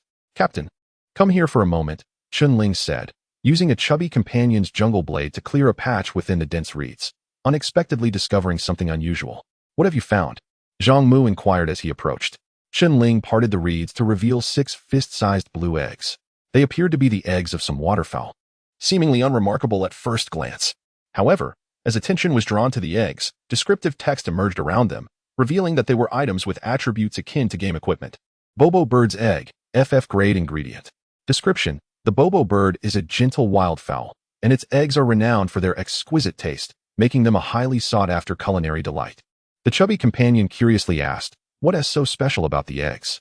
It seemed to be a system-identified ingredient. The distinction remained unclear, but we should roast them. Zhang Mu feigned ignorance and turned to Lang Yun, saying, "You're uninjured. Find some dry reeds for us to start a fire." "Are we really going to roast the eggs?" Lang Yun had just treated Zhang Mu as shoulder injury. Based on her experience, Zhang Mu's shoulder was severely fractured. And although it had been treated, the pain was unbearable for an ordinary person. It was perplexing that he would exhibit such a whimsical desire to roast eggs. Nevertheless, as the captain had spoken, Lang Yun complied, gathering dry reeds to kindle a small fire, placing all 6 eggs within to roast. After approximately 10 minutes, when the eggs were removed, their attributes underwent a remarkable transformation. Coarsely roasted egg, F-grade food, created through rudimentary methods, restores 12 health points and increases the maximum health by 5 points for 60 minutes. The enhancement does not stack. The group was visibly thrilled. These processed ingredients could transform into a tribute-laden food, not only satiating hunger, but also offering restorative effects and attribute enhancements. Truly an exhilarating discovery that alleviated their current predicament. Zhang Mu had already anticipated this outcome. In reality, numerous food items are system-identified ingredients, most of which require specialized gathering skills to obtain from monsters or special locations, making such direct acquisitions rather rare. As the eggshells were cracked open, the tender egg whites appeared as delicate as jade, emanating an enticing aroma. With an exquisite texture and flavor that justified their status as system-identified ingredients. In comparison, ordinary farm-fresh eggs seemed utterly bland. Of course, flavor was not the crux. The essential factor was the ability to restore health points. The rotund man devoured 2 roasted eggs, licking his lips, his eyes gleaming with delight. Goodness! I have lived for 30 years and have never tasted such exquisite eggs. Suddenly, he realized his injuries no longer pained him. Zhang Mu declared, "Let us search around. In such a vast reed area, I believe there must be plenty." Indeed, the crowd responded, their spirits soaring. This was a thrilling and significant discovery. These roasted eggs, capable of restoring vitality, were not only delectable and satisfying, but also conveniently storable in players' backpacks, making them easy to carry, especially in the jungle. They could save precious magic points for use during combat. After dedicating over an hour to the search, they ultimately located 21 Bobo bird eggs. For the first time, the 5 felt the immense joy of having eggs to eat, a truly blissful experience. Chapter 20. The Mud Monster. The 21 Pidgey eggs represent a significant harvest, bringing joy even greater than acquiring equipment. Food not only satiates hunger, but is also convenient to carry, ensuring the continuity of life. Although classified as non-combat items, their effects are remarkably beneficial, instilling a sense of exhilaration. Zhang Mu retained 10 eggs, while the remaining 11 were roasted over the fire, transforming into baked eggs that enhanced health. The injured members consumed them, resulting in a swift recovery, leaving 4 baked eggs remaining. The rotund companion expressed confusion, inquiring, "Boss, why do you keep 10 raw eggs? They have no effect. I believe it would be better to roast them all." Zhang Mu shook his head and clarified. Pidgey eggs are classified as FF-grade ingredients, whereas baked eggs fall 2 tiers lower, merely F-grade food. I believe that with superior cooking conditions, it is possible to create dishes of even higher quality. It is prudent to reserve some ingredients for future opportunities. Sun Bing added, "The captain is right. Baked eggs lack sophistication. I was once a chef. If I had a pot or other ingredients to assist, I could surely concoct several delectable dishes." The rotund companion finally understood. "Ah, I see." Zhang Mu continued, "Moreover, there is another crucial reason. I experimented with placing the ingredients in the players' backpacks and discovered that they can be stacked, with a maximum of 10 per slot. However, once processed into food, each portion occupies a separate inventory space. The eggs, being the size of a fist, are quite convenient to carry, yet they are fragile and susceptible to damage. If left for too long, they will spoil and lose their efficacy. Only by storing them in the players' backpacks can their integrity and freshness be preserved. The players' initial backpacks contain only 5 slots. Zhang Mu's backpack held a skill tome, a note, and a map, leaving 2 slots available for weapons, with no room for anything else. If all the eggs were to be baked, the backpacks of the 5 members would likely become overcrowded, leaving no space for future loot obtained from combat. The 10 raw eggs were placed into the rotund companion's backpack. Zhang Mu distributed the 4 baked eggs to Zhou Ling and Lung Yun, instructing, "You 2 each take 2 and store them properly." The rotund companion was perplexed. "Why do I only receive raw eggs?" Zhang Mu shot him a glance and replied frankly, "I don't trust you to keep the baked eggs." "Come on. Must you be so blunt? Do you not trust my character?" He retorted, "I have a nickname, the honest and reliable young lord, so you can rest assured. I swear I will protect them with my life." The others ignored him. Zhang Mu stood up to assess the surroundings. The group was not far from the shore, and several smaller patches of reeds were nearby, which could be searched as they departed. After all, the utility of the eggs was significant, and it would be advantageous to gather more. The 5 members collected a large bundle of reeds. Although the ropes made from crocodile skin had sunk into the mire, they had prepared spare ropes upon entering the forest, which were sufficient to construct a large raft. Zhang Mu retrieved some bamboo poles to serve as paddles, and the team set off once more. The 5-person team carefully boarded the large reed raft, cautiously propelling themselves forward on the water's surface with the bamboo poles. After traversing 3 patches of reeds and spending considerable time searching, they managed to acquire 16 Bobo bird eggs.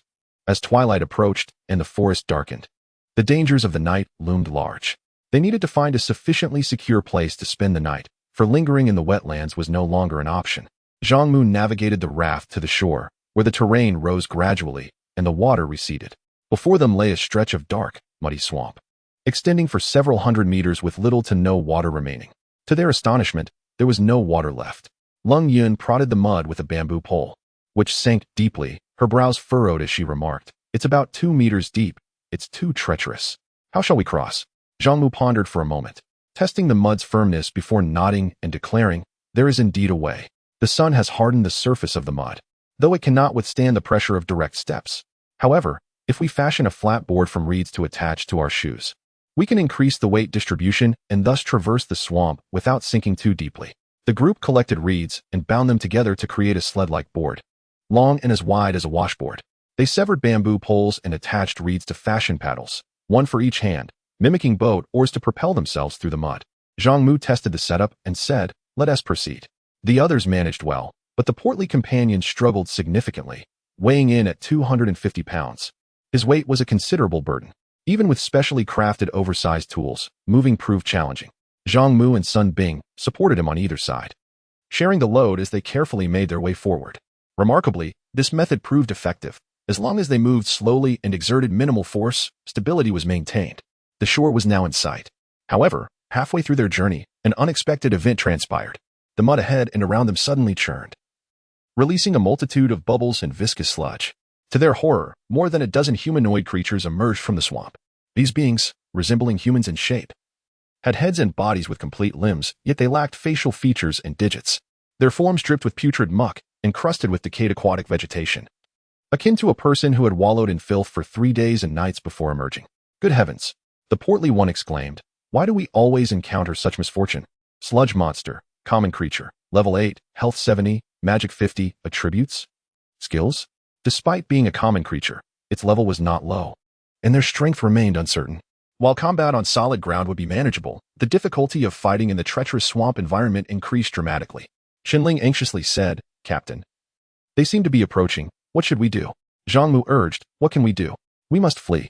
The sludge monsters appeared sluggish, meandering in circles for several seconds before finally locking onto the group's position and slowly converging. Though their movement was slow, they could easily encircle the 5 before they reached the shore. Long Yun raised her fishbone staff, channeling the magic she had painstakingly regained, and unleashed an ice arrow at the nearest sludge monster, inflicting a staggering 80 points of damage and instantly slaying it. However, it offered no assistance in extricating oneself from the predicament. Long Yun had lost her magical prowess, and the cooldown for elemental skills was excessively lengthy. "Hurry, move faster." Zhang Mu and Sun Bing supported the rotund companion as they advanced, with less than 100 meters separating them from the opposite bank. A sludge creature nearby abruptly halted its advance, its arms slowly rising, green liquid coalescing between them, before forcefully hurling it towards the 5. Zhang Mu, faced with the incoming green orb, swiftly sidestepped, watching as it grazed past him and plummeted into the mire. Before he could exhale in relief, he grasped his bamboo paddle, only to furrow his brow in dismay. The green orb had left a residue of corrosive liquid on the bamboo, which swiftly rendered it brittle, snapping it in two. Discarding the ruined paddle, Zhang Mu cautioned, "Everyone, be careful. This is acid orb magic. It can corrode equipment and inflict considerable damage. Do not let it strike you." Encountering sludge creatures in the swamp was already unfortunate, but the true challenge lay in the fact that these creatures possessed magical offensive capabilities. Although they only wielded a single spell, the acid orb, which was of modest damage, it had an astonishing corrosive effect that could weaken defenses and deteriorate equipment, diminishing both durability and attributes. The number of sludge creatures increased, and acid orbs followed in rapid succession. Fortunately, the creatures seemed lethargic, their aim imprecise. A small fraction of the orbs missed, while the majority could be evaded. Suddenly, an acid orb hurtled directly toward them.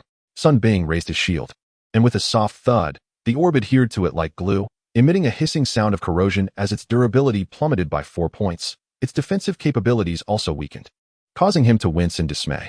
This was his livelihood. A knight could be without a weapon, but never without a shield. "The numbers are increasing," Lung Yun exclaimed anxiously. Zhang Mu urged, "Accelerate, move swiftly." The group observed more and more sludge creatures rising in the distance, and it was clear they would soon be surrounded. In that moment, an onslaught of acid orbs would likely leave nothing but bones behind. They had only about 40 to 50 meters left. At that moment, an acid orb struck the rotund companion's thigh, corroding his trousers and instantly devouring large patches of flesh, wisps of white smoke rising from the wound. He clutched his thigh, screaming, "Damn it, my leg! My leg!" Zhang Mu thrust a bamboo pole into the sludge, declaring, "It's not too deep here. Forget the details. Just charge to the shore." The group leapt into the muck, swimming through the foul mire towards the bank. The sludge was not overly deep, about a meter, and given their current physical condition, Traversing it was not overly challenging. As the number of sludge creatures multiplied, the encirclement tightened, and the barrage of acid orbs intensified. Zhang Mu felt a searing pain as an acid orb struck his back. The sensation of burning and corrosion coursed through every nerve, inflicting a level of agony beyond imagination. He was oblivious to the state of his back, fearing his skin had been eaten away. I cannot endure this any longer. The stout figure was struck head-on by a corrosive projectile, unleashing a furious roar. Suddenly channeling his strength, he expelled a surge of crimson energy, propelling his massive form forward with the force of a bulldozer, carving a deep trench through the mire. He collided with the mud creature that had just attacked him, the tremendous impact shattering it into pieces, and with a sweeping motion of his great sword, he cleaved the creature in half. Zhang Mu approached the shore, his feet firmly planted on solid ground. He swiftly drew his twin swords and activated his rapid glide, slicing through the air as beams of light from his blades severed several mud creatures. "Hurry up," he urged. The two of them forged ahead, clearing the mud creatures in their path, while the remaining three gradually made their way onto the bank, finally escaping their predicament. Countless mud creatures began to emerge from the water, yet their advance was sluggish, unable to keep pace with the five. Zhang Mu and the stout fellow continued to lead the charge. The mud creatures, limited to hurling corrosive projectiles, possessed little else in terms of combat prowess, especially in close quarters. Despite their high health, they were not particularly resilient, and the two dispatched over a dozen with ease. The stout figure swung his great sword, bisecting one mud creature from head to toe, reducing it to a puddle of muck on the ground. To his astonishment, something suddenly burst forth from the remains. Upon closer inspection, he was taken aback. It was a skill book. These minor foes, so miserly that they scarcely dropped even a coin, had unexpectedly yielded a skill book. Elated, the stout figure momentarily forgot his pain and hurriedly stowed away the precious tome. Chapter 21. The elite skeleton. The sludge creatures continuously emerged from the swamp, their numbers swelling to 300 to 500 as they converged from all directions, relentlessly pursuing the five who had ascended to the shore. Their movements were excruciatingly slow, allowing them to launch distant attacks only through acidic projectiles. However, the creatures' morale was low, and their accuracy waned significantly as the target distance increased, causing most of the acidic projectiles to veer off course. "Do not linger. Retreat into the jungle," Zhang Mu urged as he dashed into the thicket. Yet, acidic projectiles continued to whistle past his ears, some striking trees, others hitting the ground, while some plummeted into the underbrush, corroding the foliage and releasing noxious fumes. The sludge creatures, hindered by their sluggish pace, could not keep up with their quarry. Once the five plunged into the dense jungle, the sludge creatures lost their targets entirely, lingering at the forest's edge for a moment before ultimately dispersing. Though they had temporarily evaded danger, the five remained cautious, sprinting for 20 minutes before halting. Zhang Mu, breathing heavily, remarked, "We are far enough. The sludge creatures should be unable to traverse the jungle and will not catch up." The plump companion had been struck by two acidic projectiles, one severely corroding his thigh and the other his chest, causing blood to flow profusely. Both Zhang Mu and Sun Bing had suffered similar wounds, while Chen Ling and Liang Yun experienced minor collateral damage, their injuries not as severe. Liang Yun, with a remnant of magic, could not restore health but was able to facilitate the healing of wounds, alleviating the agony inflicted by the acid. As soon as the plump companion's wounds began to close, he gleefully exclaimed, "Ha! You all must envy my luck now. I just found a skill book." "Do ordinary creatures also drop skill books?" Zhang Mu was momentarily taken aback. The probability of a common monster dropping a skill book was exceedingly rare, akin to winning a lottery, yet the plump companion had stumbled upon one. "Let's see what it is." The plump companion retrieved the skill book and examined it. "Acidic projectile? Wait, isn't that the skill of the sludge creatures?" Zhang Mu nodded. "What a coincidence. You've obtained a mage's skill book. Acidic projectile does not belong to elemental magic, making it accessible to nearly any magic class: elemental mages, necromancers, priests, shamans, and even summoners. It is an exceptionally versatile spell." The plump companion had no choice but to relinquish the book for Liang Yun to learn. Acidic projectile LV1, F-grade skill, maximum level LV3, with a range of 30 meters. Inflicting 50 of the caster's spirit as damage, dealing continuous damage over 5 seconds. Capable of causing corrosion or armor-penetrating effects. Consuming 3 points of mana with a cooldown of 10 seconds. The damage assessment of the spell is generally influenced by the spell's fixed damage value, the cumulative spell attack power from equipment, and one of the player's 4 primary attributes, spirit. However, acidic projectile is an anomaly.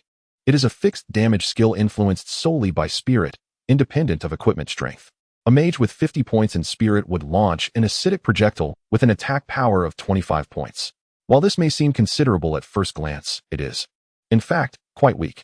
The 25 points of spell attack does not guarantee 25 points of damage unless the target possesses 0 spell defense, a scenario that is virtually non-existent among monsters.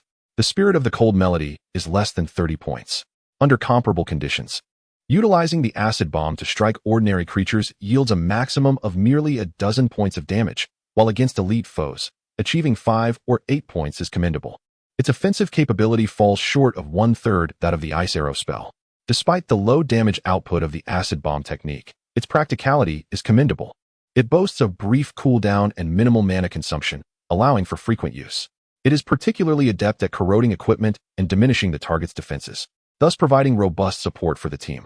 The stout fellow, feeling somewhat out of sorts, lamented, "What bad luck. I had hoped to strike something useful," Zhang Mu replied.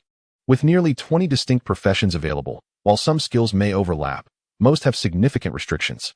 It is improbable for specific skills or equipment to exclusively drop for a particular class. This necessity underscores the importance of forming a team. We should proceed and find a place to rest for the night.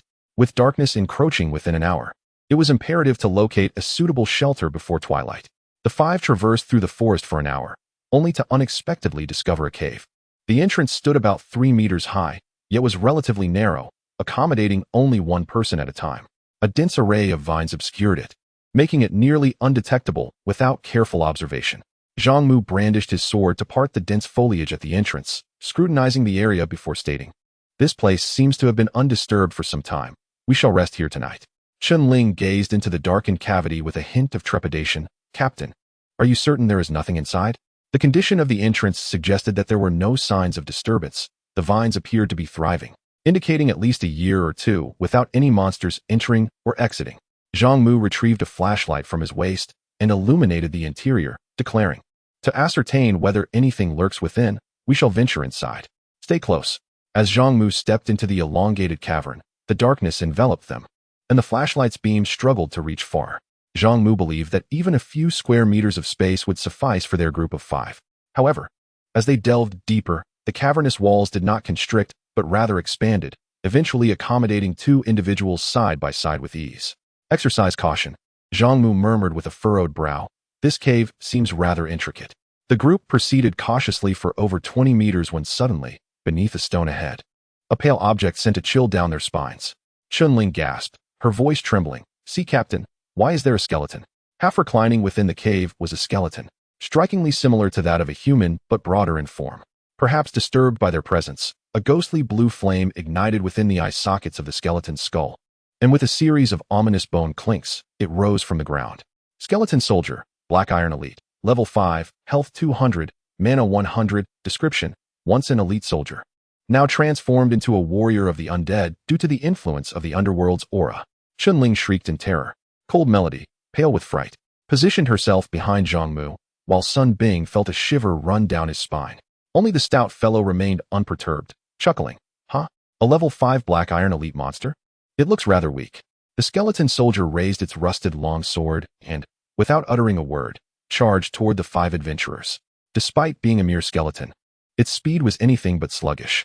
The rotund figure charged with ferocious determination, colliding with the skeletal soldier, inflicting an immediate reduction of 18 to its life force. However, as a creature of the undead, the skeleton was immune to the state of dizziness and swiftly retaliated with a sword strike. The hefty warrior swung his double-handed sword with vigor, striking the skeleton at its waist. The skeletal soldier's bones proved remarkably resilient, suffering merely a few broken ribs as it staggered backward. Encouraged by the apparent weakness of this elite foe, the warrior raised his sword once more to launch another attack.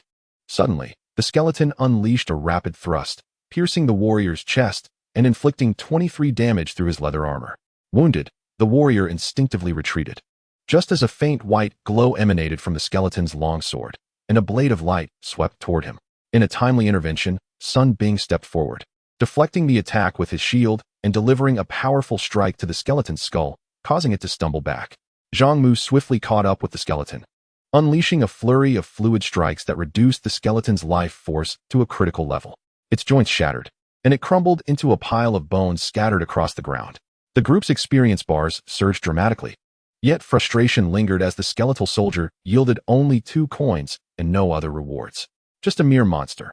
I thought we were dealing with something supernatural, remarked Lung Yun, delicately brushing her ample bosom before frowning. What a pity, no drops. Our luck seems rather unfortunate. No, Zhang Mu interjected, picking up the coins. This elite creature is unlike those we have faced before. What makes it different? Came the inquiry. Zhang Mu responded, its strength is comparatively weak. It resembles a creature of a social nature rather than a solitary elite. Lung Yun's eyes sparkled with intrigue. Social elites? Could there be similar monsters within the cave? Indeed. We shall discover the truth as we descend. We may have inadvertently wandered into an elite monster zone, Zhang Mu asserted. Sun Bing scratched his head in bewilderment. An elite monster zone? Do you mean a region filled entirely with elite creatures? Precisely. The experience from elite monsters is several times greater than that from ordinary ones. If this is indeed an elite monster zone, it holds immense value, allowing us to level up swiftly. Even social elite creatures have a significantly higher drop rate than regular monsters, increasing our chances of obtaining superior rewards. The group's eyes gleamed with excitement. If that is the case, it would be splendid. Although the skeletal soldier is merely a level 5 black iron elite, its experience yield is not significantly less than that of the black bear. If we can defeat a dozen or 20 of them, we might just reach level 6. What a delightful prospect. Why wait any longer? The rotund figure exclaimed, his injury already clotting, brimming with enthusiasm. Zhang Mu cautioned, this cave must be quite deep. Our flashlight won't suffice. We should exit and prepare some torches. The 5 exited the cave, selecting flammable pine wood to craft a dozen torches before re-entering. The cave was shrouded in darkness, with the torches illuminating only a few meters ahead. After proceeding for 5 or 6 minutes, they suddenly heard the sound of bones grinding together as 3 skeletons rose before them. 3 skeletal soldiers, each a level 5 black iron elite. This undoubtedly confirmed their suspicions. An unassuming cave had indeed turned out to be a zone teeming with elite monsters. From the perspective of elite monsters, skeleton soldiers may appear somewhat feeble. However, in comparison to ordinary creatures, they possess considerable strength. Thus, one must not underestimate them in combat. Indeed, a mere 2 or 3 skeleton soldiers pose little threat to Zhang Mu. With a coordinated assault by 5 individuals, the battle is swiftly concluded within 4 to 5 minutes, leaving the skeletal remains reduced to mere piles of shattered bones. On average, among 10 typical monsters, only 1 yields gold coins. In contrast, elite monsters are almost guaranteed to drop coins, albeit in modest amounts, which is certainly better than nothing. To Zhang Mu's astonishment, the 3 defeated skeleton soldiers not only dropped gold coins, but also revealed a piece of equipment. The bone necklace, ordinary black iron, level 5, with physical attack 4, physical defense 4, and durability 20. This item is part of a bone accessory set, 1-3, though it currently lacks any set effect. Sets of items typically command prices several times higher than ordinary equipment due to their additional attributes granted by set bonuses. Accessories, in particular, are rarer and more precious than standard gear. Before Zhang Mu lies the prospect of an accessory set, though it may merely be a level 5 black iron accessory. The potential to complete a full set would undoubtedly amplify its value, making it entirely feasible to exchange for a highly sought-after FF-level skill book. Of course, the most significant aspect is its practical utility. Possessing a complete set of accessories would elevate Zhang Mu's capabilities to new heights. Chapter 22. The skeleton captain Zhang Mu led his team deeper into the cavern, encountering 5 skeletal soldiers in succession. They collected a few gold coins and 2 pieces of equipment. The bone bracelet, common black iron, a level 5 accessory, granted 1 to strength, constitution, agility, and spirit, with a durability of 20. It was part of a set, 2 out of 3, with no set bonus at present.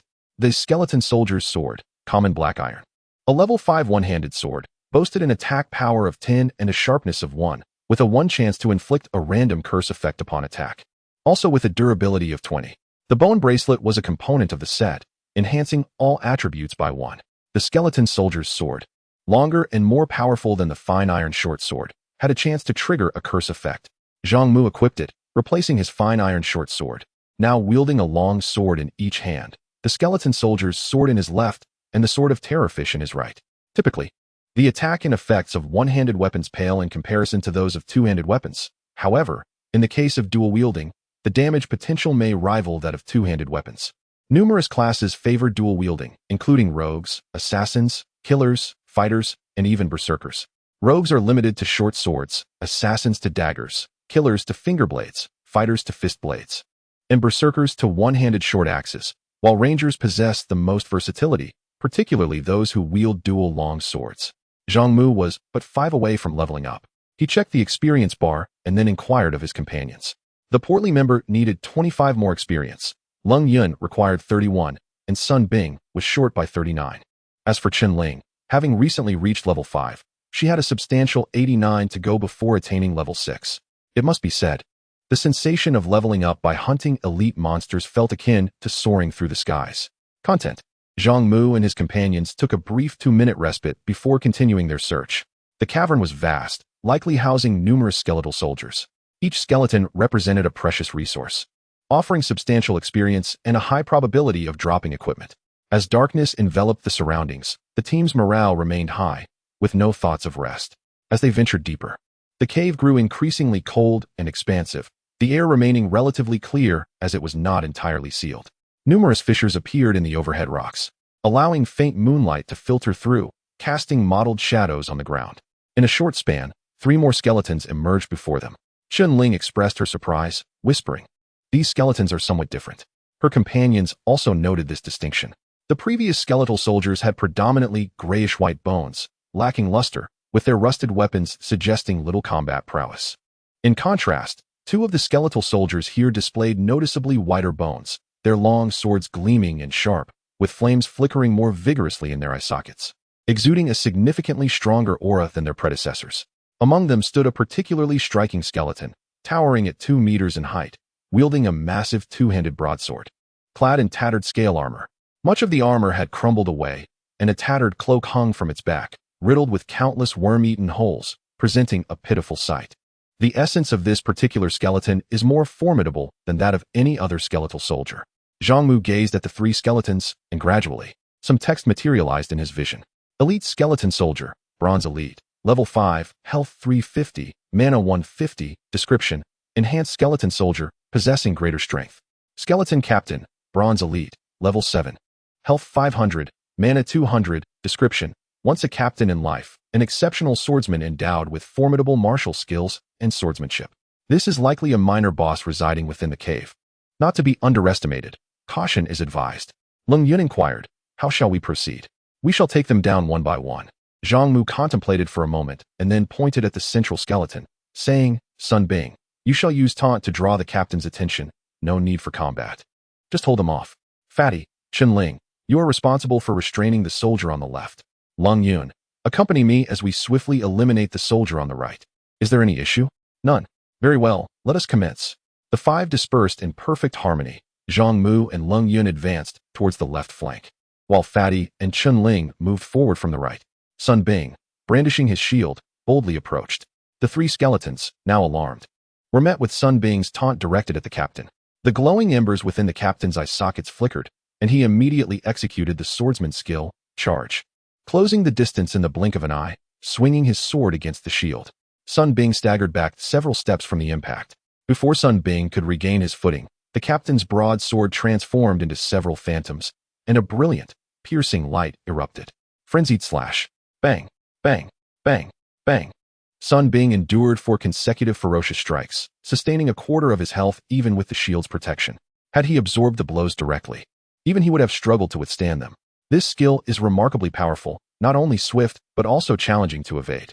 The skeleton captain's strength is formidable, rivaling that of independent elite monsters. Sun Bing cannot hold out for long. The elite skeleton soldiers were also stirred, all brandishing their swords and charging forth. "Quickly attack," Zhang Mu commanded. Fatty executed a barbaric charge, intercepting one of them, while Chen Ling provided support from the side. Zhang Mu swiftly glided towards another, landing several strikes that inflicted some damage. The skeleton soldiers promptly abandoned Sun Bing, turning their ferocious assault towards Zhang Mu. The bronze-level skeleton soldiers possess higher health and mana, with attributes significantly superior to those of the black iron-level skeletons. Their strength and agility are markedly enhanced, rendering them exceedingly powerful in combat. Leng Yun unleashed acid projectiles, dealing minimal damage, yet effectively weakening the elite skeleton soldiers' defenses, followed by a barrage of ice arrows. The elemental mage's damage was utterly terrifying, causing the elite skeleton to lose over 60 health points. However, the skill's cooldown is excessively long. The next phase hinges entirely on Zhang Mu. With the elite skeleton soldier's defenses diminished by the acid projectiles and its speed hindered by the ice arrows, Zhang Mu was more than capable of handling it. His two swords gleamed with a pale azure light as they struck the skeleton soldier's shoulder, inflicting a total of 36 points of health damage. As a being of the undead, the elite skeleton felt no pain, fear, or emotion. When struck by the swords, it exhibited no reaction, as if the assault were not directed at it. The captain's right-hand sword thrust forth with remarkable swiftness, a surge of gray sword energy erupting from its blade. Despite being slowed by the ice arrow, the speed of the skeleton soldier remained formidable, leaving most individuals with little time to react. Zhang Mu deftly retreated to evade, striking with his right hand and leaving a scar on the skull. Unfazed, the skeleton warrior swung its right arm wildly, unleashing a flurry of sword lights that came crashing down with remarkable swiftness and force. However, to Zhang Mu, the skeleton's movements appeared excessively rigid and predictable, making them relatively easy to dodge. Clang, clang, clang. The clash of swords in midair produced sparks. Seizing an opening, Zhang Mu deflected the skeleton warrior's sword and launched a fierce counterattack, causing the skeleton's health to plummet until it collapsed, shattering into fragments. The immense experience earned propelled Zhang Mu to level 6, significantly enhancing his health, magic, and attributes. As the cooldown for Lung Yun's acid bomb concluded, she immediately fired it at another skeleton soldier. Zhang Mu swiftly glided into action alongside the portly companion Xin Ling, and within mere seconds, they felled the skeleton soldier. Only the mightiest of the skeletons, the skeleton captain, remained. The skeleton captain possessed no fewer than 4 or 5 skills, all of which were those of a swordsman, with the most formidable being the whirlwind slash, a rapid succession of 4 strikes that dealt devastating damage. Even Sun Bing would find it difficult to withstand such an assault. Any other individual struck by this skill would be guaranteed annihilation. Zhang Mu shouted, "Sun Bing, fall back." Lung Yun unleashed an ice arrow, slowing the skeleton captain's advance, prompting Sun Bing to retreat hastily as he was gravely wounded and unable to continue fighting. Zhang Mu and the portly companion, the two primary forces, immediately pressed forward. Berserker charge. The portly companion barreled into the skeleton captain, pushing him back several meters. He swung his great sword downwards with tremendous force. The skeleton captain retaliated, the blade suddenly twisting, landing a fierce blow against the portly companion's chest, slicing through his armor and causing a torrent of blood to spew forth, reducing his health by nearly 40. By the heavens, what monstrous damage! The portly companion, gravely injured, attempted to withdraw, but the skeleton captain would not afford him that luxury. With a swift charge, he closed the distance and unleashed his ultimate skill, the whirlwind slash. Oh no! The portly companion's face paled in alarm. At that moment, Zhang Mu activated Divine Blessing, gliding between the portly companion and the skeleton captain. The 4 sword strikes collided with Zhang Mu, but were nullified by his invincibility effect. The portly companion's spirit sword, it was a hair-raising moment, nearly leading to his demise. Be cautious. Zhang Mu engaged the skeleton captain in combat, and once the portly companion regained his composure, he rejoined the fray, with Chun Ling coming to assist them. The skeleton captain proved to be exceedingly powerful, forcing Zhang Mu to fight defensively while evading its lethal strikes. The ice arrows and acid bombs served to slow and weaken the enemy, while Zhang Mu strategically drew aggro through taunts, prolonging the battle for 5 or 6 minutes. At last, the skeleton captain's health dwindled to nothing, yielding 2 items, one of which was a skill book. FF grade skill book, Whirlwind Slash. Learning requirements: Strength 15, Agility 20. Class restrictions: Swordsman, Ranger. Bone Ring, Common Black Iron. Level 5 accessory, Health 10, Magic 10, Durability 20, Bone accessory set. Skeleton Captain's Greatsword, Common Black Iron. Level 5 two-handed sword, Attack 18, 2 chance to crit on attack. Durability 30. As the skeleton captain fell, the portly companion ascended to level 6, fully recovering from his injuries. Zhang Mu felt an overwhelming sense of satisfaction. At long last, a skill book for rangers has emerged. This formidable offensive skill is precisely what Zhang Mu requires. With his strength barely exceeding 15 and agility surpassing 20, he meets the prerequisites for learning and promptly utilizes the skill book. Whirlwind/LV1, an FF grade skill with a maximum level of LV3, unleashes a flurry of consecutive strikes, each inflicting damage equivalent to 50 of his attack power and 50 strength points. The number of strikes is influenced by agility and attack speed. with a minimum of 2 and a maximum of 6. It consumes 5 points of magic and has a cooldown period of 45 seconds. Moreover, he has finally acquired the last piece of the skeletal accessory set, completing the ensemble. The necklace enhances both physical and magical attack, the bracelet augments all attributes, and the ring boosts health and magic. When all 3 pieces are worn simultaneously, the set effect is activated. Skeletal accessory set, it grants a 10 chance to inflict double damage upon attack. Chapter 23. The Skeleton Mage. The skeletal ornament set, devoid of additional attributes or offensive enhancements, possesses a commendable 10 probability of doubling the damage dealt, rendering it a remarkably practical effect. With no restrictions on damage type, whether physical or magical, one can expect that, on average, every 10 attacks will yield 1 instance of doubled damage. Given the high attack frequency of warriors, this effect is invariably triggered. While mages employing area of effect spells against multiple targets also enjoy a significant likelihood of activation, ultimately augmenting their output capabilities. Remarkably, this is merely a level 5 black iron set, and such an effect is already quite impressive. Zhang Mu adorned himself with the ornament set, enhancing his attack and attributes, as well as his health and mana. Having ascended to level 6 himself, his strength witnessed a tremendous boost. The skeleton captain also dropped a broadsword with respectable attributes, which Zhang Mu entrusted to Chen-Ling. Being a level 5 swordsman, wielding an axe seemed rather incongruous, and the broadsword's attack power was sufficient to transform Chen-Ling into a formidable damage dealer. Now, with 2 level 6 players in the party and Zhang Mu equipped with the majority of his gear, their collective combat prowess experienced a qualitative leap. The 5 paused momentarily to recuperate before embarking once more into the depths of the cavern. Shortly thereafter, a skeleton soldier came into view. "You all stand back. Allow me to demonstrate my skills."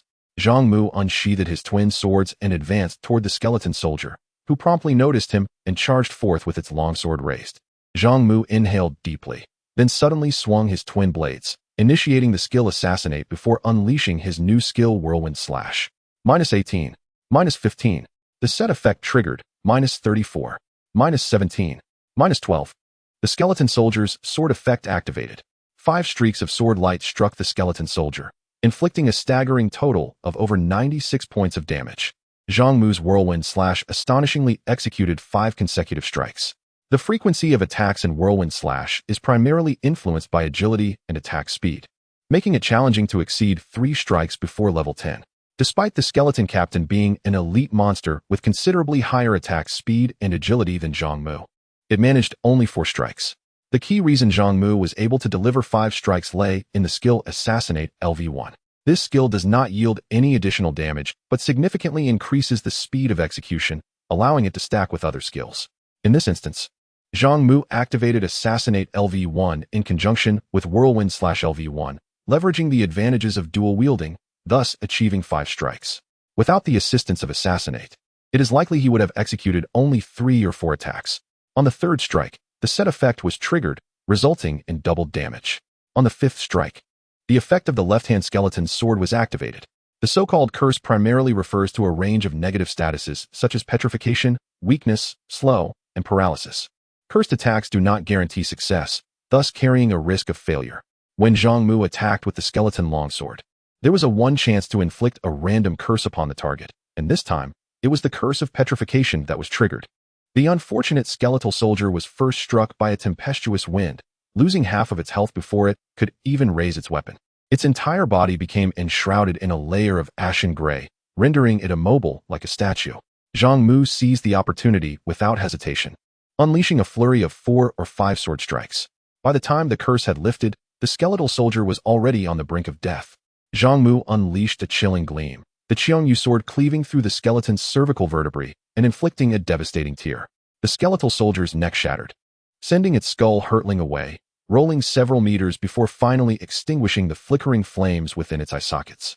The others stood in stunned silence. After all, this was a level 5 black iron elite, yet it had not been afforded a single chance to retaliate. In less than 3 seconds, it was vanquished, which seemed rather exaggerated. Sun Bing chuckled, remarking, "The captain is growing ever stronger." Lung Yun gazed at Zhang Mu's not particularly imposing yet reassuring silhouette, nodding in agreement. Chen Ling's eyes sparkled with fervor, revealing a profound envy. She admired Zhang Mu's skills and prowess, gripping her sword with renewed determination, wondering how splendid it would be to possess such strength herself. The rotund companion dismissed Sun Bing's comment with a scoff, retorting, "Isn't that stating the obvious?" Zhang Mu possessed the ability to treat the skeletal soldier as merely an ordinary foe, though this was only the case in his prime condition. His swift resolution of the skeletal soldier was primarily due to the triggers from the tempestuous wind strikes. Ordinarily, such an accomplishment would not be so effortless. Zhang Mu collected the spoils of war, retrieving a bracelet from the bone jewelry set, which provided an enhancement of all attributes by one. Given that Sun Bing required attribute boosts the most, he bestowed the bone bracelet upon him. The skeletal cave lay a considerable distance ahead, likely housing numerous skeletal soldiers, and perhaps even more formidable skeletal monsters. The five continued their relentless assault without pausing, systematically eliminating 7 skeletal soldiers in total. Both Leng Yun and Sun Bing leveled up, their health fully replenished, and their power significantly enhanced. The defeated skeletal soldiers yielded no equipment, yet they did drop 2 bone rings consecutively, one of which was given to Sun Bing and the other to Leng Yun. The bone rings boasted commendable effects, enhancing both health and mana by 10. Especially beneficial for Leng Yun, who often struggled with low health and insufficient magical resources. As they ventured deeper, the passage widened significantly. Upon rounding a corner, a spacious chamber, measuring several hundred square meters, unfolded before them. 3 skeletons stood at the center, with a gap in the overhead rock formation measuring several meters in diameter. Moonlight streamed down through the crevice, casting a pallid glow upon the 3 skeletal figures, accentuating their stark whiteness. Their hollow eye sockets flickered with ghostly flames, fixated intently on the direction of the passage, evoking an unsettling sensation. However, Zhang Mu remained unfazed. Undead beings lacked functional senses. They perceived their surroundings through a unique method. Thus, despite their close proximity, the skeletons were oblivious to the presence of the 5. Yet, should anyone encroach upon their sensory range, even from behind, the skeletons would instantly become aware. The 3 skeletons before them were evidently distinct. 2 skeletal figures wielding long spears flanked either side, while a central skeleton adorned in a crimson-patterned robe, wielding a staff nearly 2 meters in length, stood in the middle. Long spear skeleton, bronze, level 6, health 500, mana 200, description, once a warrior of the spear, a mainstay of the military in life. Skeleton mage, bronze, level 8, health 400, magic 400. Description, in life, he was a mage in the army, possessing formidable magical prowess.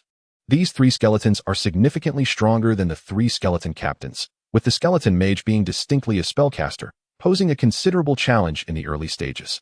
As dealing with magical creatures is no easy feat, the attack power of mage-type monsters is exceedingly high. A single magical strike could obliterate an ordinary person. As for the spear-wielding skeletons, they boast substantial health and don armor. According to the description, they were once combatants in gunfights, resembling knights, but unlike the latter, they cannot wield shields, primarily relying on their long spears, thereby categorizing them as monsters with high health and defense. Following the strategy of eliminating the smaller foes before addressing the larger threats, the 5 of them might not even manage to defeat a single spear-wielding skeleton before being decimated by magic. The skeleton mage is a grave threat. If not swiftly dealt with, the team will undoubtedly face annihilation. Let us concentrate our fire on the mage. Zhang Mu swiftly assessed the situation and began assigning tasks. Sun Bing, you will be the distraction, tasked with drawing the attention of the 2 spear-wielding skeletons. Chen Ling, assist Sun Bing. The 3 of us, myself, Fatty, and Leng Yun, will focus all our efforts on the mage. Once the skeleton mage falls, the 2 spear-wielding skeletons will pose no danger. The others nodded in agreement. Zhang Mu instructed, Fatty, do not recklessly employ your charge ability. It can induce a 1-second stun effect. Although ineffective against the undead, it can interrupt spells at crucial moments. I understand, Fatty replied. Let us commence, but do so with caution.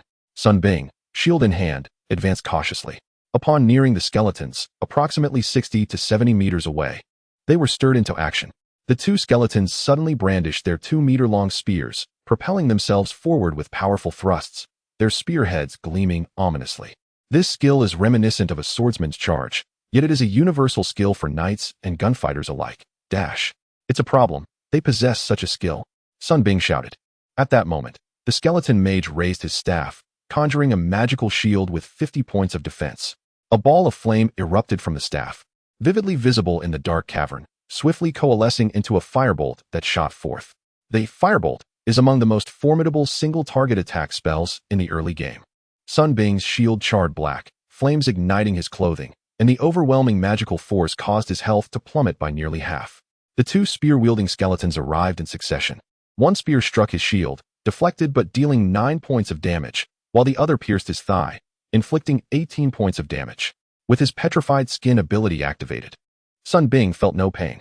Chun Ling swung her sword at one of the spear-wielding skeletons, only managing to inflict a meager 10 points of damage, prompting the skeleton to retaliate with a thrust that wounded her abdomen. Quickly, Chun Ling retreated behind Sun Bing. As the two spear-wielding skeletons raised their weapons to launch another assault, with a fierce thrust, the two spears collided against the shield, nearly penetrating the battered defense. And Sun Bing was overthrown by the immense force.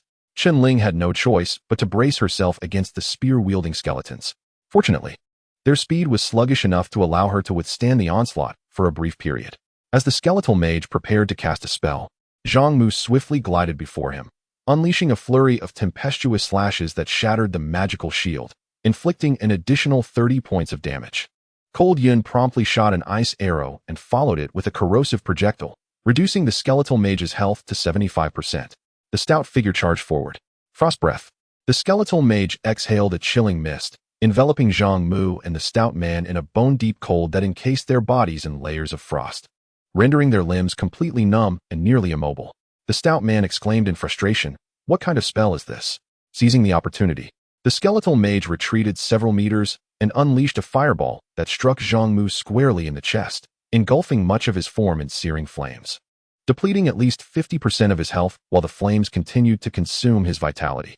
Zhang Mu's leather armor was singed, and the excruciating pain was beyond what an ordinary person could endure. Raising his staff, the skeletal mage summoned a multitude of red sparks within a 2-meter radius, which he deftly condensed into a fireball the size of a fist within his left palm. Explosive fireball. This was arguably the most formidable attack skill of an elemental mage at the early stages. Its power exceeded that of the ice arrow technique by more than double, exhibiting devastating area damage that could easily annihilate even a seasoned warrior like Sun Bing. "Fatty!" Zhang Mu shouted, just as the stout man broke free from the freezing state. He executed a barbaric charge, enveloped in a crimson aura, crashing into the skeletal mage. While the undead were immune to being stunned, the force of the impact sent the skeletal mage reeling, interrupting his spell and causing the unformed fireball to dissipate. The stout man swiftly approached, swinging his great sword against the skeletal mage, dealing 25 points of damage and reducing his health by 5%. Chapter 24. The Cave Battle in a Fierce Pursuit. The skeletal mage found himself relentlessly attacked by the portly figure. After enduring several heavy blows from a great sword, he abruptly thrust his staff into the ground, causing the rocks to shatter. A bony hand emerged, grasping the portly figure's foot.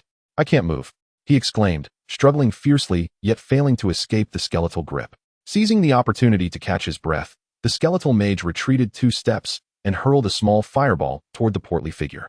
Though seemingly diminutive, the fireball ignited a blazing inferno in an instant. This spell lacked explosive effects, instead inflicting ongoing damage.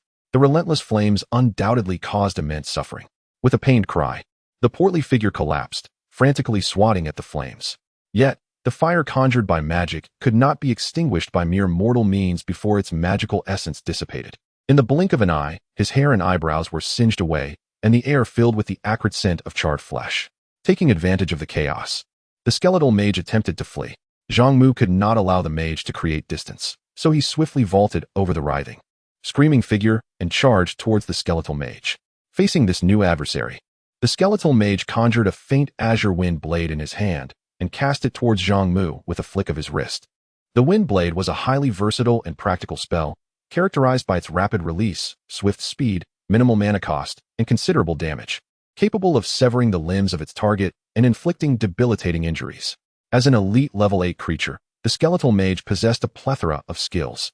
Zhang Mu could not evade the wind blade and was forced to enter an invincible state. The residual flames clinging to him were dissipated by an invisible force, and the wind blade, before making contact, was deflected. However, the blessing of the divine not only rendered him invincible, but also eliminated the cooldown for skills below S rank, allowing the previously lengthy cooldown for the Gale Slash to reset instantly. Gale Slash, -26, -24, -22. The set effect triggered, -49, -21. The mage's impressive offensive capabilities were matched by its low defensive stats, and compounded by the corrosive projectile's debuff, it became exceedingly vulnerable. The divine blessing significantly enhanced Zhang Mu's attributes, amplifying his damage output. With a single gale slash, he dealt over 150 points of cumulative damage.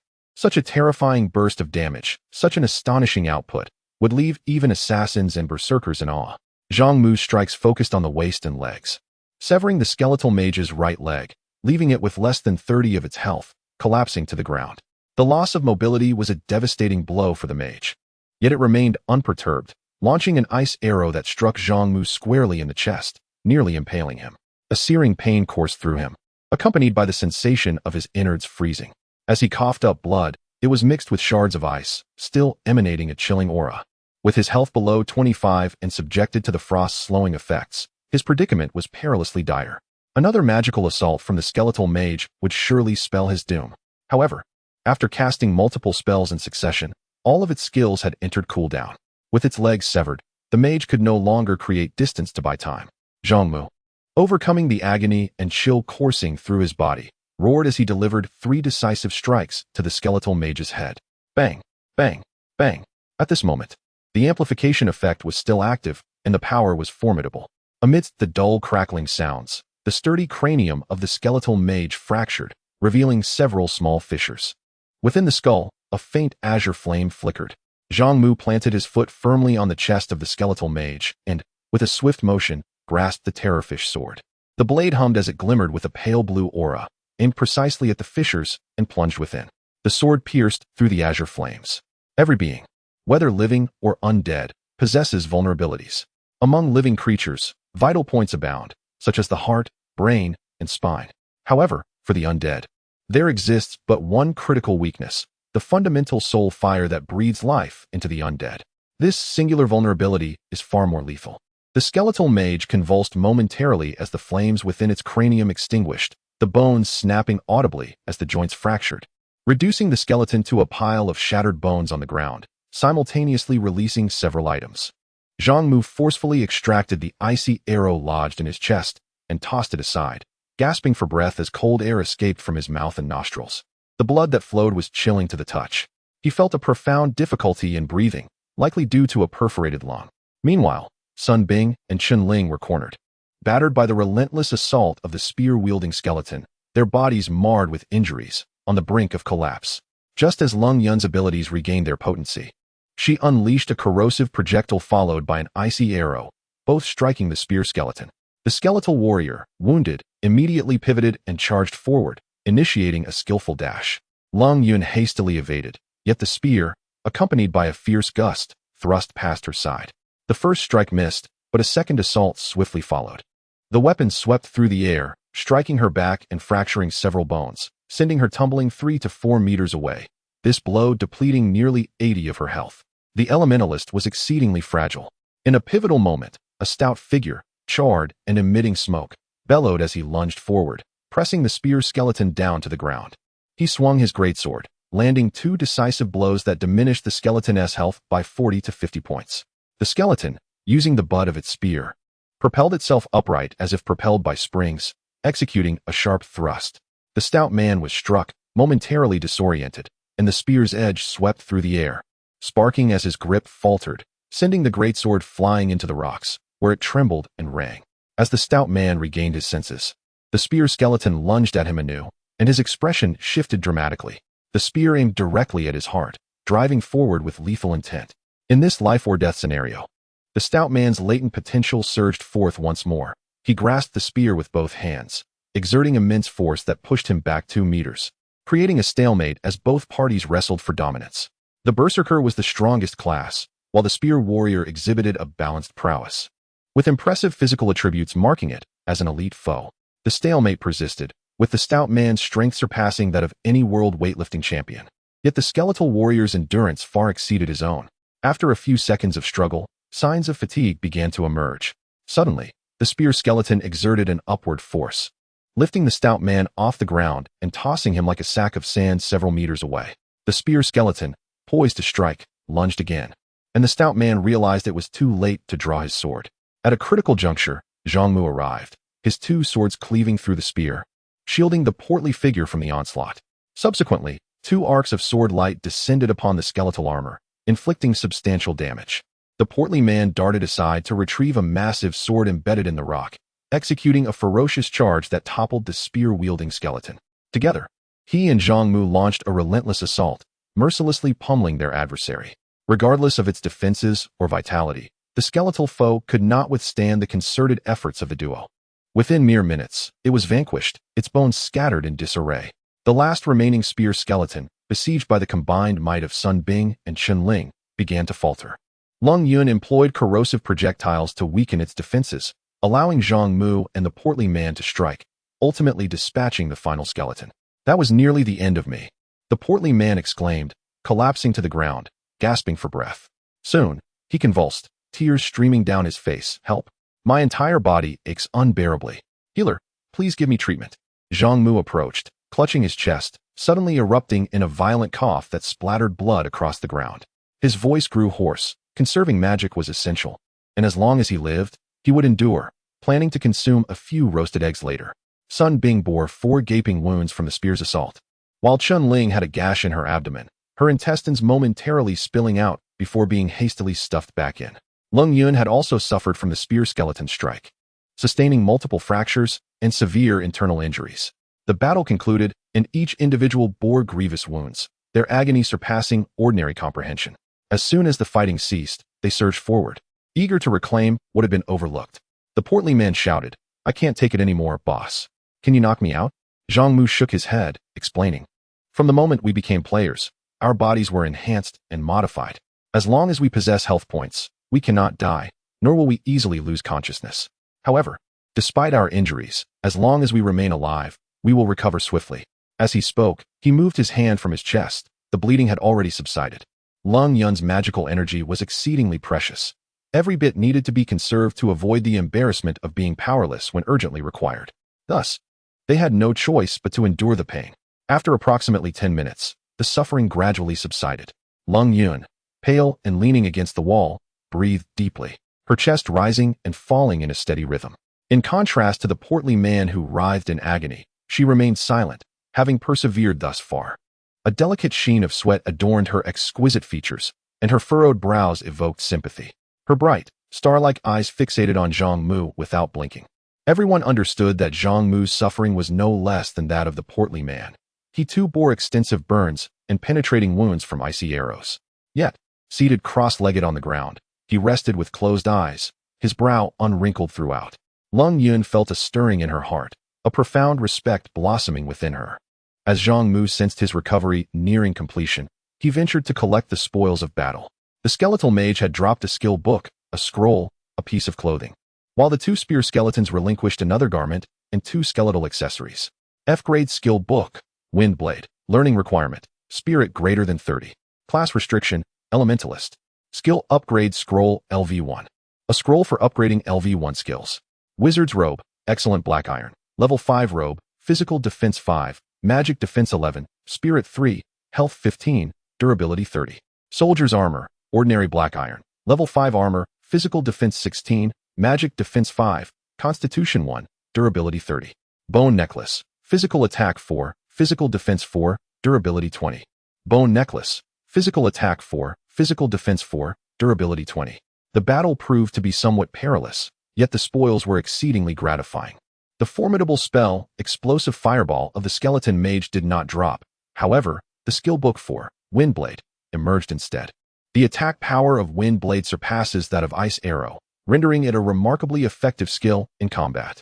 The wizard's robe is an exquisite piece of armor, boasting exceptionally high attributes.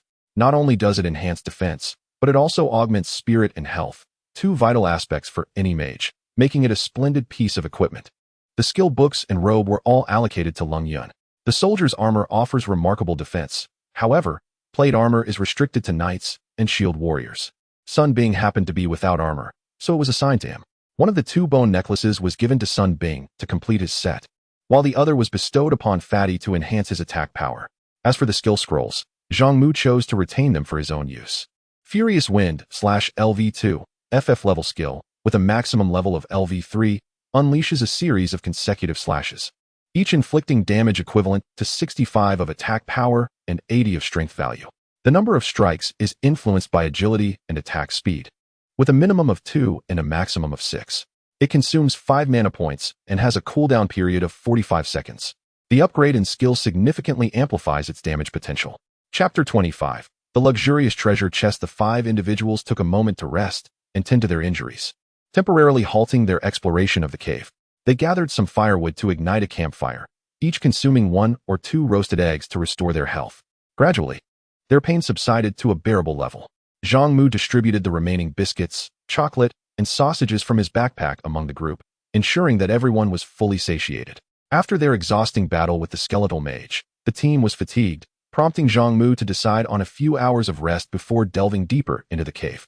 Given the remoteness of their location, it was highly unlikely that anyone would intrude. The skeletal monsters within the cave were not prone to wandering, so was there any need to worry about them sprouting wings?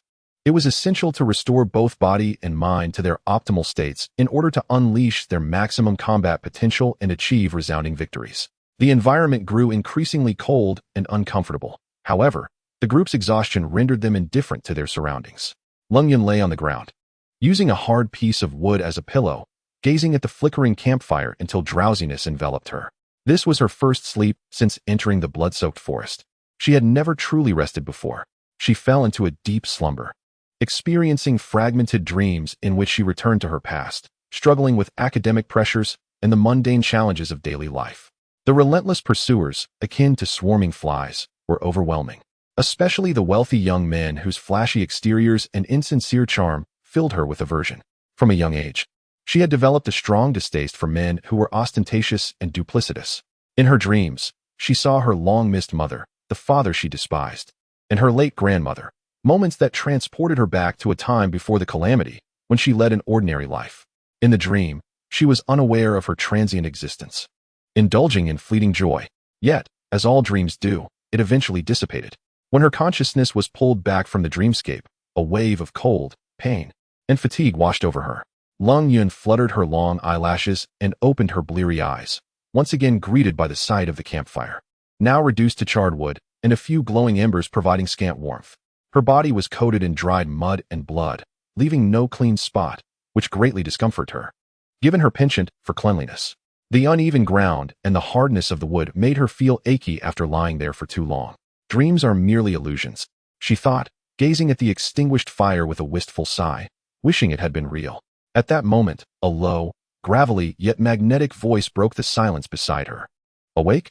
Zhang Mu sat quietly against the wall, clad in mismatched attire, leather armor on his upper body and worn-out jeans on the bottom, the latter in tatters and the former bearing multiple gashes and burn marks.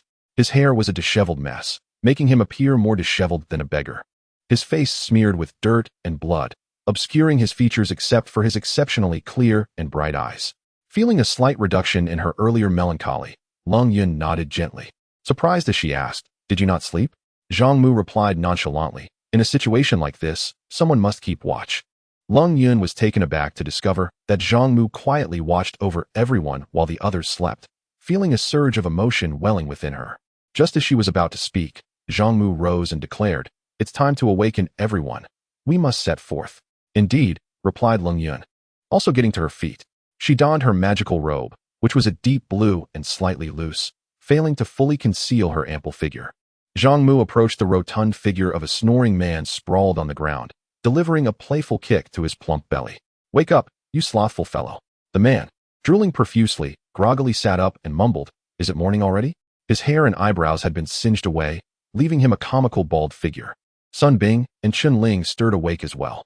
Sun Bing donned his soldier's armor, its metallic sheen and robust form providing an aura of security, especially given his towering stature.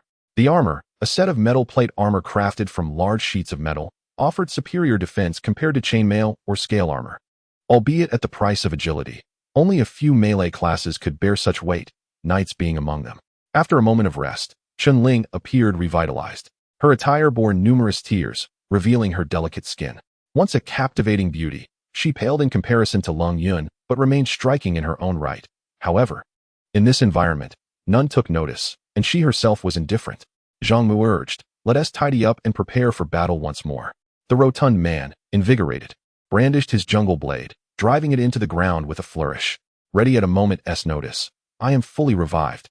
Zhang Mu nodded in satisfaction and led the team deeper into the cavern. It wasn't long before they encountered skeletal soldiers, and the battle commenced. After approximately an hour, they had vanquished over a dozen skeletal foes, and Zhang Mu's experience surged to 65. At this rate, he would soon level up again. Along the way, several bone trinkets had dropped.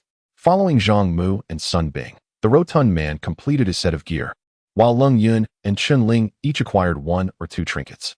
Suddenly, the rotund man exclaimed, "What is that light ahead?" Zhang Mu glanced over, and indeed, saw a glow around the bend, suggesting they were nearing the end of the passage. "Is it already over?" The rotund man lamented. "I haven't had my fill of battle." Elite monsters offered substantial experience and loot. If they could continue fighting, they would quickly ascend in levels and acquire more gear, thereby enhancing their team's strength. The abrupt conclusion felt somewhat disappointing. Zhang Mu reassured them, "This is merely a small elite area in the wild. There will be more opportunities." As they rounded the corner, they found, just as anticipated, an exit. However, before the cave's opening lay a spacious area of several hundred square meters. A particularly towering skeleton stood guard, with a splendid, refined black iron chest behind it. This chest was of a higher caliber than the exquisite black iron chest Zhang Mu had seen at the riverbed. It was a luxurious black iron chest, a significant upgrade.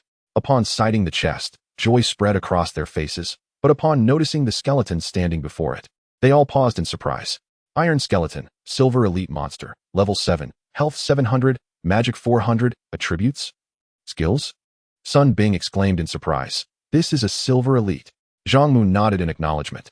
Leng Yun furrowed her brows tightly and remarked, "The death mantis we encountered was a level 6 silver elite. Had it not been for our good fortune, we would have faced total annihilation. Now, we are confronted with a level 7 silver elite, which may possess even greater strength than the death mantis. Can we truly prevail?" The chubby one interjected boldly, "What is there to fear? I say we charge right at it." Chen Ling exhibited a hint of trepidation. The formidable nature of the death mantis had left a shadow in her heart, and now they were to confront a creature that could potentially be even more powerful. All eyes turned to Zhang Mu, awaiting his command. Throughout that night of battling elite monsters, our equipment and strength had markedly improved, rendering us unrecognizable compared to our state just a day prior. After a brief pause, Zhang Mu continued, "Elite monsters are the lowest tier of existence beyond ordinary creatures. If we cannot even face a silver elite, how shall we establish our footing in this world? Let us strike." Zhang Mu's determination was evident. The chubby one hefted his great sword and laughed heartily. "Since the boss has spoken, what are we waiting for? A silver elite. It must drop some splendid loot." Zhang Mu scrutinized the iron skeleton, which radiated a metallic sheen, as if forged from molten steel, exuding an aura of invulnerability. The skeleton donned an exquisite scale armor and a metallic helmet, wielding a sword in its left hand and an axe in its right. 2 flickering flames within the helmet seemed to glare intensely at them, emanating a fierce and menacing presence. Based on Zhang Mu's experience, this creature would not be easy to defeat. With substantial defense and ample health, wielding weapons in both hands, a blood-red short axe reminiscent of a berserker and a sharp longsword akin to that of a ranger, it likely possessed formidable attack power along with commendable agility. Such a creature exhibited high balance, promising strong overall combat prowess. "Boss, how shall we engage?" one asked. "There is but one enemy. How else can we proceed?" Zhang Mu shrugged. "Of course, we shall approach together, but to be prudent, let Sun Bing test the waters first. Leng Yun, keep your distance and refrain from engaging too soon. We must avoid drawing the creature's ire." Leng Yun nodded and assured, "Rest assured, I understand the nuances." Zhang Mu addressed the others, "Let us advance." The 4 moved in unison towards the iron skeleton, with Leng Yun wielding her fishbone staff. Lingering at a distance of approximately 100 meters, halting further approach to avoid alarming the creature. Taking a deep breath, Sun Bing retrieved his shield and war hammer from his backpack. With his new armor, which could absorb an additional 10 points of damage, coupled with his shield and petrified skin, his defense had become formidable. Even facing a silver elite, he felt confident in his ability to withstand several attacks. However, as Sun Bing took a few steps forward, the iron skeleton was roused, abruptly turning to face him, its sword blade glimmering with a greenish hue. Zhang Mu swiftly cautioned, "Be careful. It's using a skill attack. Gale Slash." The steel skeleton was enveloped in a cerulean glow, vanishing from sight and charging forth with an almost imperceptible swiftness. The sword's radiance struck against the shield with a resounding crack, cleaving Sun Bing's shield in twain. A blue blade swept across his chest, leaving a deep gash upon his plate armor. Sun Bing was hurled away like a mere sandbag. The steel skeleton's axe glimmered with a blood-red hue as it descended heavily towards the ground, delivering a devastating blow. An energy wave rent the earth asunder. Striking Sun Bing from below, the force pierced through his armor, inflicting severe damage.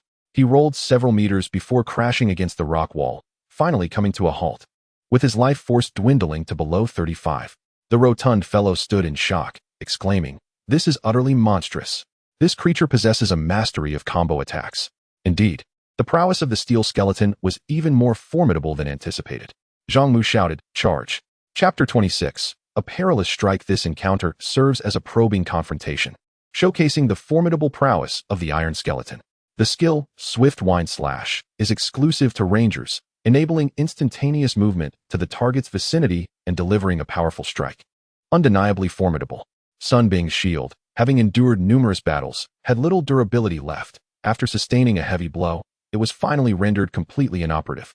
The skill, Earth Shatter, is equally potent, as its attack is transmitted through the ground, making it difficult to evade and inflicting substantial damage. The iron skeleton's health and defense are commendable, further augmented by its two powerful skills, placing its strength above that of a mere skeleton mage. Cold Rhythms hurried to heal Sun Bing. The iron skeleton charged forward wielding its sword axe. Observing this, the stout companion activated a brutal charge, only to be met with an unexpected turn of events. The iron skeleton nimbly dodged the assault. As the charge could not be redirected, the stout fellow barreled straight ahead, ultimately colliding with a rock face, resulting in a resounding crash and a shower of debris. Such agility. The iron skeleton's nimbleness astounded the onlookers. Zhang Mu swiftly glided forward, his blade shimmering faintly. With two resonant clangs, his sword struck the helmet, eliciting a few sparks and inflicting a mere 20 points of damage. In a flash, the iron skeleton retaliated with a thrust of its sword, but Zhang Mu was prepared, deftly sidestepping as the blade grazed his chest, leaving a shallow mark on his leather armor. With a quick counter, he thrust his sword at the skeleton's breastplate. The skeleton raised its axe to retaliate, but Zhang Mu executed a sidekick, forcing it to stumble back 2 paces. Like a shadow, Zhang Mu's twin swords pierced the skeleton's armor. Despite Zhang Mu's exceptional skill and awareness, even the most refined technique is rendered futile against overwhelming strength. The iron skeleton surpassed him in every aspect. The successive strikes from the sword and axe forced Zhang Mu to retreat. Once more, the skeleton raised its axe, its blade aglow with a crimson hue, preparing to unleash a skill. Howling Gale Slash. Zhang Mu initiated a fierce assault, conjuring 5 arcs of light that simultaneously descended upon the skeleton. The iron skeleton managed to deflect one of the strikes, while the remaining 4 landed, cumulatively inflicting 42 points of damage. The Howling Gale Slash derives its strength from the accumulation of multiple hits, yet its average damage is less than a fully powered single strike under normal circumstances. The iron skeleton's high defense made it challenging to inflict significant damage. The iron skeleton swung its axe towards Zhang Mu, who hastily leaped back to evade. Cold Rhythms launched an acid projectile, dealing only 8 points of damage, yet the corrosive liquid began to erode the skeleton's armor. At that moment, Chun-Ling charged forth, her sword aimed at the corroded breastplate of the iron skeleton. With her already high dual-wielding attack, she inflicted 22 points of damage with that strike. Whirlwind Slash. The iron skeleton's long sword released a dazzling arc. This skill was executed with such speed that even Zhang Mu would find it nearly impossible to evade. Let alone Chun-Ling struck by the sword's brilliance, she cried out in agony, collapsing to the ground as a deep wound marred her chest. Lacking protective gear, her life dwindled perilously low. Had a similarly equipped ranger been in her place, they might have been instantly vanquished. The iron skeleton raised its axe and sword, poised to deliver a fatal strike. Chun-Ling was struck with fear, her complexion paling, as Zhang Mu charged forward wielding dual swords, inflicting 3 strikes. The skeletal foe retaliated immediately. The first sword was deftly evaded by Zhang, yet the right-hand axe swung with ferocious speed. This assault was too swift. Zhang attempted to block with his sword, but the sheer power of the iron skeleton overwhelmed him, forcing the blade down and ultimately embedding a quarter of the axe into his shoulder. Had it not been for the protection of his leather armor, that blow would have undoubtedly severed his entire left arm. Zhang's health plummeted by 48 points from a single strike, a staggering loss of vitality. The iron skeleton's eye sockets glowed with a chilling blue light, devoid of any emotion, as its long sword shimmered with the aura of impending skill. Suddenly, an ice arrow surged forth, piercing the skeleton's chest plate and inflicting 32 points of damage. the frost rapidly spreading throughout its form and significantly reducing its speed. A 30-centimeter azure wind blade struck the iron skeleton's helmet, causing it to stumble while delivering 45 points of damage. The elemental mage's prowess was remarkable, drawing the skeleton's ire towards Lung Yun. Attack! The stout figure bellowed as he rushed from behind, seizing the opportunity to swing his great sword down upon the unsuspecting skeleton's head. Sparks erupted as the tremendous force toppled the iron skeleton. The stout man approached, preparing to cleave the ground, but the skeleton nimbly rolled aside, narrowly avoiding the blow. As the skeleton struggled to regain its footing, Zhang Mu suddenly leaped from behind the stout man, using him as leverage to propel himself into the air, landing 2 blades upon the skeleton's shoulders. The bones of the iron skeleton cracked audibly as its weapon glimmered anew, 2 brilliant arcs of light slicing towards Zhang Mu. With no other recourse, he activated his invincibility state, absorbing the razor-sharp strike, followed closely by the eruption of raging wind slash, delivering 5 blows. The long sword of the skeleton soldier triggered a weakening curse. The curse took effect, rendering the iron skeleton in a state of frailty. With its power, defense, strength, and constitution drastically diminished, an acidic projectile from Lung Yun struck, further reducing the skeleton's defenses. The stout man and Chun Ling renewed their assault, for weapons converging upon the iron skeleton. Although it managed to deflect a portion of the onslaught, the majority landed forcefully, causing its health to plummet to below 20. The stout man swung once more, triggering the set effect and dealing 52 points of double damage. The iron skeleton was now riddled with sword marks, and as its health waned, the blue soul fire within its eye sockets flickered, transforming into a menacing red. A powerful, frenzied aura emanated from its bones as red light burst forth from its mouth and nostrils, significantly enhancing its attack and defense attributes. This was dire. It was soul burn, a formidable skill exclusive to the undead. It siphoned the power of the ethereal flame to greatly augment its attributes without consuming magic or incurring cooldowns, albeit at the cost of its own life force. The iron skeleton swung its short axe down upon the ground, generating a shockwave that sent the 3 combatants staggering back 2 meters, plunging them into a state of dizziness. The speed of the iron skeleton was astonishingly swift. From a distance, Sun Bing could not utter a taunt in time before a blade of light struck the hefty figure, instantly reducing him to a state of critical health. At this moment, Sun Bing's taunt finally landed. The iron skeleton unleashed a gale slash, darting forward like a malevolent specter. Sun Bing, having previously experienced the ferocity of this technique, found his shield shattered, leaving him with no choice but to raise his warhammer defensively. Though the warhammer lacked true defensive power, it at least offered a barrier against the blade, averting the dire fate of being cleaved in 2. A damage notification flashed, -90. Sun Bing was sent flying. But thanks to Lung Yun, who restored a significant portion of his health, he was spared a fatal blow. The iron skeleton, while strengthened by the burning of its soul, was steadily losing health, dwindling to below 15, and continued to diminish. As Lung Yun sprinted toward Zhang Mu and the others, she unleashed an ice arrow that inflicted 39 points of damage. The iron skeleton was nearing its end, becoming increasingly frenzied. Suddenly, it raised its right hand, hurling a short axe with ferocious intent. "Get down," Zhang Mu shouted. The iron skeleton executed a spinning strike, a throwing skill capable of instantaneously eliminating Lung Yun. With all her might, Lung Yun dropped to the ground, the axe slicing through the air with a fierce gust, narrowly missing her as it severed a lock of her dark hair and arced back toward her. Lying on the ground, she had no time to rise, with no cover nearby, and the others too far away to offer assistance. The tragic scene loomed ominously. Cold rain raised her staff, sending a gusting wind blade that collided with the spinning axe. A resounding clang echoed as the wind blade shattered against the axe, which, under the force of the wind, altered its trajectory, grazing Lung Yun's shoulder and embedding itself into a large rock, causing the stone to crack under the immense force. Lung Yun, heart racing and breathless, felt a searing pain in her right shoulder, her robe torn, revealing a deep gash that exposed bone. It was perilously close. In that split second, with a surge of panic or hesitation, a mere deviation of the wind blade could have sealed her fate. The iron skeleton, having failed to slay Lung Yun and now left with only a single weapon, saw its combat effectiveness plummet by 50%, revealing vulnerabilities on its right side. Zhang Mu seized the opportunity, launching a series of attacks that felled the already weakened iron skeleton, which collapsed and did not rise again. "Lung Yun, are you all right?" Zhang Mu, ignoring the spoils of victory, rushed to her side and helped her to her feet. Suddenly, Lung Yun embraced Zhang Mu tightly, trembling uncontrollably as she pressed her body against him. He gently stroked her back, comforting her. Lung Yun, still in a state of shock, found herself overwhelmed by the terror of that near-fatal encounter. The wind blade had been a reflexive action, and she knew that if faced with a similar situation again, survival was uncertain. It was terrifying, absolutely terrifying. The mental fortress she had so diligently built crumbled at that moment, engulfed by the fear of having narrowly escaped death. She clung to the man who embodied her sense of security, seeking solace for her quaking heart. "It's all right now," Zhang Mu reassured her. Lung Yun took several deep breaths, gradually regaining her composure. At that moment, the burly man cried out, "I'm half beaten to death here. And you two are embracing each other, utterly shameless. Nanny, tend to my wounds quickly. Ouch, my guts are spilling out." Lung Yun pulled away from Zhang Mu's arms. Her cheeks tinged with a faint blush. Her heart, which had just settled, began racing once more.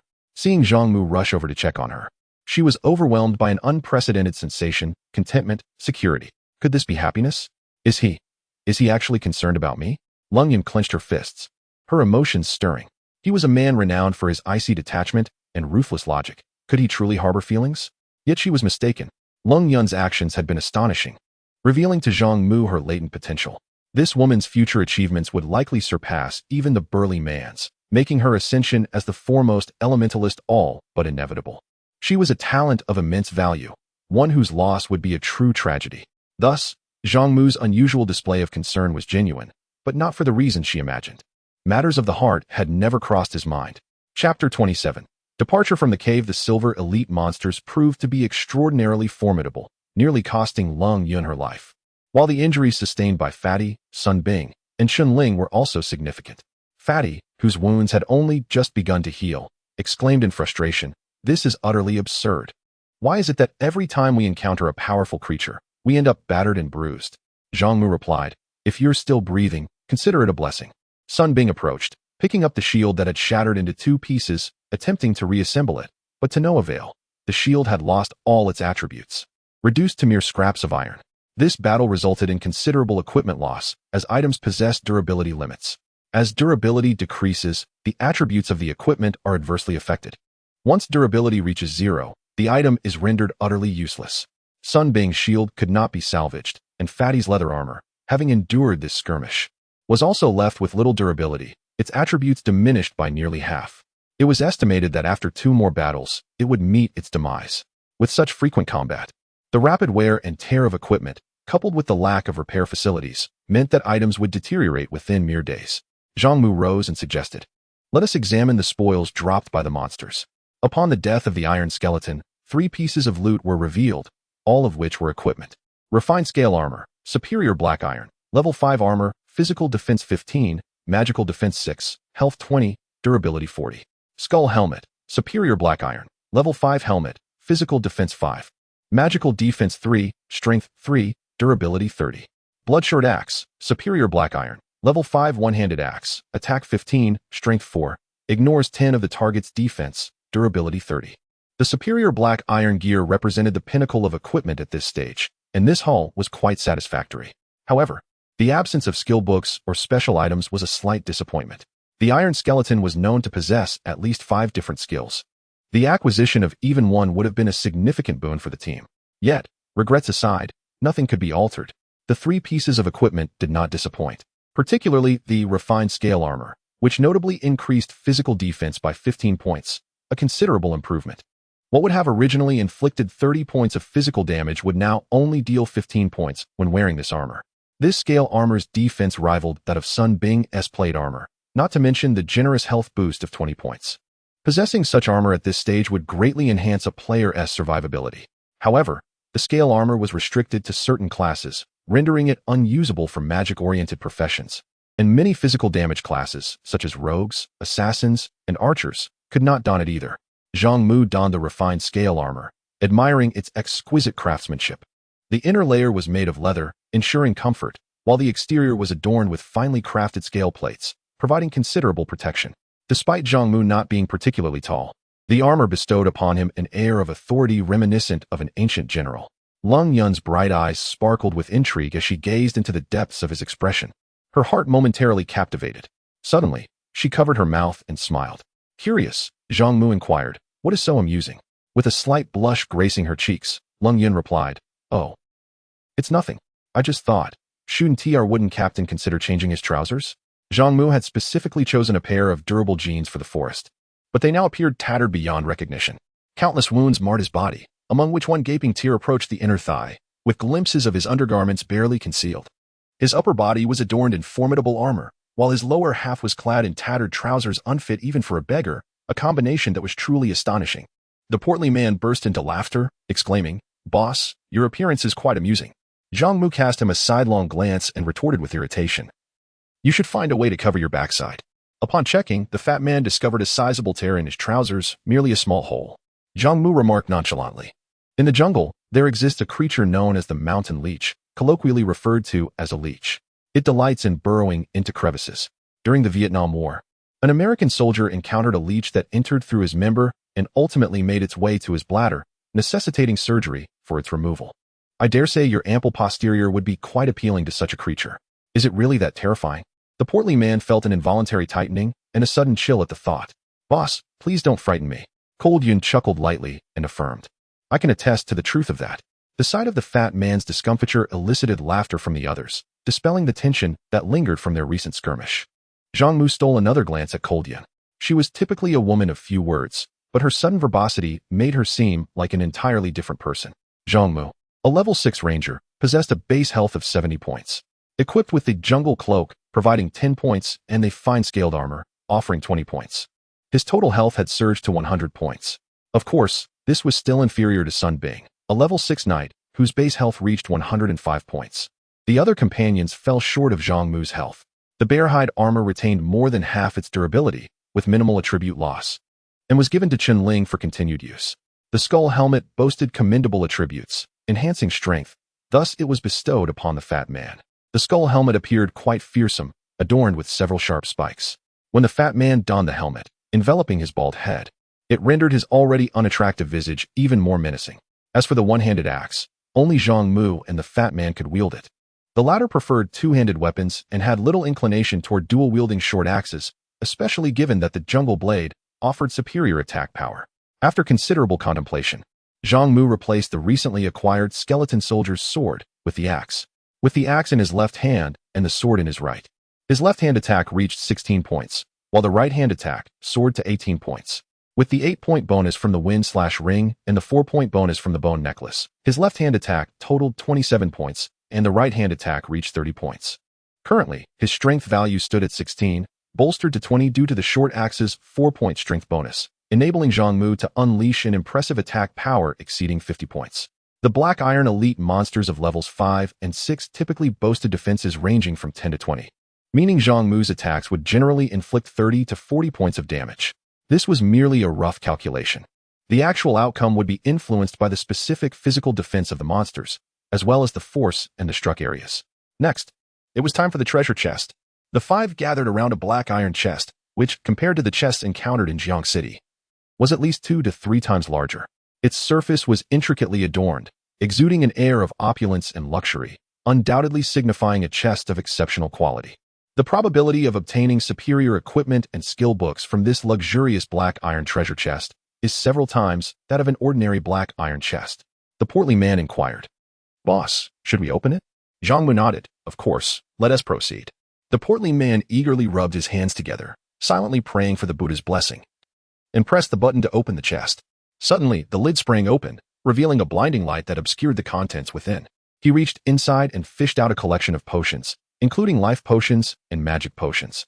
There were 4 medium-grade life potions, each restoring 4 health points per second for a duration of 10 seconds but interrupted by any damage taken. Additionally, there were 4 medium-grade magic potions, each exquisitely restoring 5 magic points over the same period. 50 gold coins were also present. It was customary for outdoor treasure chests to yield potions in gold, so this was not particularly surprising. Zhang Mu asked, "Is there anything else?" The portly man retrieved the remaining items from the chest, which included 4 objects, a staff, a pair of pants, 2 scrolls, and a skill book. The skeleton staff, exceptional black iron, a level 5 long staff, boasted a spell attack of 25 and a spirit bonus of 5, with a 5 chance to summon a common skeleton soldier when casting spells, and a durability of 40. The iron armor pants, fine black iron, a level 5 lower body armor, provided 8 physical defense, 5 magic defense, a constitution bonus of 2, and a durability of 30. This Skeleton Captain Scroll was an F-grade magic scroll, consuming 30 magic points to summon a skeleton captain for assistance in battle, capable of summoning up to 3 times, each lasting 30 minutes with a cooldown of 60 minutes. The Skill Upgrade Scroll LV1 was intended for upgrading level 1 skills. The Life Skill Book, Cooking, granted the life skill of cooking without any prerequisites or class restrictions. This skeleton staff was of exceptional quality, a rarity dropped only by elite monsters of golden rank. With an impressive spell attack increase of 25 points, it represented a significant boost, particularly for a mage whose skills have lengthy cooldowns and high damage ratios. With this staff, every attack from Lung Yun could augment her damage by nearly 20 points. Given that elemental mages already possessed high output, this truly solidified her role as a formidable mainstay. The portly man was consumed with envy, nearly driven to madness, lamenting, "Why isn't it for me?" Meanwhile, Lung Yun disregarded his jealousy and donned the skeleton staff with delight. The iron armor pants, being plate armor, were only suitable for Sun Bing, so Zhang Mu handed them over along with the skill upgrade scroll. As Lung Yun's output capabilities enhanced, it became essential to elevate her level 1 taunt to level 2 to effectively draw aggro. The summoning scroll proved to be a pragmatic asset, as the skeleton captain, though a bronze elite, possessed considerable combat strength. The scroll's capacity for 3 summons would undoubtedly prove invaluable in critical moments. As for the skill book, Cooking, Zhang Mu initially intended to give it to Sun Bing, but feeling too embarrassed after receiving 2 pieces of equipment, he decided to learn it himself. After all, anyone could benefit from acquiring such life skills. Introductory Cooking. Having initially grasped the art of magical cooking, one acquires the culinary skill, consuming 1 point of magic to perform a magical processing of ingredients. With a proficiency of 0-3000, the enhancement of life skills differs from that of combat skills. Life skills necessitate a sufficiently high level of proficiency to ascend to the next tier. Proficiency blossoms through the continual application of life skills, the pace of which is contingent upon one's innate understanding. Diligence alone does not guarantee mastery in any life profession. Talent and comprehension are paramount. Chen Ling expressed her curiosity. Isn't cooking merely the act of preparing dishes? Must one also learn it through skill books? Not quite, Zhang Mu replied. Culinary art is a form of magic. He continued, gather some firewood, and I shall demonstrate the culinary skill for you. The group, intrigued by the concept of culinary art, ventured outside the cave to collect firewood, igniting a bonfire within. Zhang Mu instructed the plump fellow to place an egg into the flames. As he sensed the egg was nearing completion, he suddenly employed a culinary technique on the bird's egg. The roasted egg within the flames glimmered momentarily before swiftly dimming. When the plump fellow retrieved the egg, he was taken aback, for its attributes had undergone a remarkable transformation. Delicious roasted egg, F-grade food, magically processed. Exhibiting enhanced effects. Health points 25, maximum health 10, duration 45 minutes, effects non-stacking. The plump fellow's astonishment was palpable. Is this truly possible? Zhang Mu nodded in satisfaction, smiling as he remarked, indeed, it is quite remarkable. Achieving proficiency in life skills requires not only meeting the necessary proficiency and possessing life skill scrolls, but also a profound understanding of the craft. Henceforth, I shall dedicate myself to culinary studies. Life skills encompass cooking, enchanting, forging, tailoring, alchemy, potion making, and metallurgy, among others. Compared to other life resources, ingredients are the most affordable. Among life skills, cooking boasts the widest application. Undoubtedly, the roasted egg produced through the culinary art was extraordinarily delicious, a true culinary marvel. The egg white was as tender as tofu, while the yolk remained slightly undercooked, yielding a creamy texture and exquisite flavor. One could scarcely believe that an ordinary egg could taste so divine. Zhang Mu's approach was undeniably astute. The group still possessed numerous raw eggs, and with the aid of the culinary skill, even the simplest of techniques could yield superior quality dishes. After indulging in the roasted egg, their injuries were nearly healed. The skeletal cave had proven immensely beneficial to the team, yet it was time to depart. Chapter 28. The 5 companions departed from the cave, traversing 3 to 4 miles before ascending a gentle hillside, where lush wild grasses flourished vibrantly. A soft murmur of flowing water wafted up from the slope below. Zhang Mu glanced downward, noting the presence of a small stream. Our water supply appears rather scarce, making it an opportune moment for replenishment. The stout fellow remarked, I've had my fill of that foul and murky water. I hope this stream is a tad cleaner. Nestled among the thickets at the foot of the hill, the stream was narrow, and as the 5 followed its course, they soon stumbled upon a mountain gorge. Water cascaded from a cliff, forming a waterfall that plummeted 30 meters, pooling into a small basin below. The flow was gentle, with the pond covering an area of approximately 400 to 500 square meters, its deepest point reaching only waist height. The water was remarkably clear and pure, devoid of any impurities. The bottom was adorned with a multitude of colorful pebbles that shimmered in the sunlight, creating a scene of exquisite beauty. Perhaps within this basin lay natural treasures of jade and gemstones, awaiting only a touch of craftsmanship to transform them into exquisite jewels. The group, however, cast only fleeting glances. The true worth of any object is not inherent but bestowed by its surroundings. In such an environment, even a diamond of immense value would pale in comparison to the worth of pristine water itself. The five paused at the water's edge, where the shallow, crystalline pool revealed no immediate dangers. They promptly bent down, indulging in the refreshing mountain spring. The cool water invigorated their spirits. They retrieved their water containers, discarding the remnants of murky swamp water and cleansing them thoroughly in the clear stream, washing away every trace of filth before filling them anew with the pure spring water. With a hearty laugh, the stout man, stripped to the waist, leapt into the water with a splash, resembling a filthy pig plunging into a river. The surrounding clear water soon clouded by the muck washing off him. As he scrubbed himself, he called back, "This water is incredibly refreshing, boss. You all should come in and wash up." The sensation that Zhang Mu and his companions experienced at that moment was beyond the comprehension of the average person. Only after enduring a sweltering summer's day, laboring under the scorching sun from dawn till dusk, and going months without a bath, could one truly grasp the relief they felt now. Since departing the bogs, all five had been utterly encrusted in foul mud, their bodies and even their hair transformed into mere vessels of filth. This accumulated grime had solidified, yet the stifling jungle had induced a torrent of sweat, mixing with mud to create a sticky, irritating, and malodorous concoction. At that moment, nothing could be more enticing than a pool of clear water. Sun Bing and Zhang Mu shed their armor and plunged into the stream, beginning their cleansing ritual. Chun Ling and Lung Yun exchanged glances, each stepping into the water in succession. Naturally, their modesty prevented them from being as carefree as the men. Instead, they washed themselves in their garments, and the once pristine pool quickly turned murky. Fortunately, the water was flowing, with fresh water continuously replenishing the basin. Zhang Mu positioned himself directly beneath the waterfall, where the mountain spring cascaded down with considerable force, the rushing water thoroughly cleansing his body of the accumulated grime and blood, imparting a sensation of rebirth and renewal. What bliss! At this moment, Long Yun and Chen Ling approached. Cold Yun stood drenched, her robe clinging to her form, accentuating her exquisite curves. Her voluptuous bosom was full and upright, her slender waist delicate to the touch, and her rounded hips were both ample and alluring. Her long, graceful legs were slender and straight, exuding an enchanting allure. Chen Ling was also a striking beauty, capable of drawing attention wherever she went. However, standing alongside Cold Yun, she appeared somewhat diminished. Zhang Mu emerged from beneath the waterfall, vigorously wiping his face, and inquired curiously, "Is there something amiss?" Cold Yun, feeling a bit shy, softly replied, "We would like to wash in solitude, if that is permissible." Zhang Mu nodded affirmatively, responding, "Of course, no problem at all. We shall procure some food and return in approximately half an hour." Cold Yun, filled with joy, expressed her gratitude, saying, "Thank you, Mu too." This time, she addressed him by his nickname rather than his title, creating a sense of closeness.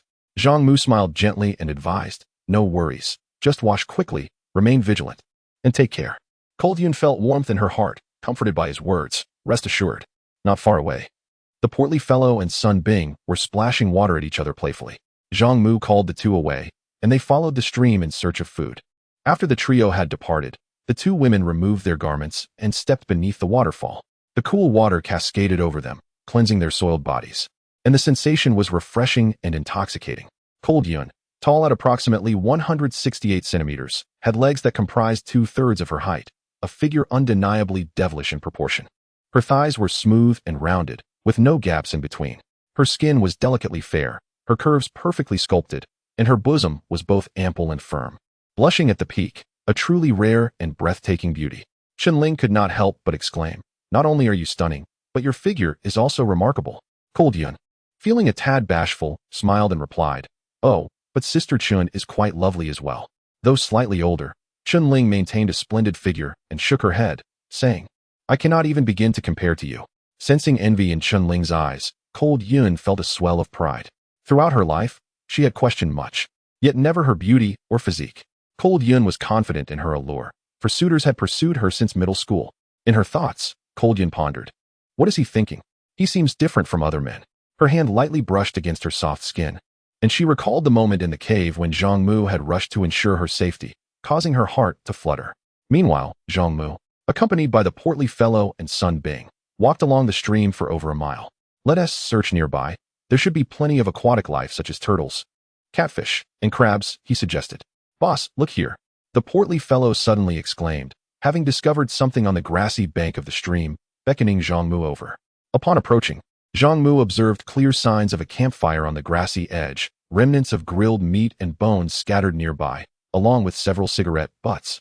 Sun Bing's eyes lit up as he noted, these are unmistakably traces left by humans. Zhang Mu bent down to pick up a charred piece of wood, which was still warm, concluding, they must have left no more than 2 hours ago and haven't ventured far. There are also signs of a campfire over there. Sun Bing pointed towards the distance and called out. The rotund man was perplexed. Why were there multiple bonfires? This indicated a rather large group. Zhang Mu surveyed the surroundings and remarked, by inspecting the number of bonfires, we can ascertain the size of the opposing force. They discovered a total of 11 bonfire remnants, revealing that this contingent was indeed substantial, estimated to comprise 80 to 90 individuals. A larger crowd is advantageous. Should these individuals average levels 4 or 5, they could potentially withstand even a golden tier elite creature. Sun Bing inquired, shall we seek them out? We could follow and gather intelligence. Zhang Mu pondered for a moment and replied, first, we must ascertain the nature of their group. If they are merely a rabble, it would be of no consequence. Sun Bing wholeheartedly agreed. If they were a disciplined force with considerable combat prowess, joining them might be beneficial. However, if they were akin to Black Brother's crew, it would be wiser for their small party to venture forth independently. The trio returned upstream. Lung Yun and Chen Ling had already completed their preparations, and upon seeing the three return empty-handed, they expressed curiosity. Did you not go in search of food? Zhang Mu relayed the events to the two. After listening, Lung Yun nodded and said, if our squad can integrate into a larger team, our safety would be significantly enhanced. This is indeed a favorable development. We should hasten to follow them. Zhang Mu stated, their route is established, and with such a large number of individuals, they cannot move swiftly. We shall catch up shortly. To be prudent, let us first adjust our conditions. Lung Yun restored the party's health and consumed a potion, nearly replenishing her magical energy. The small team was in optimal condition. Although they were few in number, their levels, skills, and equipment undoubtedly surpassed those of the majority of players. They advanced along the trail left by the opposing group. They entered an untamed jungle, dense with underbrush and thorns, where tangled roots sprawled across the ground. Towering trees, about a meter in diameter, were cloaked in slick green moss. The air was thick with the scent of earth and decaying foliage, oppressive and humid, causing perspiration to pour and rendering them breathless and weak. From the thicket emerged a small squad of approximately 10 individuals, 9 of whom were men, accompanied by a girl of about 14 years. The men were tall and robust, sporting crew cuts and clad in camouflage attire, wielding an assortment of firearms. The girl was strikingly beautiful, with a refreshing ponytail, her delicate features reminiscent of a porcelain doll, adorned in exquisite leather armor and grasping a short staff. The leader among the 10 was a formidable figure, resembling a bear in stature, his muscles bulging as if sculpted from bronze, with sharp angles and robust texture. His skin was dark, to the extent that one might wonder if he had been raised on charcoal. Nevertheless, his countenance was not unpleasing, with thick brows and large eyes. His ebony complexion exuded masculinity and resolve. Brothers, be cautious, the dark giant gestured. The others, excluding the girl, skillfully concealed themselves. In a hushed tone, the giant warned, ahead lies a creature, a level 7 bronze elite, with 550 health points, a mountain lion, an antelope, approaching from the left flank. 2 men immediately rose from their concealed position within the underbrush, clad in tattered camouflage uniforms adorned with branches and makeshift disguises. One held a Type 95 rifle, while the other wielded a Type 88 sniper rifle, both weapons camouflaged with foliage. Their stealth, agility, and swift movements betrayed their extensive training as elite soldiers. The pair cautiously approached the monstrous creature, halting approximately 200 meters away. It was a colossal brown bear, standing at least 4 meters tall, towering twice the height of a man, and weighing an estimated 800 kilograms. What a formidable beast! One of the soldiers raised his sniper rifle, aiming at the bear 200 meters distant, and suddenly pulled the trigger. Bang! A spray of blood erupted from the bear's head. At such a range, even a creature of its stature would be felled by a sniper's bullet. The bear lost nearly 100 points of health and let out an enraged roar. though it could not immediately discern the location of its assailants. After a brief pause, another bullet struck the bear's head. With a thunderous growl, the bear, infuriated, charged in the direction of the gunfire, covering more than 50 meters before another shot rang out from the trees, hitting it in the chest and inflicting 50 points of damage. The little girl, with an air of precocious wisdom, remarked, "Old Black, you are far too cautious. Each time we slay a monster, you insist on weakening it with gunfire first. Uncle said that using firearms to kill monsters yields no experience. Such a strategy deprives us of at least half the rewards. The drop rate for loot will also diminish. Better safe than sorry." "I must take responsibility for the lives of my comrades," the burly giant replied. "It's time to finish it. Watch me." The little girl raised her short staff, and a hexagram appeared beside her. From the magical circle, a large, furry paw emerged, followed by a half-man, half-wolf creature, an imposing gray wolf that emitted a resounding howl before charging out of the trees toward the brown bear. Clearly, the beautiful girl was a summoner. Chapter 29. Scorpion the gray wolf moved with remarkable agility, leaping through the underbrush to launch a surprise attack on the brown bear, sinking its teeth into the bear's nape. Caught off guard, the bear roared in furious protest as the two engaged in a fierce struggle. One gray wolf alone could not contend with the bear. But soon 5 warriors emerged from their hiding spots in the grass, each armed with a weapon, encircling the wounded bear to commence their assault. It was almost a foregone conclusion that they would triumph over the monstrous creature, leaving behind a single glove. "Little Gray, come back." The gray wolf dashed from the woods, and the girl joyfully embraced its neck. She appeared to be around 13 or 14, still bearing a hint of youthful innocence. Yet her large, glistening eyes held a captivating allure, complemented by her petite, rosy lips and fair, delicate skin. Her early development hinted at immense potential, suggesting that she would one day blossom into a stunning beauty. Though the gray wolf was larger than the girl, it exhibited a remarkable obedience, resembling a beloved pet. A young warrior clad in camouflage, known as Black Tiger, stepped forward, brandishing a rifle and revealing a piece of equipment. Increased stamina and life? Captain Black examined the glove's attributes, nodding in satisfaction. "Since Du Rongrong has no gloves, let us bestow it upon our little princess. The summoner's constitution and vitality are far too feeble." "Never mind," Du Rongrong replied with a hint of pride. "If I lack equipment, my uncle and Scorpion will assist me. Besides, having Little Gray is sufficient. It is a level 7 black iron elite creature. In a one-on-one encounter, you might not even be a match for it." Captain Black chuckled softly, shaking his head. "Rongrong, dear, take the glove back to the main team. The Vanguard is responsible for scouting and may frequently encounter unexpected situations. If anything were to go awry, how could we explain it to your uncle?" Du Rongrong retorted with a touch of defiance, as if, "You think a mere piece of equipment could dismiss me? I worked hard to join the Vanguard, and my uncle approved. You shall not send me away." Captain Black urged her gently. "If danger arises, we may not be able to look after you." "Who needs looking after?" Du Rongrong placed her hands on her hips, and sensing her resolve, the gray wolf bared its teeth in a fierce growl.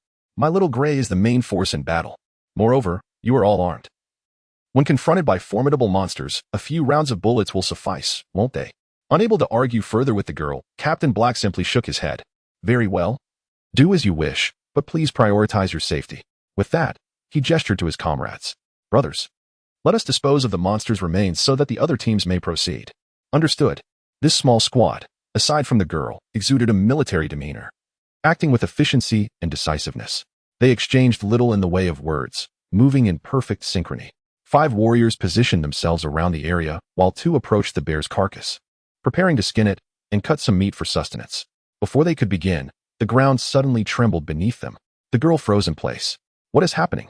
Captain Black's expression shifted slightly. "Something is approaching. Quickly, ascertain the target's location." A warrior nearby shouted, "North and south directions." In but a few fleeting moments, a colossal creature burst forth from the depths of the forest. Its terrifying roar reverberated through the woodland, causing the very ground to tremble. One unfortunate soldier, caught off guard, was trampled underfoot, his skull shattered beneath the mighty foot of a triceratops. Captain Black, his eyes ablaze with fury, bellowed, "Lynx!" The fallen warrior, a sharpshooter of the squad, lay crushed. The beast stood 2 meters tall, measured approximately 6 meters in length, its body clad in formidable scales, boasting robust limbs and a triangular head. Accompanied by a lengthy tail, it was indeed a triceratops. Young triceratops, silver elite, level 8, health 950, magic 400, attributes? Skills? Description: a juvenile triceratops from the Cretaceous period, Though not yet fully grown, it possesses immense destructive power. Such a gargantuan and ferocious creature was a sight the girl had never before encountered, eliciting a sharp scream from her lips. The Triceratops roared again, its massive head swaying side to side as it charged wildly towards the people. The soldiers reacted swiftly, evading the beast's path, while those armed raised their guns, unleashing a barrage of bullets. However, the creature's defenses were formidable. The rifle rounds barely penetrated its scales, inflicting minimal damage. Enraged, the Triceratops suddenly lunged forward, targeting a gunner who wielded a machine gun, renowned for its devastating firepower, drawing the beast's ire. The gunner opened fire, his bullets striking the creature's head. But the Triceratops continued its relentless advance. Demonstrating remarkable agility, the gunner narrowly evaded the beast's charge, seeking refuge behind a massive tree. The Triceratops collided with the tree, splintering it apart. "Die, you great lizard!" the gunner shouted, executing a deft maneuver as he lunged forward, rolling to safety before crouching to unleash another volley of bullets. The Triceratops roared in fury, its tail whipping around to strike the soldier, shattering his spine and sending him tumbling into the underbrush. Blood spilling from his mouth as he struggled to rise. "Gorilla, get out of the way!" Captain Black shouted, raising his rifle and firing a series of shots into the Triceratops's head. The creature sustained significant damage but pressed onward, its foot crushing the back of the gunner, whose bones crumbled beneath the weight, eyes bulging as his innards spilled forth, meeting a gruesome end before Captain Black's eyes. Furious at the loss of his comrade, Captain Black descended into a state of madness. The Triceratops, battered by concentrated gunfire, was nearing its limits, its health dwindling to below 150 points. Yet, the squad's ammunition was nearly exhausted, with only Captain Black's rifle still firing. The Triceratops charged at him, and undeterred by the imminent danger, Captain Black continued to fire relentlessly. Bullets piercing the creature's skull, its health plummeting. He was locked in a desperate struggle against the monster, each fighting for survival. If the Triceratops reached him unscathed, Captain Black would surely meet a grim fate. 50 meters, 40 meters, 30 meters, 20 meters. The little girl urged the gray wolf to charge forward. However, the wolf appeared pitifully small before the Triceratops. Undeterred by its size, the wolf lunged at the Triceratops, attempting to strike its neck, only to be unceremoniously kicked aside. As the disparity in strength was insurmountable, there was no suspense whatsoever. The Triceratops charged toward Captain Black and the little girl, closing the distance to less than 15 meters, with its health dwindling to just over 50 points. Suddenly, Captain Black found himself out of ammunition at a critical moment. The Triceratops loomed large before him. At this juncture, if Captain Black desired, with his skill and prowess, he could evade the impending attack. Yet, the girl behind him, terrified, collapsed to the ground. Should Captain Black evade, the little girl would undoubtedly be trampled into a pulp. In a decisive move, Captain Black retrieved a large shield from his inventory. Thud! The Triceratops' charge was forcefully repelled, but Captain Black was sent reeling, crashing against a tree before tumbling to the ground, severely injured. Despite being only level 5, he managed to withstand the ferocious onslaught of the Triceratops, suggesting he was likely a shield warrior. As the Triceratops roared, poised to deliver a fatal blow to the two, a figure burst forth from the woods, enveloped in fiery energy, colliding heavily with the Triceratops. The sheer force staggered the beast, rendering it momentarily dazed. This individual swung a massive sword, striking the Triceratops. As it regained its senses, before it could retaliate, another figure leaped down from the tree, plunging a sharp sword into its neck while an axe struck down upon its head. The Triceratops let out a pitiful wail before collapsing to the ground, inadvertently pinning the portly man beneath it. Zhang Mu leaped down from the Triceratops. The portly man cried out, "Boss, help me. Can't you be a bit smarter?" Zhang Mu approached and pulled him out with force. Just then, Sun Bing, Lung Yun, and Chun Ling emerged from the woods. Several warriors armed with swords and blades circled around, their gazes laced with hostility. "Who are you?" the portly man shouted. "Your saviors." "Step aside." Captain Black was assisted over, his gaze sweeping across the group before resting on Zhang Mu. Experience told him that this man was the leader. "Thank you for your intervention. Otherwise, both Rong and I would have perished. It was merely a trivial effort." Captain Black extended a bloodied hand, introducing himself. "I am Lei Ming, codenamed Black Tiger, a soldier." Zhang Mu shook his hand. "Zhang Mu, a student." "A student?" Lei Ming scrutinized Zhang Mu, somewhat incredulous. Although he was unsure of Zhang Mu's exact capabilities, he sensed that he was no ordinary student, exuding an aura more akin to that of a top assassin, reminiscent of a scorpion. He wondered who among them was stronger. A warrior approached, his expression grave. Black Tiger, we have lost 2 men. Lynx and Gorilla are dead. Those 2. Lei Ming punched the tree in frustration.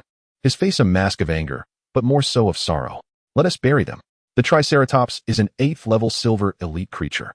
Having lost a significant portion of its health due to being struck by attribute-less firearms, it ultimately fell to Zhang Mu's final blow, yielding little in the way of experience. The drop rates had been considerably diminished, yet fortune smiled upon them as an exquisite shield emerged from the creature's remains. The Triceratops shield, superior black iron. At level 5, boasts a physical defense of 20, a magical defense of 10, and a vitality bonus of 3, with a 1 chance to reflect damage when blocked, and a durability of 50. Truly, it is a commendable black iron shield of superior quality, offering remarkable protection. Zhang Mu entrusted the shield to Sun Bing, and the group, led by Lei Ming, voiced no objections. After all, it was Zhang Mu who had saved Lei Ming's life. Claiming a trophy was hardly an excessive act.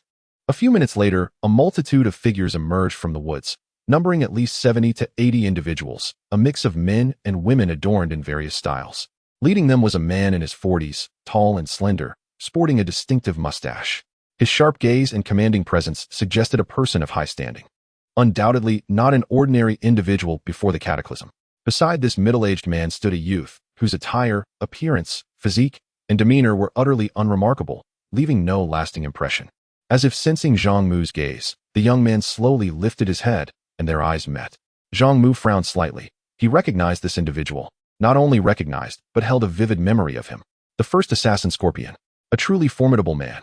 Chapter 30. The potential Team Scorpio possessed a pair of profound and ethereal eyes, their gaze frigid, extremely frigid, devoid of any emotional hue, lacking any fluctuation of sentiment. Akin to an unyielding millennium of ice. It seemed as if he perpetually resided within his own realm. The world reflected in his eyes bore no color, and the myriad beings he observed were devoid of life. Among the surviving players in Jiang City, the individuals who instilled trepidation in Zhang Mu were few, certainly not exceeding 3, with Scorpio ranking foremost. Of course, Scorpio was merely a pseudonym. No one in existence knew his true name. Before the calamity, he was a renowned international assassin. His motivation for killing was not solely monetary, but rather a pursuit of thrill, challenge, and the exhilarating rush of bloodshed. Routine tasks, regardless of the monetary incentive, were beneath his acceptance. However, the most formidable of missions, provided they covered operational expenses, were welcomed even without a single cent in remuneration. Scorpio regarded murder as a game, an art form.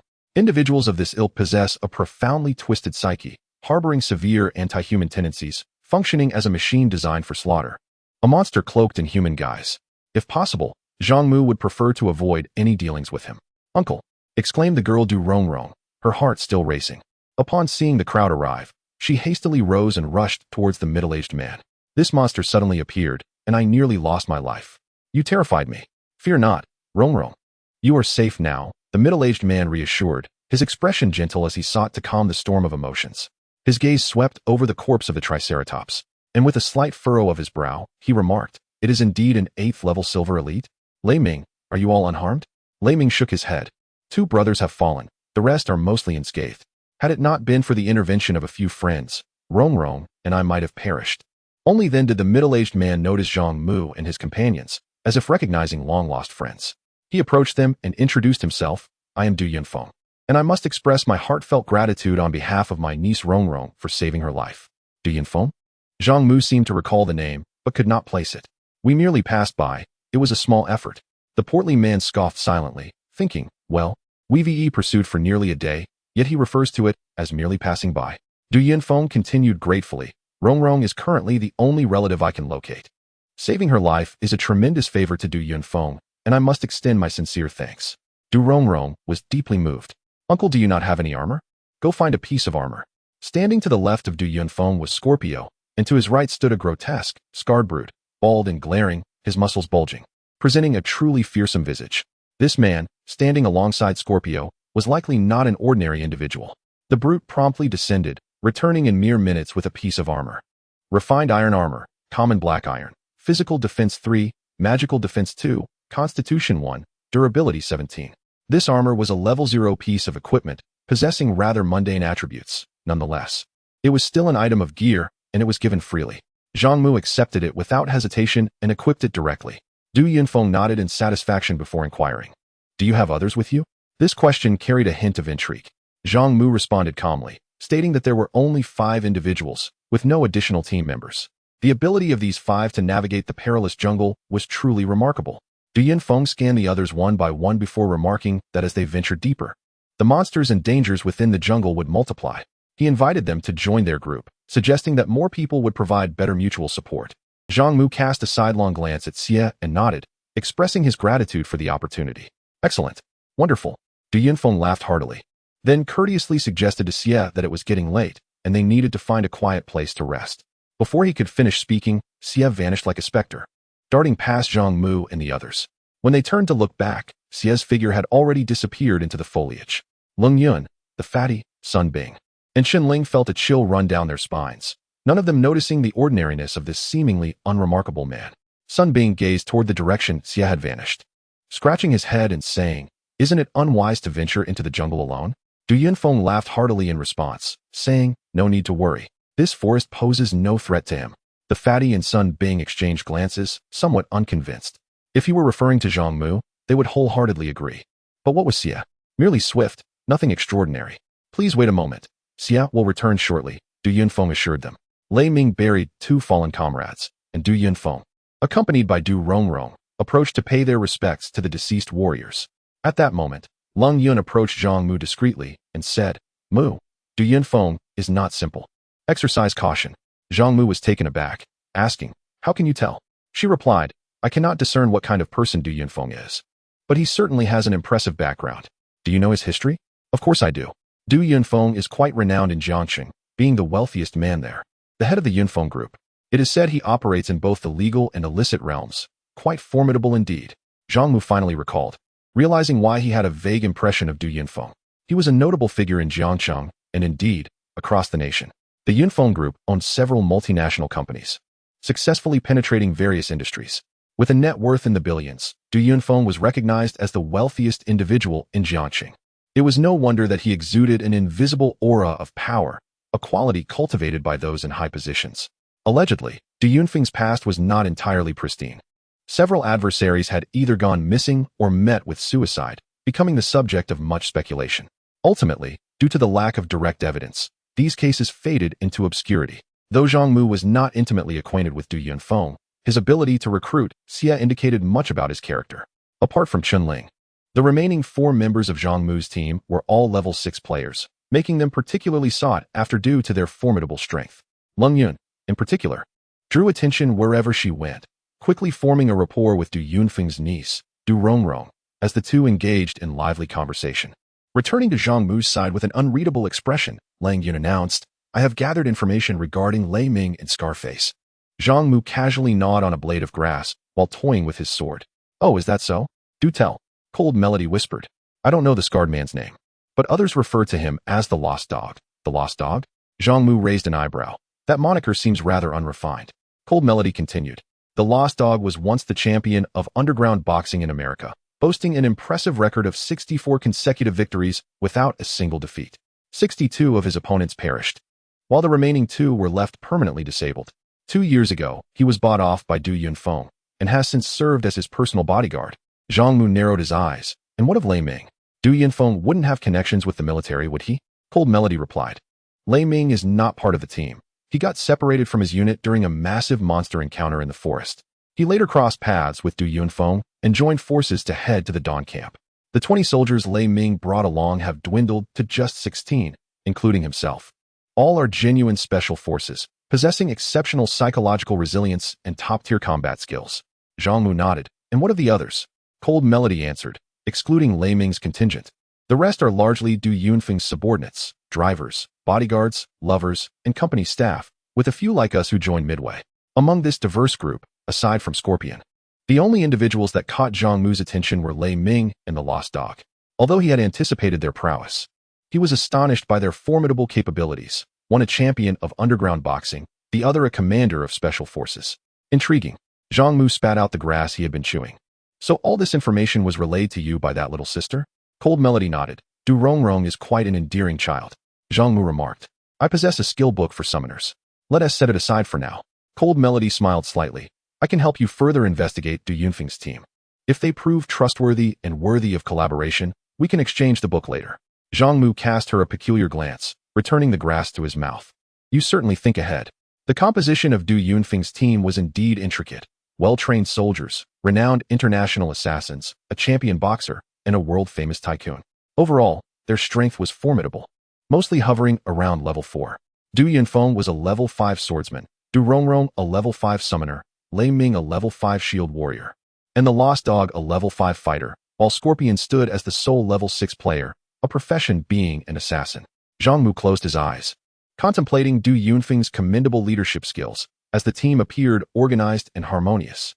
Yet, an odd sensation lingered in the atmosphere. Something felt amiss. Zhang Mu noted several details. Lei Ming led the vanguard, while Du Yunfeng lagged behind with the main force, a mere 200 meters apart.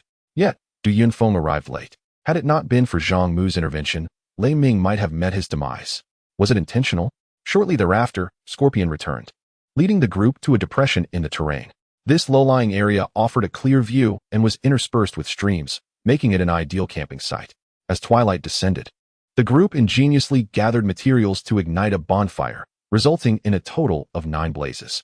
Du Yunfeng, Du Rongrong, Scorpion, and the lamenting dog formed one circle, while Lei Ming and his comrades occupied another, and Zhang Mu's squad gathered at yet another. Shortly thereafter, provisions were delivered to the squad, several substantial chunks of fresh meat accompanied by a small pouch of salt for seasoning. The portly fellow, patting his round belly, lamented, "I am on the verge of starvation. I could devour an entire dinosaur." Indeed, humans are inherently social creatures. The presence of more individuals fosters a sense of safety, especially in such perilous surroundings. With the addition of 5 members to the team, designated scouts and sentinels emerged, allowing the group to momentarily relax their taut nerves and alleviate their exhaustion. Chapter 31. Overnight, as nightfall enveloped the surroundings, over 90 individuals gathered around 10 campfires, commencing preparations for dinner.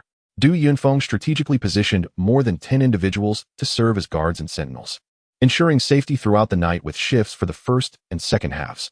Within Du Yunfeng's team were several stainless steel bowls, each measuring 20 centimeters in diameter, typically utilized for cooking instant noodles, now repurposed for boiling water. Zhang Mu's squad was assigned one such bowl. They filled it with water and placed it over the crackling flames. In no time, the water began to boil, the sounds of bubbling echoing as they sliced large chunks of meat with small knives, adding them to the pot along with a sprinkle of salt.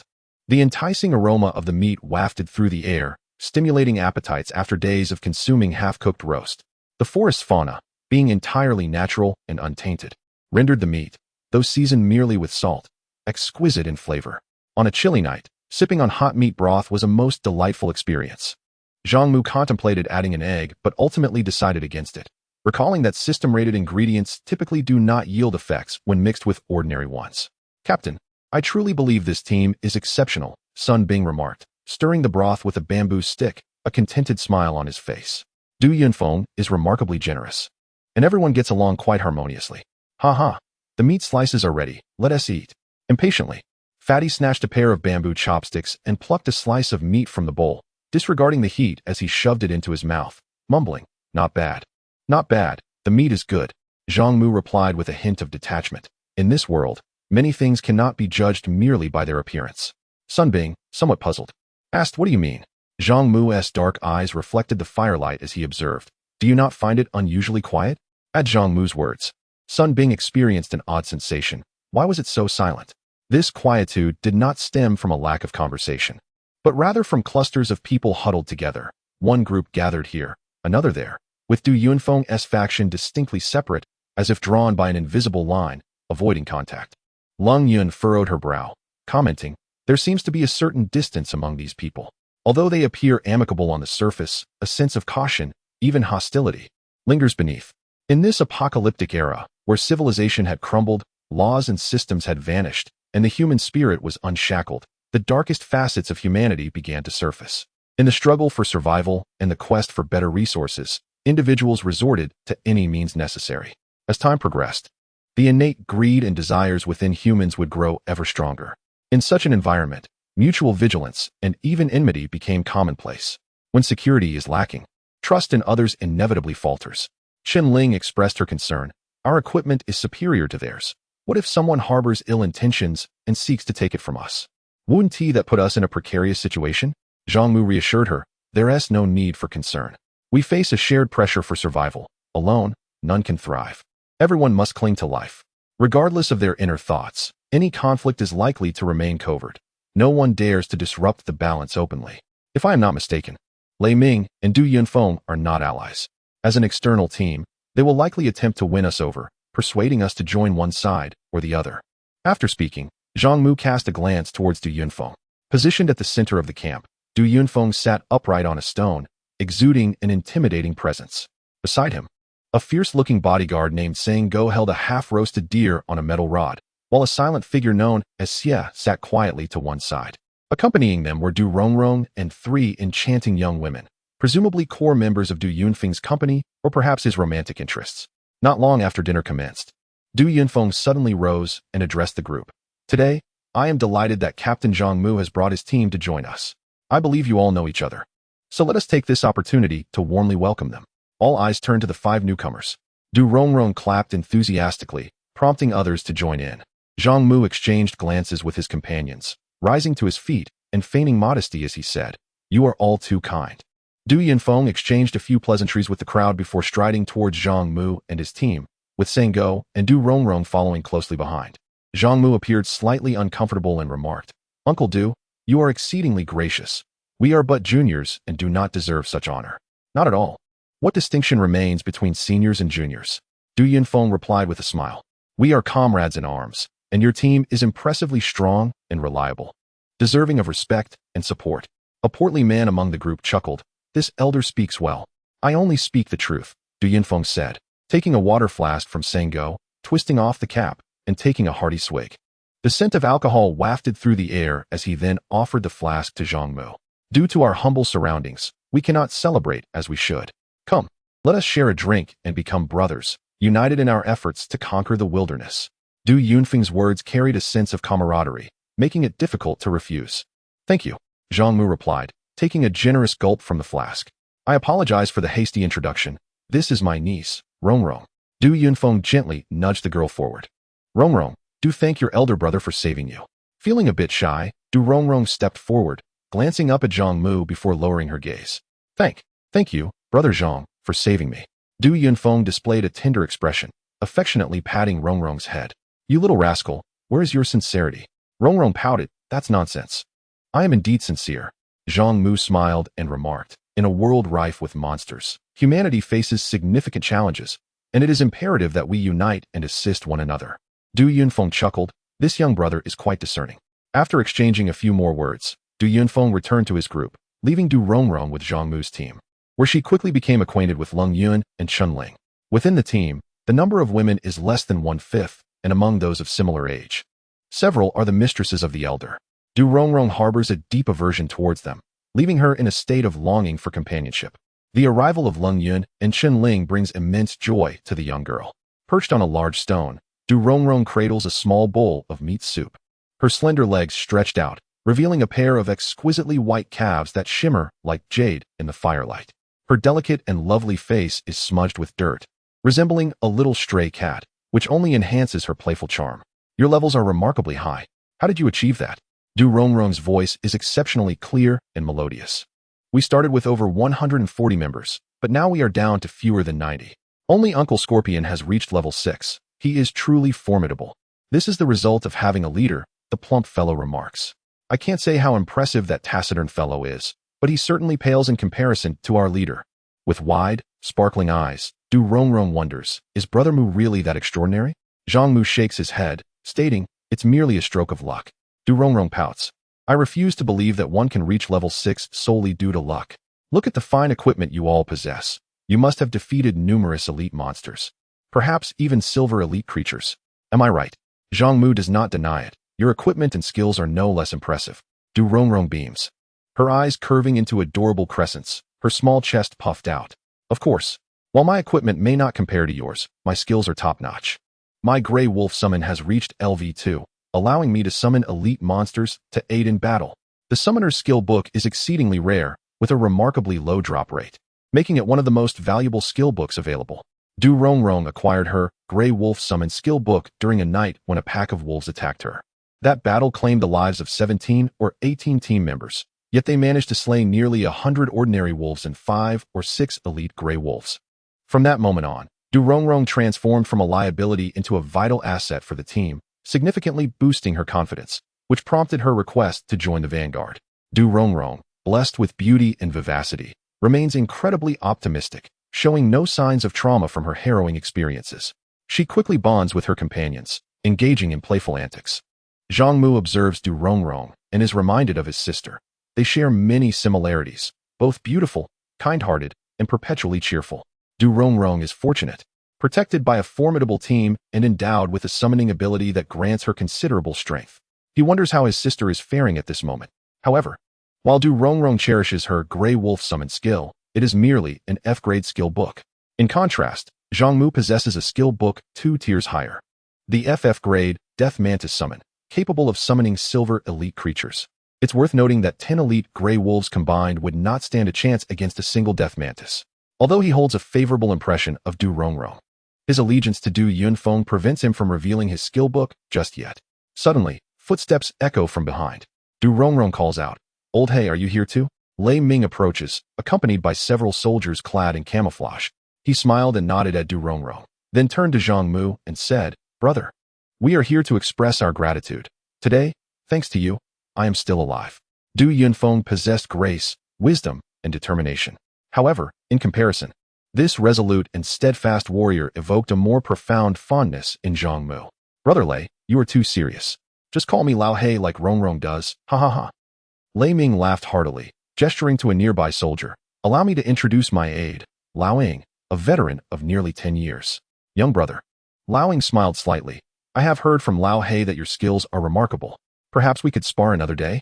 Lao Ying was of average height, sporting a clean buzz cut. Though not particularly old, he exuded a rebellious aura, his eyes gleaming with vitality and a touch of rugged stubble, embodying a distinctly masculine charm. Lei Ming shot a glare at Lao Ying, saying, "This fellow is someone I brought up from the ranks of rookies. He is a bit of a troublemaker, so don't mind him." Zhang Mu nodded, "No worries, I'm always up for a challenge." Lao Ying chuckled, "Well said, young man." Lei Ming continued, "We and our comrades are pooling some gold coins together. The system has a currency mechanism, so it must serve a purpose. However, due to our financial constraints, we can only express our gratitude in this manner." Zhang Mu shook his head. "There's no need. I am not in want of gold."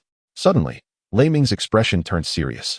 "Now, that sounds like you look down upon us." Zhang Mu, unable to refuse, reluctantly accepted Lei Ming's goodwill. With clarity of mind, Zhang Mu perceived that beneath Lei Ming's rough exterior lay a shrewd intellect. It was evident that a brute could not ascend to the rank of Special Forces Commander. Lei Ming was clearly concealing his prowess, showcasing a generous and magnanimous demeanor.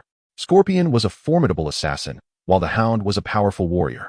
In contrast, Du Yunfeng and Lei Ming were leaders capable of guiding a team with distinction. Chapter 32. Encounter with the Terror Claw. Du Yunfeng sat by the campfire, its flickering flames casting an ethereal glow upon his features, rendering them somewhat indistinct. His gentle gaze, concealing a torrent of emotions, remained tranquil as he observed Du Rongrong, Lei Ming, and Zhang Mu's team engaged in lively conversation not far away. Suddenly, a faint smile graced his lips, and what thoughts occupied his mind remained a mystery to all. He withdrew his gaze, clapped his hands sharply, and broke a dry twig, tossing it into the flames. In a tone reminiscent of self-dialogue, he remarked, "Humph, this fellow is quite the master of pretense." Sango, hearing Du Yunfeng's words, inquired in a hushed voice, "Is the boss referring to Lei Ming or Zhang Mu?" His appearance was as fearsome as his voice, raspy and guttural, akin to the growl of a beast, sending shivers down one's spine. Both individuals were formidable. Lei Ming needed no further mention, being a high-ranking commander of the Special Operations Unit. As for Zhang Mu, his youth served as an effective disguise, making it unlikely for most to regard him with suspicion. Yet, drawing upon my worldly experience, I sensed an underlying complexity in his character, suggesting he might not be as easily dealt with as Lei Ming. Sango lowered his voice further. "What does the boss intend to do? Everyone possesses preferences or vulnerabilities. Zhang Mu, being young, is likely to be driven by youthful exuberance. The allure of beauty and power is undoubtedly the most potent temptation. Perhaps it is worth a try." Du Yunfeng paused momentarily before stating, "As for Lei Ming, keep a close watch on him. If necessary, eliminate him."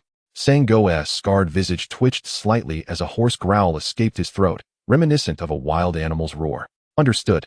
Lei Ming was a man of considerable potential. Those soldiers hailing from special forces backgrounds could easily engage 10 foes single-handedly, possessing psychological fortitude and combat awareness that far surpass ordinary individuals. It was precisely for this reason that Du Yuntao had appointed Lei Ming as the vanguard. Should the special team flourish, it could very well spiral out of control. Du Yunfeng's men held the advantage. Yet true masters in combat were limited to Scorpion and Sang Go alone. The atmosphere was both delicate and peculiar, with time slipping away second by second. I am fatigued. Du Rongrong, her face smeared with grease from her meal, abruptly stood and chirped sweetly, Brother Mu, Sister Lingyun, it is getting late. We should return to rest. You all should retire early as well, for we must set out at dawn. Lingyun smiled and nodded. You should go rest now. Du Rongrong's gaze fell upon the rotund man voraciously devouring roasted meat, and she suddenly exclaimed, Hey, you big fat uncle. You ought to stop eating, or when the monsters come, you won't be able to run. The portly fellow chuckled. Little girl, you know nothing. Only a full belly gives one the strength to slay monsters. You see only the size of my appetite, yet you fail to notice my prowess. With that, he turned to leave. Du Rongrong playfully stuck out her tongue, expressing her delight in meeting them, and cheerfully declared, From now on, you must take good care of me. After saying this, she bounced away. Truly, she was a naive girl devoid of guile. Now that our little princess has departed, we should take our leave as well, Lei Ming remarked. The old eagle chuckled. Remember your promise, young lad. We shall spar when time permits. Ha ha ha. The two stood and bid farewell. At that moment, a gust of night wind swept in from the west, rustling the leaves and stirring up dust, bringing a refreshing chill. The forest echoed with whispers. The campfire flickered, casting dancing shadows. One by one, the group lay down to rest, and the campsite gradually sank into silence. Joining a team undoubtedly increased their safety. Zhang Mu reclined against a stone, scanning the surroundings. The night watch warriors assigned by Du Yunfeng were alert, each one vigilant, hiding among the bushes or branches. Should danger arise, they would sound the alarm at once. 10 sentinels seemed sufficient. Just as Zhang Mu was about to close his eyes, an unsettling sensation gripped him. About 150 meters away, where warriors had been stationed moments ago, now lay in eerie absence. The surrounding forest was terrifyingly silent, the tension palpable. Zhang Mu's brow furrowed. An intense instinct warned him of imminent danger. This keen awareness of peril had been honed through countless life and death encounters, having saved him numerous times. Thus, he trusted it implicitly. Swiftly, he retrieved a short axe and a long sword from his player backpack, rose from the ground, and kicked the nearby portly fellow, exclaiming, Something's amiss. Wake up. Lung Yun, Sun Bing, and Shen Ling, who had just lain down, immediately snapped awake, anxiously brandishing their weapons. The portly fellow groggily opened his eyes, asking, Boss, what is happening? Not far away, Xia also stood up. In the blink of an eye, half the team was roused. What is going on? What has happened? Before anyone could grasp the situation, a series of faint, eerie roars echoed from deep within the woods. The expressions of everyone changed, their nerves tautening. The calls sounded alarmingly close, indicating that a monster was prowling nearby. Zhang Mu struggled to pinpoint the source of the noise. The roars emanated from various directions, suggesting that the creature could move swiftly, and there was more than one. The battle-hardened guard equipped with metallic gauntlets shouted, Protect the boss. A dozen bodyguards quickly surrounded him. Though these guards were no match for special forces, each was formidable in their own right. As the cacophony from the woods intensified, clearly heralding the approach of monsters. Realizing the gravity of the situation, Du Yunfeng shouted, Everyone, gather together. Nightwatch team, fall back. The warriors assigned to watch had been petrified by the sounds from the forest, and upon hearing Du Yunfeng's command, they felt as if a great weight had been lifted, promptly retreating from their positions. As the crowd was about to converge at the center, a gray figure suddenly leaped from the thicket, seizing a night watchman in midair and dragging him into the woods. The warrior emitted a terrified scream. However, the distance was too great for anyone else to offer assistance, and no one dared to intervene, for none could discern what monsters lurked within the inky forest. Upon hearing the cry, the sentinels did not halt their flight. Rather, they quickened their pace. What monster? I couldn't see clearly. Forget him, run. The chilling cries persisted as the man was pulled into the underbrush, where the foliage trembled violently, and a horrific scream echoed from within. Blood splattered against a nearby tree, abruptly silencing the cries. Only the sickening crunch of bones being crushed remained, sending shivers down spines. 9 o'clock. Lei Ming was the first to raise his rifle. firing 2 shots that erupted with brilliant flames from the muzzle. Several bullets struck something within the thicket, eliciting a shriek. The remaining special forces turned their heads, preparing to fire, when suddenly, sounds emerged from another direction. "Not good. Watch your backs." The crowd cried out in panic. Chun-Ling caught sight of the monster's form, her face paling to the color of parchment, her grip on the sword slick with cold sweat. "Captain, we are in trouble. It's the Velociraptor." At last, the group discerned the creature's appearance. It was indeed a level 7 bronze elite Velociraptor. These were social elite monsters, always appearing in packs. As several Velociraptors led the charge, the surrounding forest quaked, and soon more than a dozen figures burst forth from the trees, estimating at least 20 Velociraptors. In the distance, the sound of rustling leaves signaled the arrival of even more. If dozens of these level 7 bronze elite monsters attacked simultaneously, it would spell a catastrophic disaster. The Velociraptor is a highly intelligent dinosaur, having already encircled the camp before launching its assault, emerging simultaneously from all directions. Finding a breach to escape was far from an easy endeavor. In such dire circumstances, attempting to break free was evidently irrational. In the pitch-black forest, no one knew where the Velociraptors were concealed. It seemed more prudent to gather together and confront them in a decisive battle. Most of the group was a disorganized rabble, lacking specialized training, and their hearts raced with fear, rendering them incapable of following any strategy. The sheer number of Velociraptors was overwhelming, moving rapidly outside the light of the campfire, making them nearly indistinguishable to the naked eye. Du Yunfeng shouted loudly, "Everyone, gather close. Do not scatter." The Velociraptor's combat style is characterized by its speed and ferocity, striking with lightning swiftness to dismantle its opponent's resistance and conclude the battle in the briefest time possible. Their lingering presence was due to the absence of some companions, partly to instill psychological terror in their prey, hoping to induce their collapse. However, upon noticing that the humans were gradually regrouping and assuming a defensive posture, the pack abandoned its weight. They surged from all directions, launching a fierce assault. The speed of the Velociraptor was astonishing, akin to a barrage of arrows released from a bow, all piercing into the camp and commencing a gruesome slaughter. "Damn it, run!" A burly man, confronted by a horde of Velociraptors, nearly dropped his weapon in fear and turned to flee. But as a mere level 4 player, he stood no chance against the relentless predators. One Velociraptor charged towards him head-on, barreling through a pair of campfires, scattering burning embers in every direction. With a powerful bite, it seized the man's neck, who struggled desperately for survival. The Velociraptor brought him down, its razor-sharp claws eviscerating him, blood gushing from the severed carotid artery, splattering those nearby. The gruesome scene left onlookers drenched in gore, as the creature mercilessly shredded his innards. The man convulsed and let out a few agonizing cries before succumbing to death. The others were already paralyzed with terror. "Flee." As the Velociraptor finished off the man, it immediately lunged at another victim. "Stop it! Someone stop them! Help!" In the makeshift camp, several campfires had been overturned by the Velociraptors, leaving the people disoriented and lost in the darkness, their screams echoing through the chaos.